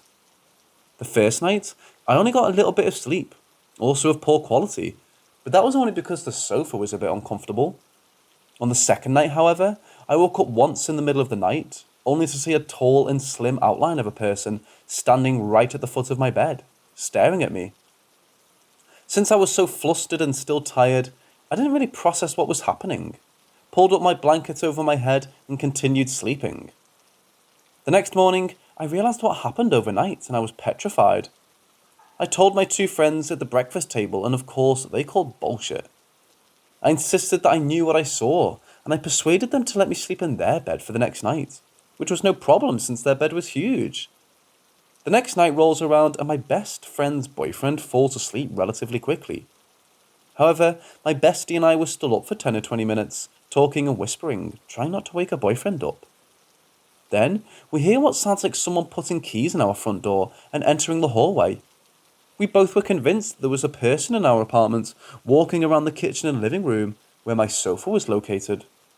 We both froze, and I initially thought we were going to die that night, since I've always had sketchy vibes ever since we first arrived. We woke up the third party only for him to tell us to go back to sleep, which we did. The next morning, it turns out that there's another family staying in the apartment right below us, and a possible explanation would be that they entered their apartment yesterday night, but the both of us genuinely believe that there was someone in our apartment casually walking around. On another not-so-pleasant occasion, I went to sleep normally in my bed a few months ago, when I suddenly woke up in the middle of the night, only to find that I couldn't move my body, my limbs were numb, I couldn't turn my head, I couldn't speak, I felt completely paralysed. I've had sleep paralysis before, so I knew that this was just another night of bad sleep. However, this time, it was different. I saw my dad turning on the light and walking around in the hallways, passing my room, which isn't unusual, probably to get a glass of water or go to the toilet. I desperately and unsuccessfully tried calling out for him, but of course, nothing but a whisper came out of my mouth. At that moment, I felt so helpless. My dad got what he needed, turned off the light and went back to bed. And the moment he switched off the light, I saw a dark and tiny creature or blob of shadow sitting on my desktop chair and staring at me. I didn't know what it was. I didn't know what it wanted from me. All of a sudden, this shadow jumps up, runs right up to me on the side of my bed, then jumps onto my bed, only to repeatedly hop from one side of my pillow to the other. I felt so scared and terrorized in that moment, but I guess that terror finally woke me up and I could move again. The shadow was gone. I turned on the light and had to walk around my room for a few minutes just to return to reality and collect myself. I've had many similar events to this one, but none were as horrible. After that night, I was afraid to go to bed for a couple of weeks.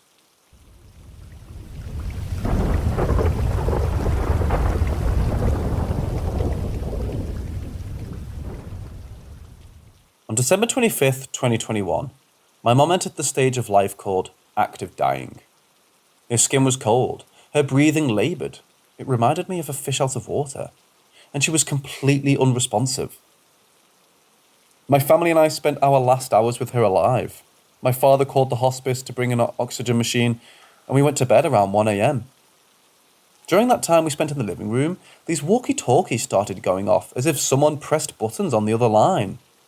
No speaking, just the static sound. My dad brought them out weeks prior so that my mom could use them if she needed him at night, since she slept in the living room and my dad was sleeping in their bedroom. Anyways, the walkie-talkies were making these noises randomly in the middle of the night, but I won't chalk it up to being paranormal, even if it didn't make sense they would go off at the time. The creepy thing happens a few days later. My dad is going through my mom's phone to tell people who were texting her what had happened and stuff like that. He comes across a call to my brother made at 1:25 a.m. on the 26th, right after we'd gone to sleep. She was in an unresponsive state. She couldn't have called anyone. We don't think she even had a phone near her while she was dying. It was probably in her purse since we had just driven home from a trip. To do that, she'd have to get up to find her phone, when she could hardly breathe, let alone walk, and do it quietly enough to not wake up my dad, who was sleeping on the couch. I doubt that my dad could have slept through her doing that, since he would have just gone to sleep. He hadn't been sleeping well for that week because any noise she would make, he would get up to make sure she was fine. I doubt that night it would have been any different. Also, it would make sense that if she were to call anyone, it would be my brother, since my phone is broken and my sister doesn't use hers. So either she got up while she was dying and made a phone call to my brother, or she was already dead when she made it. Either situation freaks me out when I think about it. Aside from wondering how this happened, I also wonder what would happen if my brother had answered the call.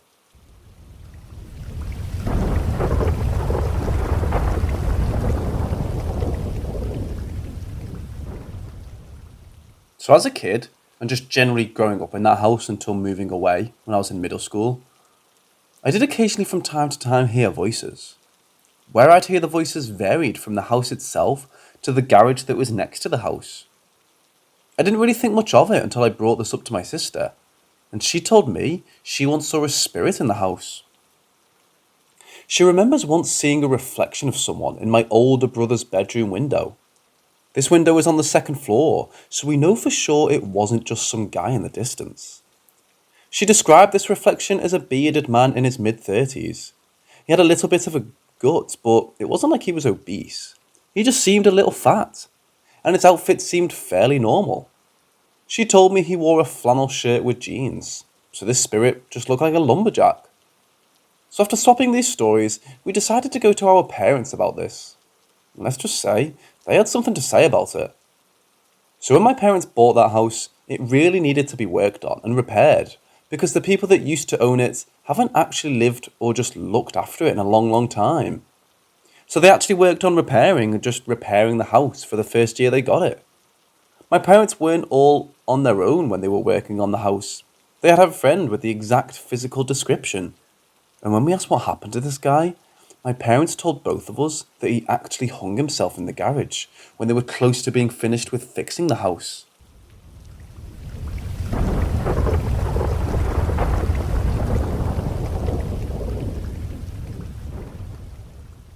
So our story starts in Maine, in a neighbourhood reasonably close to Portland.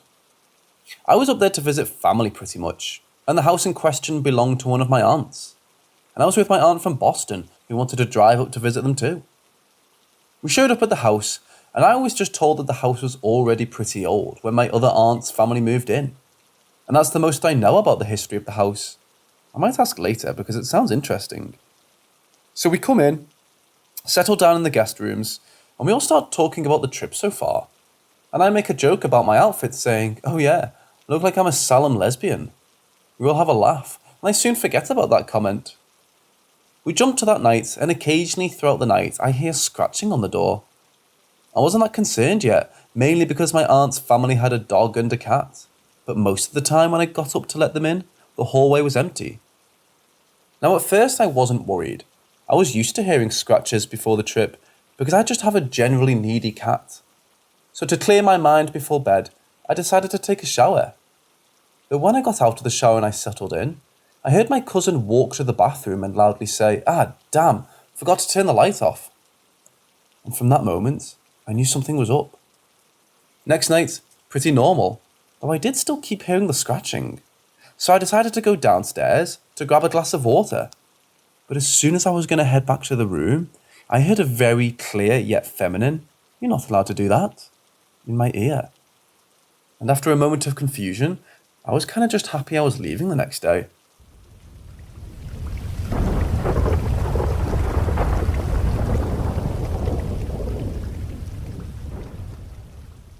Me and my sister were in our room playing, and my parents were in the TV room. Father was watching TV and Mom was in the kitchen area. It was fine when suddenly my sister saw a white translucent being with a beard and a grin on his face leaving our bathroom, which was inside our room, and moving to the TV lounge. My sister called me as I was facing backwards to the bathroom. I didn't clearly see the whole figure, just a white piece of clothing at the brink of our door, so I didn't completely believe her. After 5 or 10 minutes, my father started choking very badly, and the creature returned to our room. This time I left the room earlier, but my sister was there. The creature this time made very evil, loud laughter that I heard, and my sister then ran out of the room after hearing that. My father, after this laughter, after choking badly, fainted, and Mom was outside calling the ambulance on the phone. It's been years. Everything's fine now. My parents are still unaware of any creature or a sound. But if it was only me or my sister alone, I could call it imagination. But we both at different places heard it and saw it, although I saw just a part of the creature's clothes. We changed our room after that and never used the bathroom. I did use it sometimes in daylight, but nothing happened. After we left home, the room and bathroom were not in use, just during monthly cleaning. One day, my mother told us that while they opened the room, there were hundreds of lizards on the walls. So many that the wall was barely visible, and all in a blink of an eye rushed in a small hole outside, like there was nothing before.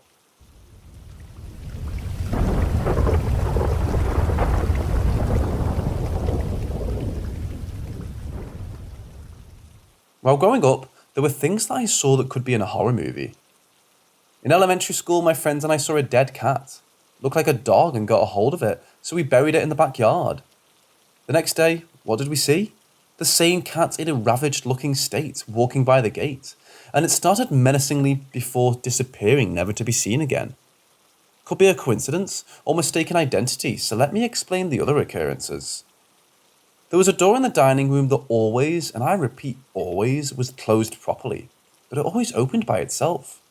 You could slam the door, check the door, lock the door, but it always opened as if someone slowly entered the room. In high school, I recalled using the desktop in the front room, reading after I learned about Nostradamus. After doing so, I showed my older brother and cousin. My brother sat in front of the monitor while my cousin and I were to the side.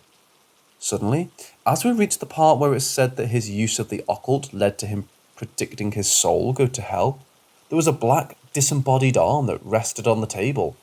And in shock, my cousin and myself said, "Do you see that?"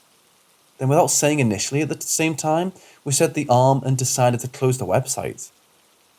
Now as we get deeper into the things that happen, there was a friend of my brother who needed a place to stay, so she was invited for a while. Ironically, the same things I just typed I said to her, and she said that in school on the island, they played with a Ouija board and the participants saw a witch who was haunting them. I thought nothing of it, and felt she was telling a tall tale, but strange things started happening. I can't say if it was the house I lived in, or maybe something that was up with me, but when she came, it was as if her energy I could have felt. It started with me hearing voices, similar to relatives who for a fact were not there at 3 a.m. in the morning. To see more things like shadow figures and even spirits. I always told people if I see a spirit, it was a slight white while being translucent, but I always saw a full figure with details. Then suddenly, I'm being bothered by a presence when I'm by myself. It was like a deep growling, like some sort of beast in my ear, and I always had to break free and it led to insomnia. My sister and myself even saw, while my mother was in the kitchen cooking, a large thing, and I'll do my best to describe it. It was huge, at least over 6 feet, walked on hooves, bulky wax-looking skin, and a face with hair that reminded me of the Predator. It got really bad, to the point where I had to get prayed over and anointed with oil. That night, after the prayers as I lay in bed, the thing came to bother me, but it slammed up against a barrier that was solid white, and I found peace. For a while, that is.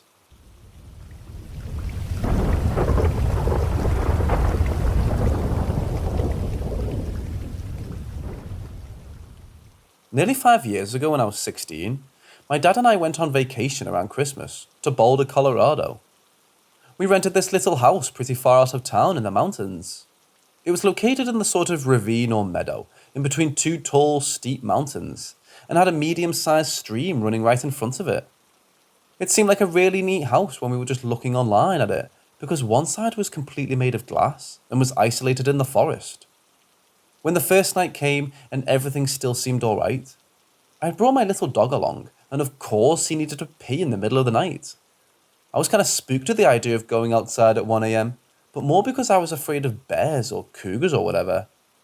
I tried to wake my dad up, but he had taken some sleeping pills and literally refused to wake up. I put on my coat, and everything and went outside with my dog. I had a high-powered flashlight, and as I was walking out to the yard, I was sort of scanning the light along the edge of the valley. I saw something across the creek that I wasn't expecting. There was a man standing out there. I froze for a minute, then like a total idiot, I yelled, "Who's there?" I really just thought it may have been, I don't know. At the moment I thought it was like a night ice fisherman. I didn't get scared until he didn't answer, and by then I started to notice some weird things about him. It was freezing, like probably -10 Fahrenheit at least, but this man wasn't wearing a coat. It was like I couldn't see any details about him, almost like he was a solid shadow, even though I was close enough and the light was bright enough to see the trees behind him in detail. I was shining this super bright light right into his face, but he wasn't recoiling whatsoever, or putting his hands to cover his eyes or anything. Also, the longer I looked at him, the weirder he seemed. He didn't seem to be moving at all, like not even shifting his shoulders to breathe or anything. He looked to be average height and build, but the other weird thing?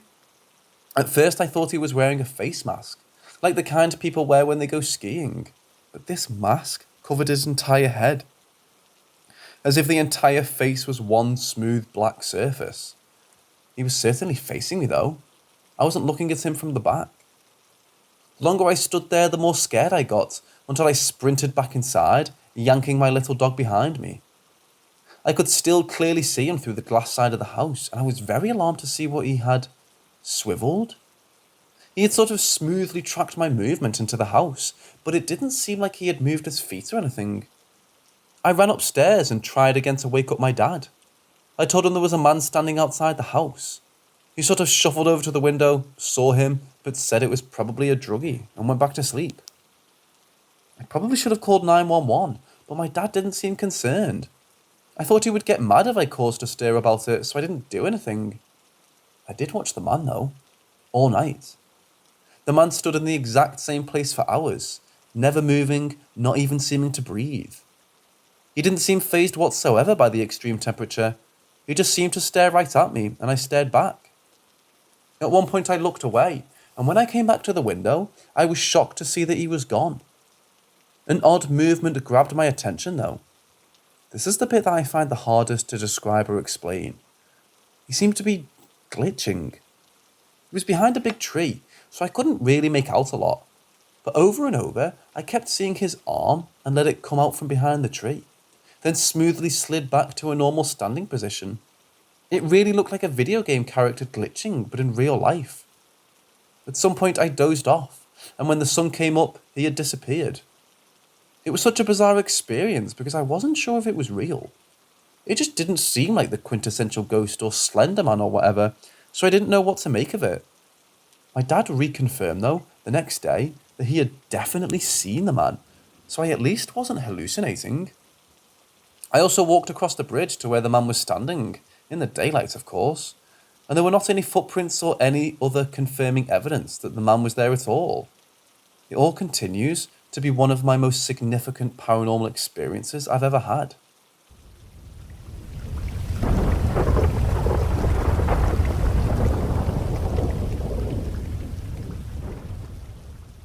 I've lived in the same house since I was 4, and I'm currently 20.